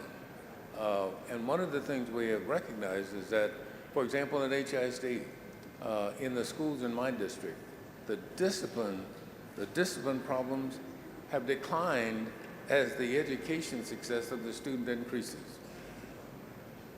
And would you say that since we have been studying this area for a while, that we recognize that students come to school with trauma, certain kinds of trauma? We had a child psychologist who came to our committee some time ago who talked about Mr. Speaker, can we have order? Members, please take your conversations outside the rails. Thank you, Mr. Speaker. And what I was saying is that we had a child psychologist who came to our committee, I think about 3 or 4 or 5 sessions ago, who talked about the 47 dysfunctionalities that a child faces between the time they get up in the morning and the time they get to school. And he went through every one of them. And so many kids don't have the right environment to be successful at school, but I don't think that ought to limit us. I think we ought to do what we can to make sure not only that we change that environment, but we change that child. And wouldn't you believe that schools need more monies allocated to them for mental health services that we may be able to provide through the school process? Yeah, my daughter's a child psychiatrist, and she talked to me about the problems that we came here, for example, to fix what had happened after the hurricane. And we did all the kinds of things and infrastructure to change that. But she said, you all should have done something to help change the children because it affected them most. And I think a lot of times we forget what effect these things have on children. And if we can add more mental health to the equation, we'll see a better outcome for children too. And wouldn't you also believe that if we would provide the tools and the services that we need, not only for the children, but for the teachers as well, it would be easier to build a child than to repair an adult? Absolutely. One of the amendments that Chairman Leach was kind enough to take was my amendment. Because one of the things I wanted to see was, and it provides for a report in terms of this particular bill. And one of the elements of that report happens to be the teacher who is sending the child for disciplinary action. Because sometimes teachers need better help in classroom management so that they can actually be successful when a child may not be disruptive, but the teacher causes the situation to become disruptive. Thank you. Thank you, Mr. Chairman. And thank you. I agree that we ought to vote for this bill because it'll make our children safer and our classrooms safer, and more especially our teachers safer. The chair recognizes Mr. Bryant to speak in favor of the bill. Thank you, Mr. Speaker. As members, I'm on the Education Committee and had the benefit of sitting through hearings on this, and of course all of us had the benefit of hearing from our educators back home. It finally came to me that we really have no alternative but to make our first priority making the schools a place where every child wants to be, every parent wants to be, and every supporter of public education wants to continue supporting. Every problem we have in public education, all the things that were spoken to by the authors of the amendments, for which I voted for every one of them, because I'd like to make this bill as compassionate as possible, but every one of those problems comes back to one thing, and that's the chronic underfunding of public education. We're 44th in the nation in spending on public education. But that's a matter we have to fight out on the appropriations bill that we passed last week and on the education and finance bill that we're going to be voting on tomorrow. In the meantime, no matter what the cost is, we must make sure that our schools are a place every child wants to be and every child can find to be a place of learning and a place of growing and a place of safety and a place that earns the confidence of the public. I believe in public education. I think if we're going to advocate public education, we're going to make public education, something that earns the support of every taxpayer and of every Texan. We have to make sure that public education works while we're also working to make public education better and at least equal to what the rest of the country does. For that reason, I concluded that on its merits and on balance that we should vote for this bill, and I intend to do so. I thank you for your attention. The chair recognizes Mr. Leach to close on his bill. Thank you, Mr. Speaker. Members, to our educators, our teachers, our principals, our counselors, our coaches, our nurses, we know how much you love and care for our kids, and we have heard you, and this is the Teachers' Bill of Rights, and this is for you. With that, Mr. Speaker, I move passage. The question occurs to passage to engrossment of House Bill 6. A record vote has been requested. The clerk will ring the bell. Show Representative Leach voting aye, Representative Anchia voting aye, Dutton voting aye. Have all members voted? Have all members voted? Have all members voted? Sir Johnson voting nay. Have all members voted? There being 121 ayes and 21 nays, House Bill 6 is passed to engrossment.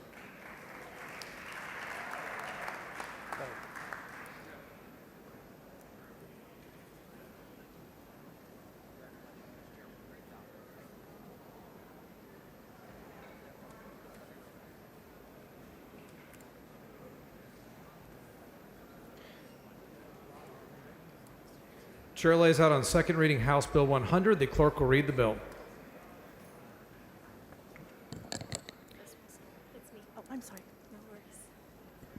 House Bill 100 by Leo Wilson relating to the purchase, adoption, and use of instructional materials by public schools. Chair recognizes Ms. Leo Wilson to explain the bill.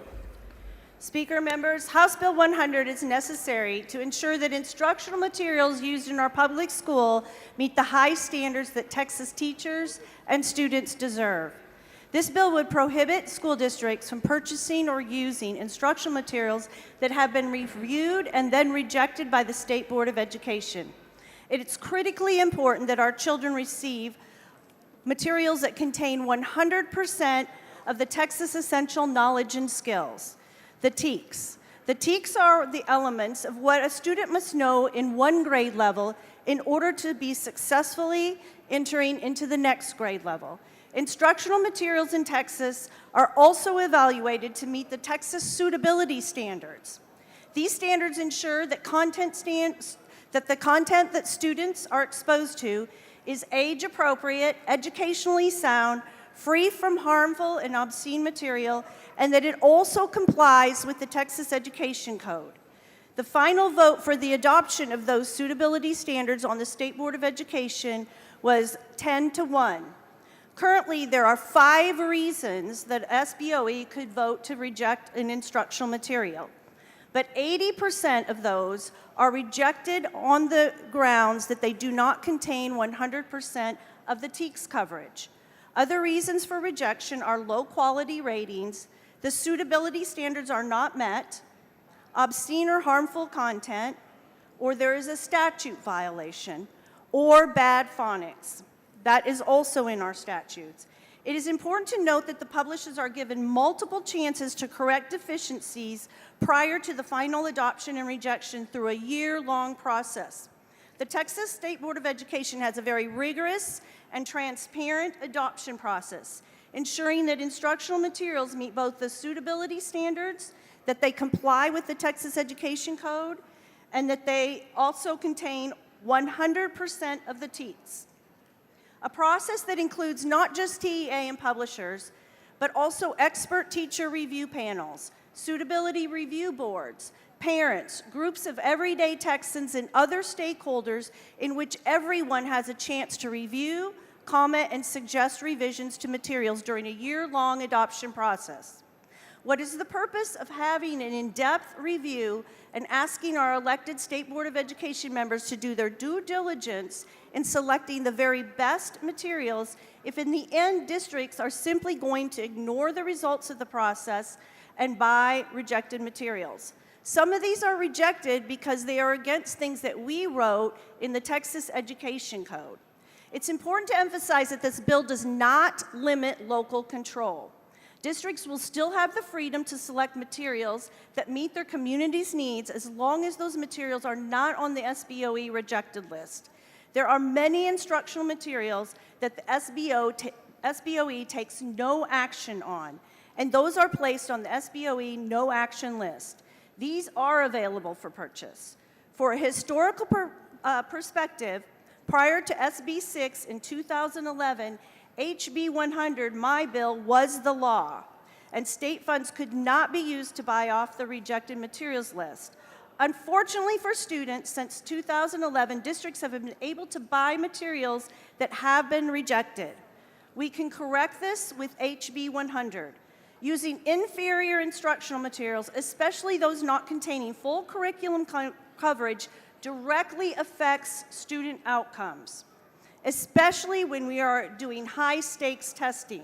If we are assessing students for 100% mastery for grade-level TEKS, it is imperative that we give students high-quality instructional materials that contain 100% of the TEKS. It's been inherently unfair to students, teachers, and schools to hold them accountable for knowing 100% mastery of grade-level TEKS when their district may have purchased materials containing very little TEKS. Our students should have the very best instructional materials so that they can be successful at each grade level. HB 100 ensures that teachers will have the material with 100% of the grade level TEKS, that it will be aligned with the assessments, and that they and their students will be judged for that mastery. HB 100 becomes even more critical in light of the fact that 56% of new hires have no teacher certification and 31% overall do not have certification. These teachers in particular might not even recognize that their materials are inferior or lack the curriculum. HB 100 ensures that teachers can have confidence in delivering critical teaching elements to students at each subject and grade level. HB 100 ensures school board members that they can have confidence that they're purchasing materials that were vetted in an open, transparent process. HB 100 ensures taxpayers. Okay. Okay. Do I move passage? But I got an amendment. Okay. Students will have the highest quality of tools necessary in order to show message at each grade level. And I think there's amendment. The following amendment, the clerk will read the amendment. That's it. Amendment by Buckley. Chair recognizes Dr. Buckley to explain his amendment. Thank you, Mr. Speaker. Members, this amendment would allow publishers to fix any perceived defects which may cause the materials to be rejected. This amendment encourages publishers from across the country to continue to innovate for Texas specifically, and most importantly, it protects school districts that may have purchased materials aligned with the materials that were potentially rejected or materials that were rejected at a later date for some reason unbeknownst to the district. I believe it's acceptable to the author. The following amendment is acceptable to the author. A record vote has been requested. The clerk will ring the bell.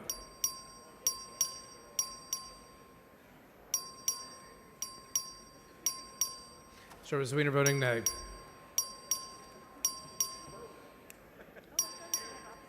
Have all members voted?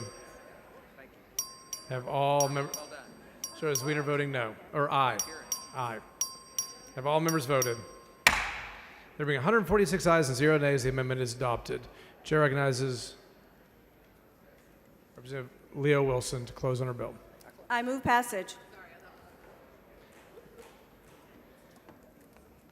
Question occurs in the passage to engrossment of House Bill 100. A record vote has been requested. The clerk will ring the bell.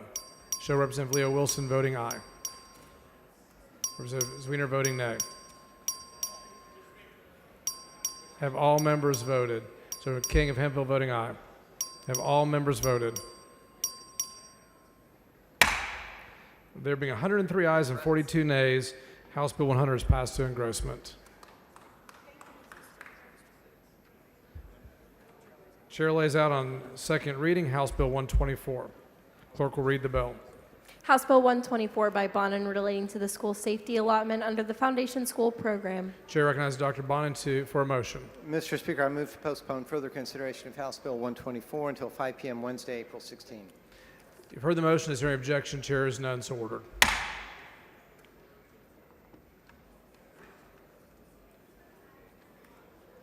Chair lays on second reading House Bill 210. The clerk will read the bill. HB 210 by Guillen relating to contracting with the school district by a vendor with whom a member of the Board of Trustees of the district or related individual has certain business interests creating a criminal offense. Chair recognizes Mr. Guillen to explain the bill. Thank you, Mr. Speaker. Members, HB 210 cracks down on school board corruption by banning contracts with vendors if a trustee or close relative holds a substantial financial interest. Move passage. Question occurs in the passage and engrossment of House Bill 210. A record vote has been requested. The clerk will ring the bell. Chair Representative Guillen voting aye. Have all members voted? Have all members voted? Have all members voted? There being 143 ayes and 0 nays, House Bill 210 is passed to engrossment. Chair lays out on second reading House Bill 215. Clerk will read the bill. HB 215 by Guillen relating to the payment of supportive rights and benefits for a child placed with a relative or other designated caregiver. Chair recognizes Mr. Guillen to explain the bill. Thank you, Mr. Speaker. Members, this bill ensures that when a child is placed with a relative or designated caregiver, benefits like SSI and child support follow the child. We do have an amendment. The following amendment, the clerk will read the amendment. Amendment by Toth. Chair recognizes Mr. Toth to explain the amendment. Thank you, Mr. Speaker. Members, as a bill, this amendment passed out of the House last year, 147 to nothing. And this is about fairness, transparency, and protecting one of the most vulnerable subsets of our population, which is foster children. The bill helps foster children who are currently eligible to receive VA or Social Security benefits, the benefits of a child getting is often left behind. Attorney ad litems rarely have the information necessary to be able to make good decisions for these children. And that's what this ensures, that they will in fact have the necessary information to be able to make good choices for them.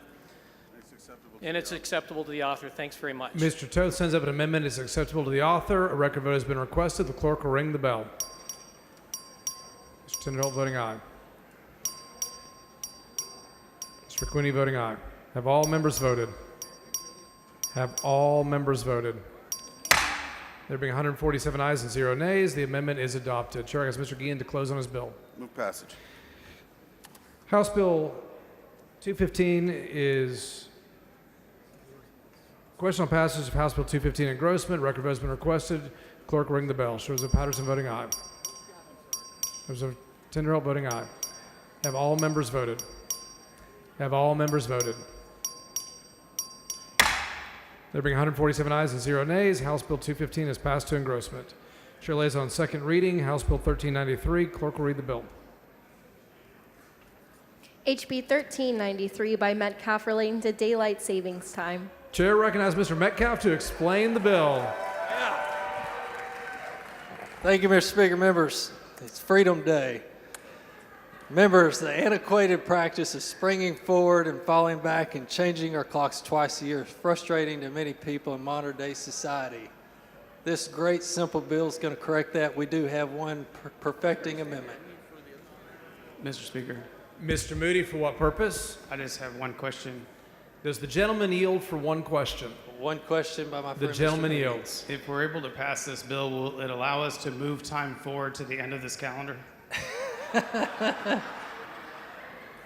I'm not advised. Thank you, sir. The following amendment, the clerk will read the amendment.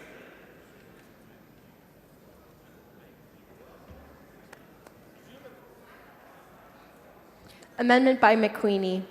Chair recognizes Mr. McQueenie to explain his amendment. Thank you, Mr. Speaker. Members, this is a simple amendment stating that our standard time in Texas shall be known as Texas time. I move adoption. Mr. McQueenie sends up an amendment. It is acceptable to the author. The record vote has been requested. The clerk will ring the bell. So Representative Metcalf voting aye, Mr. McQueenie voting aye, Mr. Curry voting aye. Have all members voted? Have all members voted? There being 138 ayes and 4 nays, the amendment is adopted. Chair asks Mr. Metcalf to close on his bill. Thank you, Mr. Speaker. Members, let's have Texas time in the great state of Texas. I move passage. House Bill 1393 is, question occurs to passage of grossment on House Bill 1393. Clerk will ring the bell. So, Ms. Curry voting aye, Ms. Hull voting aye. Have all members voted? Have all members voted? There being 131 ayes and 13 nays, House Bill 1393 is passed to engrossment.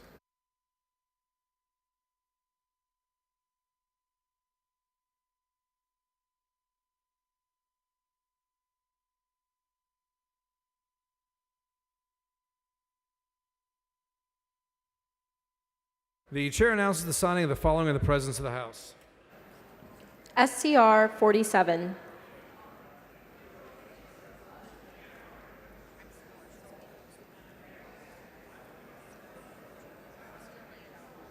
Chair lays out on second reading House Bill 1587. The clerk will read the bill.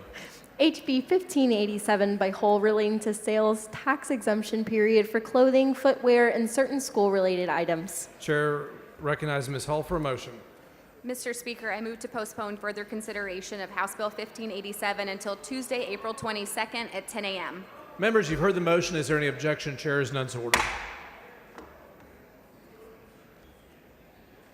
Chair lays out on second reading House Bill 1151. The clerk will read the bill. HB 1151 by Hull relating to neglect of a child and the grounds for termination of the parent-child relationship and possession of a child by the Department of Family and Protective Services. Chair recognizes Ms. Hull to explain the bill.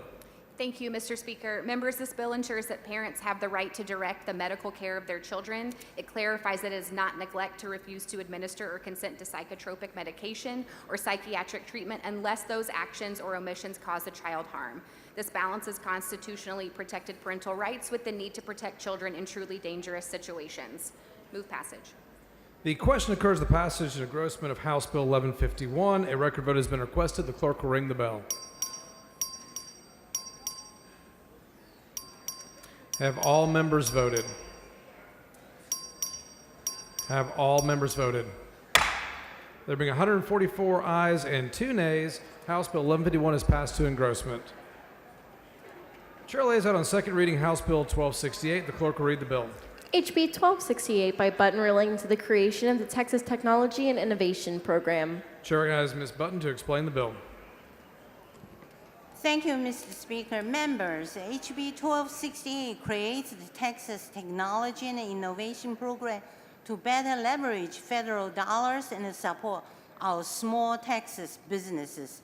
HB 1268 will provide Texas companies that receive grants or contracts under the Small Business Innovation Research and the Small Business Technology Transfer programs with the matching state fund. This program will become a powerful tool to help ensure as many of those federal funds come into Texas as possible. And we love small business. Move passage. The following amendment, the clerk will read the amendment. Okay. Amendment by Tinderholt. Chair recognizes Mr. Tinderholt to explain his amendment. Thank you, Mr. Speaker. Members, this amendment requires business applying for grants under this program to have a 75% majority instead of 50% of American citizen workers. If we're going to distribute taxpayer dollars to private businesses, we should at least make sure they're hiring American workers rather than using foreign labor. President Donald Trump ran on putting America first and making sure our citizens stop getting messed over by trade deals. This amendment makes sure that American citizens get the best end of the deal. Members, I ask your support moving from 50 to 75%, and I ask your support for American workers and putting America first by voting yes on this amendment. I move passage. Mr. Anchia, for what purpose?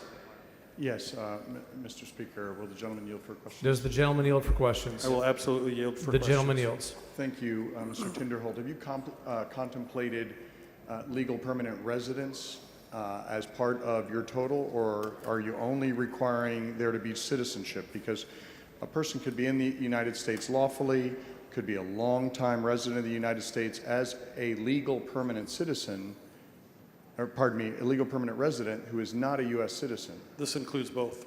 It does? Okay. It does indeed. Thank you. It does.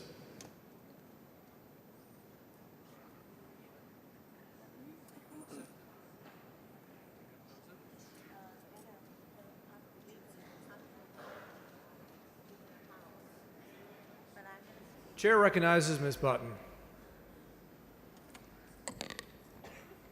Representative Tinderholt, thank you very much for your interest in this bill.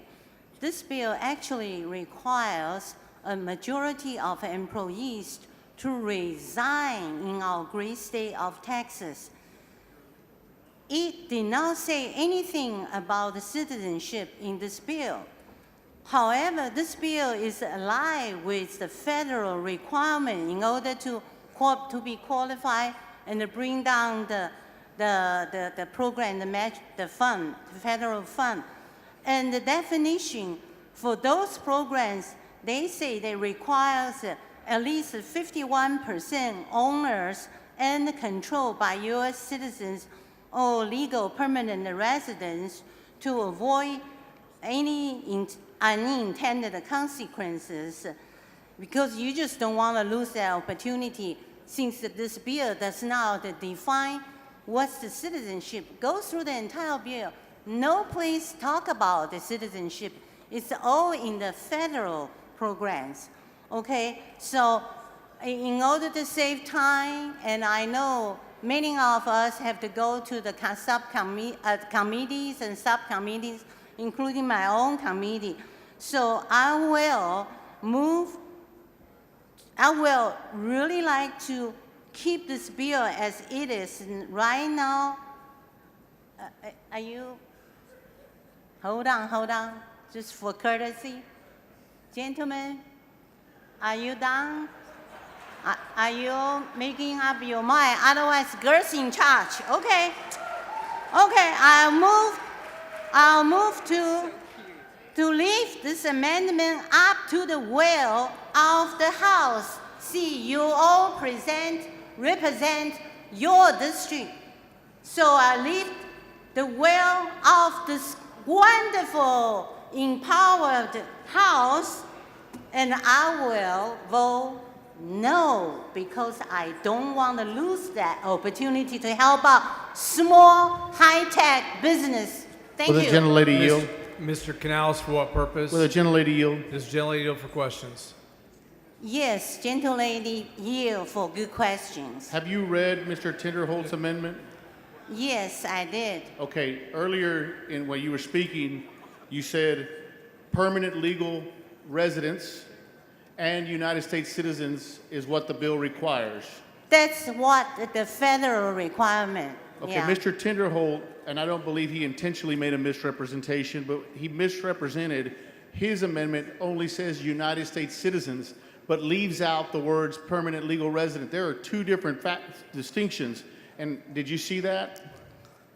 That's his amendment. I really like to leave it to him to answer that, but I Okay. try to save time. Thank you. Everybody's running short of time. Thank you, Representative. Thank you, thank you.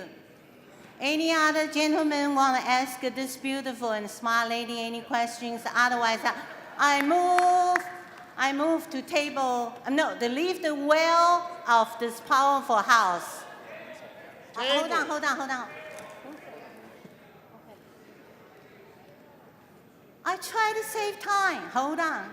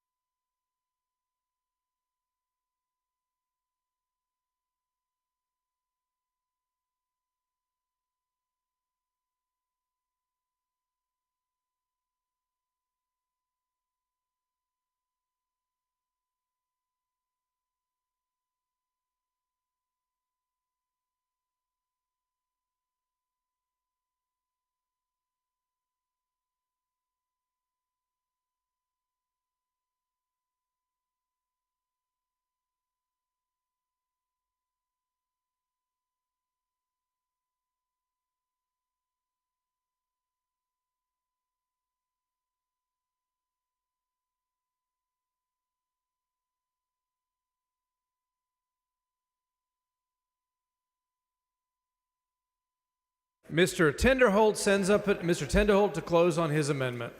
Thank you, Mr. Speaker, members.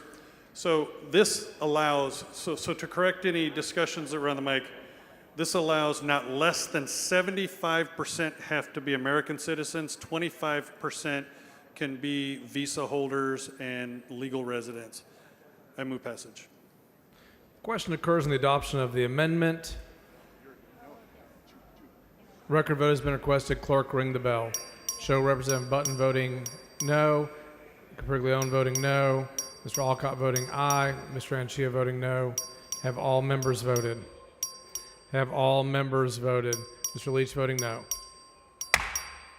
There being 71 ayes and 74 nays, the amendment fails to adopt. The following amendment, the clerk will read the amendment.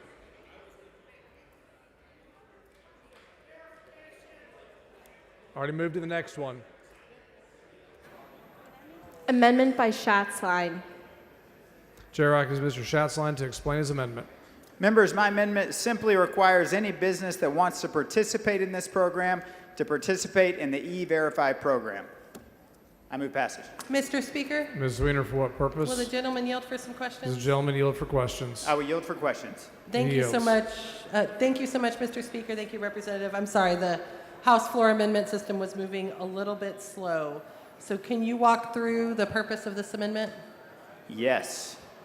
My amendment requires any business that wants to participate in this program to participate in the E-Verify program. Okay, and could you explain how that's related to the underlying bill for us? Move adoption.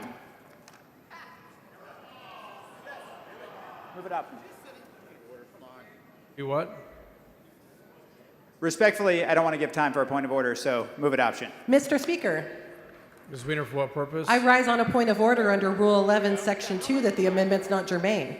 Bring your point of order down.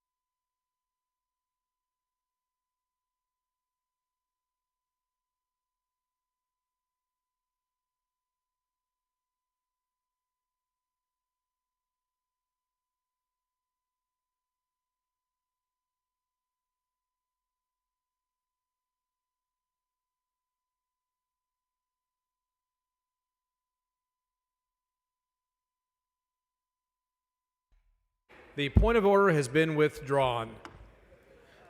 Mr. Schatzline sends up an amendment. It is acceptable to the bill author. The clerk will ring the bell. Schatzline voting aye. Mr. Harrison voting aye. Have all members voted? Have all members voted? Mr. Curry voting aye. Have all members voted?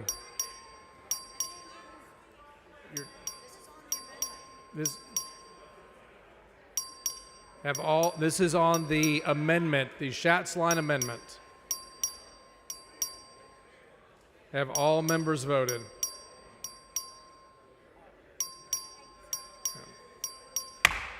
There being 89 ayes and 55 nays, the amendment is adopted. Chair, Mr. Button to close on our bill.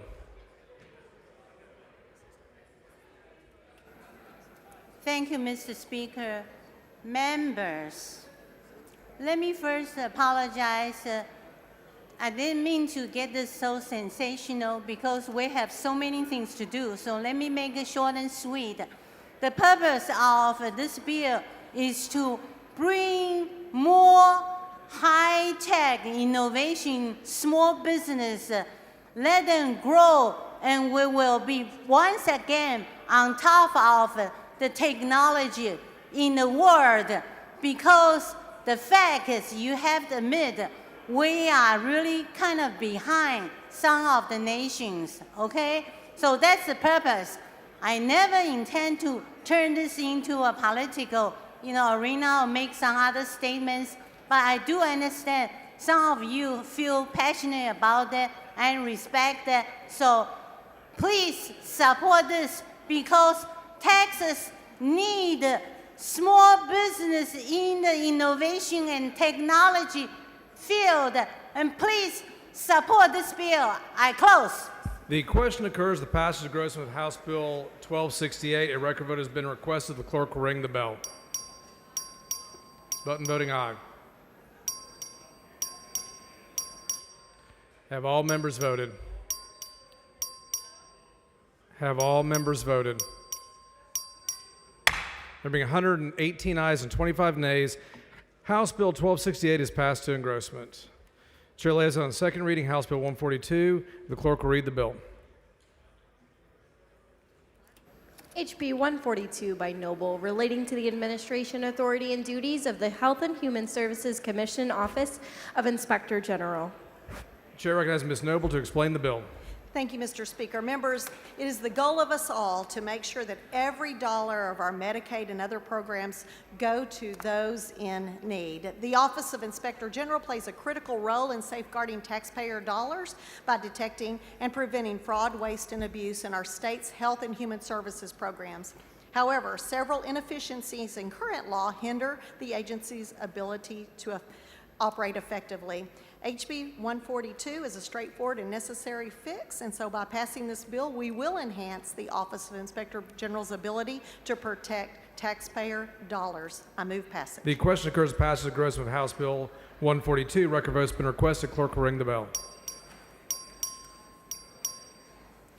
Have all members voted? Have all members voted? There being 146 ayes and 0 nays, House Bill 142 is passed to engrossment. Chair laid this out on second reading, House Bill 451. The clerk will read the bill. HB 451 by Thompson, relating to a screening for the risk of commercial sexual exploitation of certain children. Chair recognizes Ms. Thompson to explain the bill.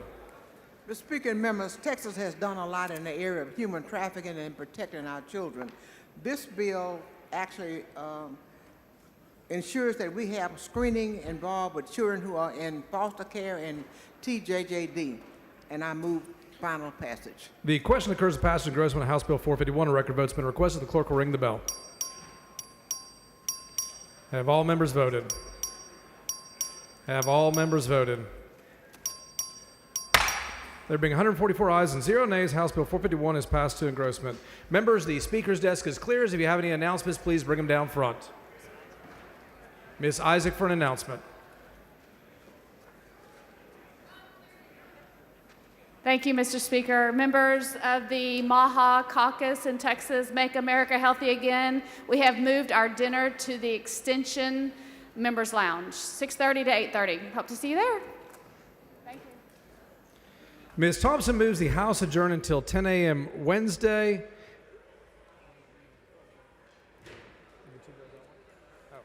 Is there objection? Chair hears none. The House stands adjourned.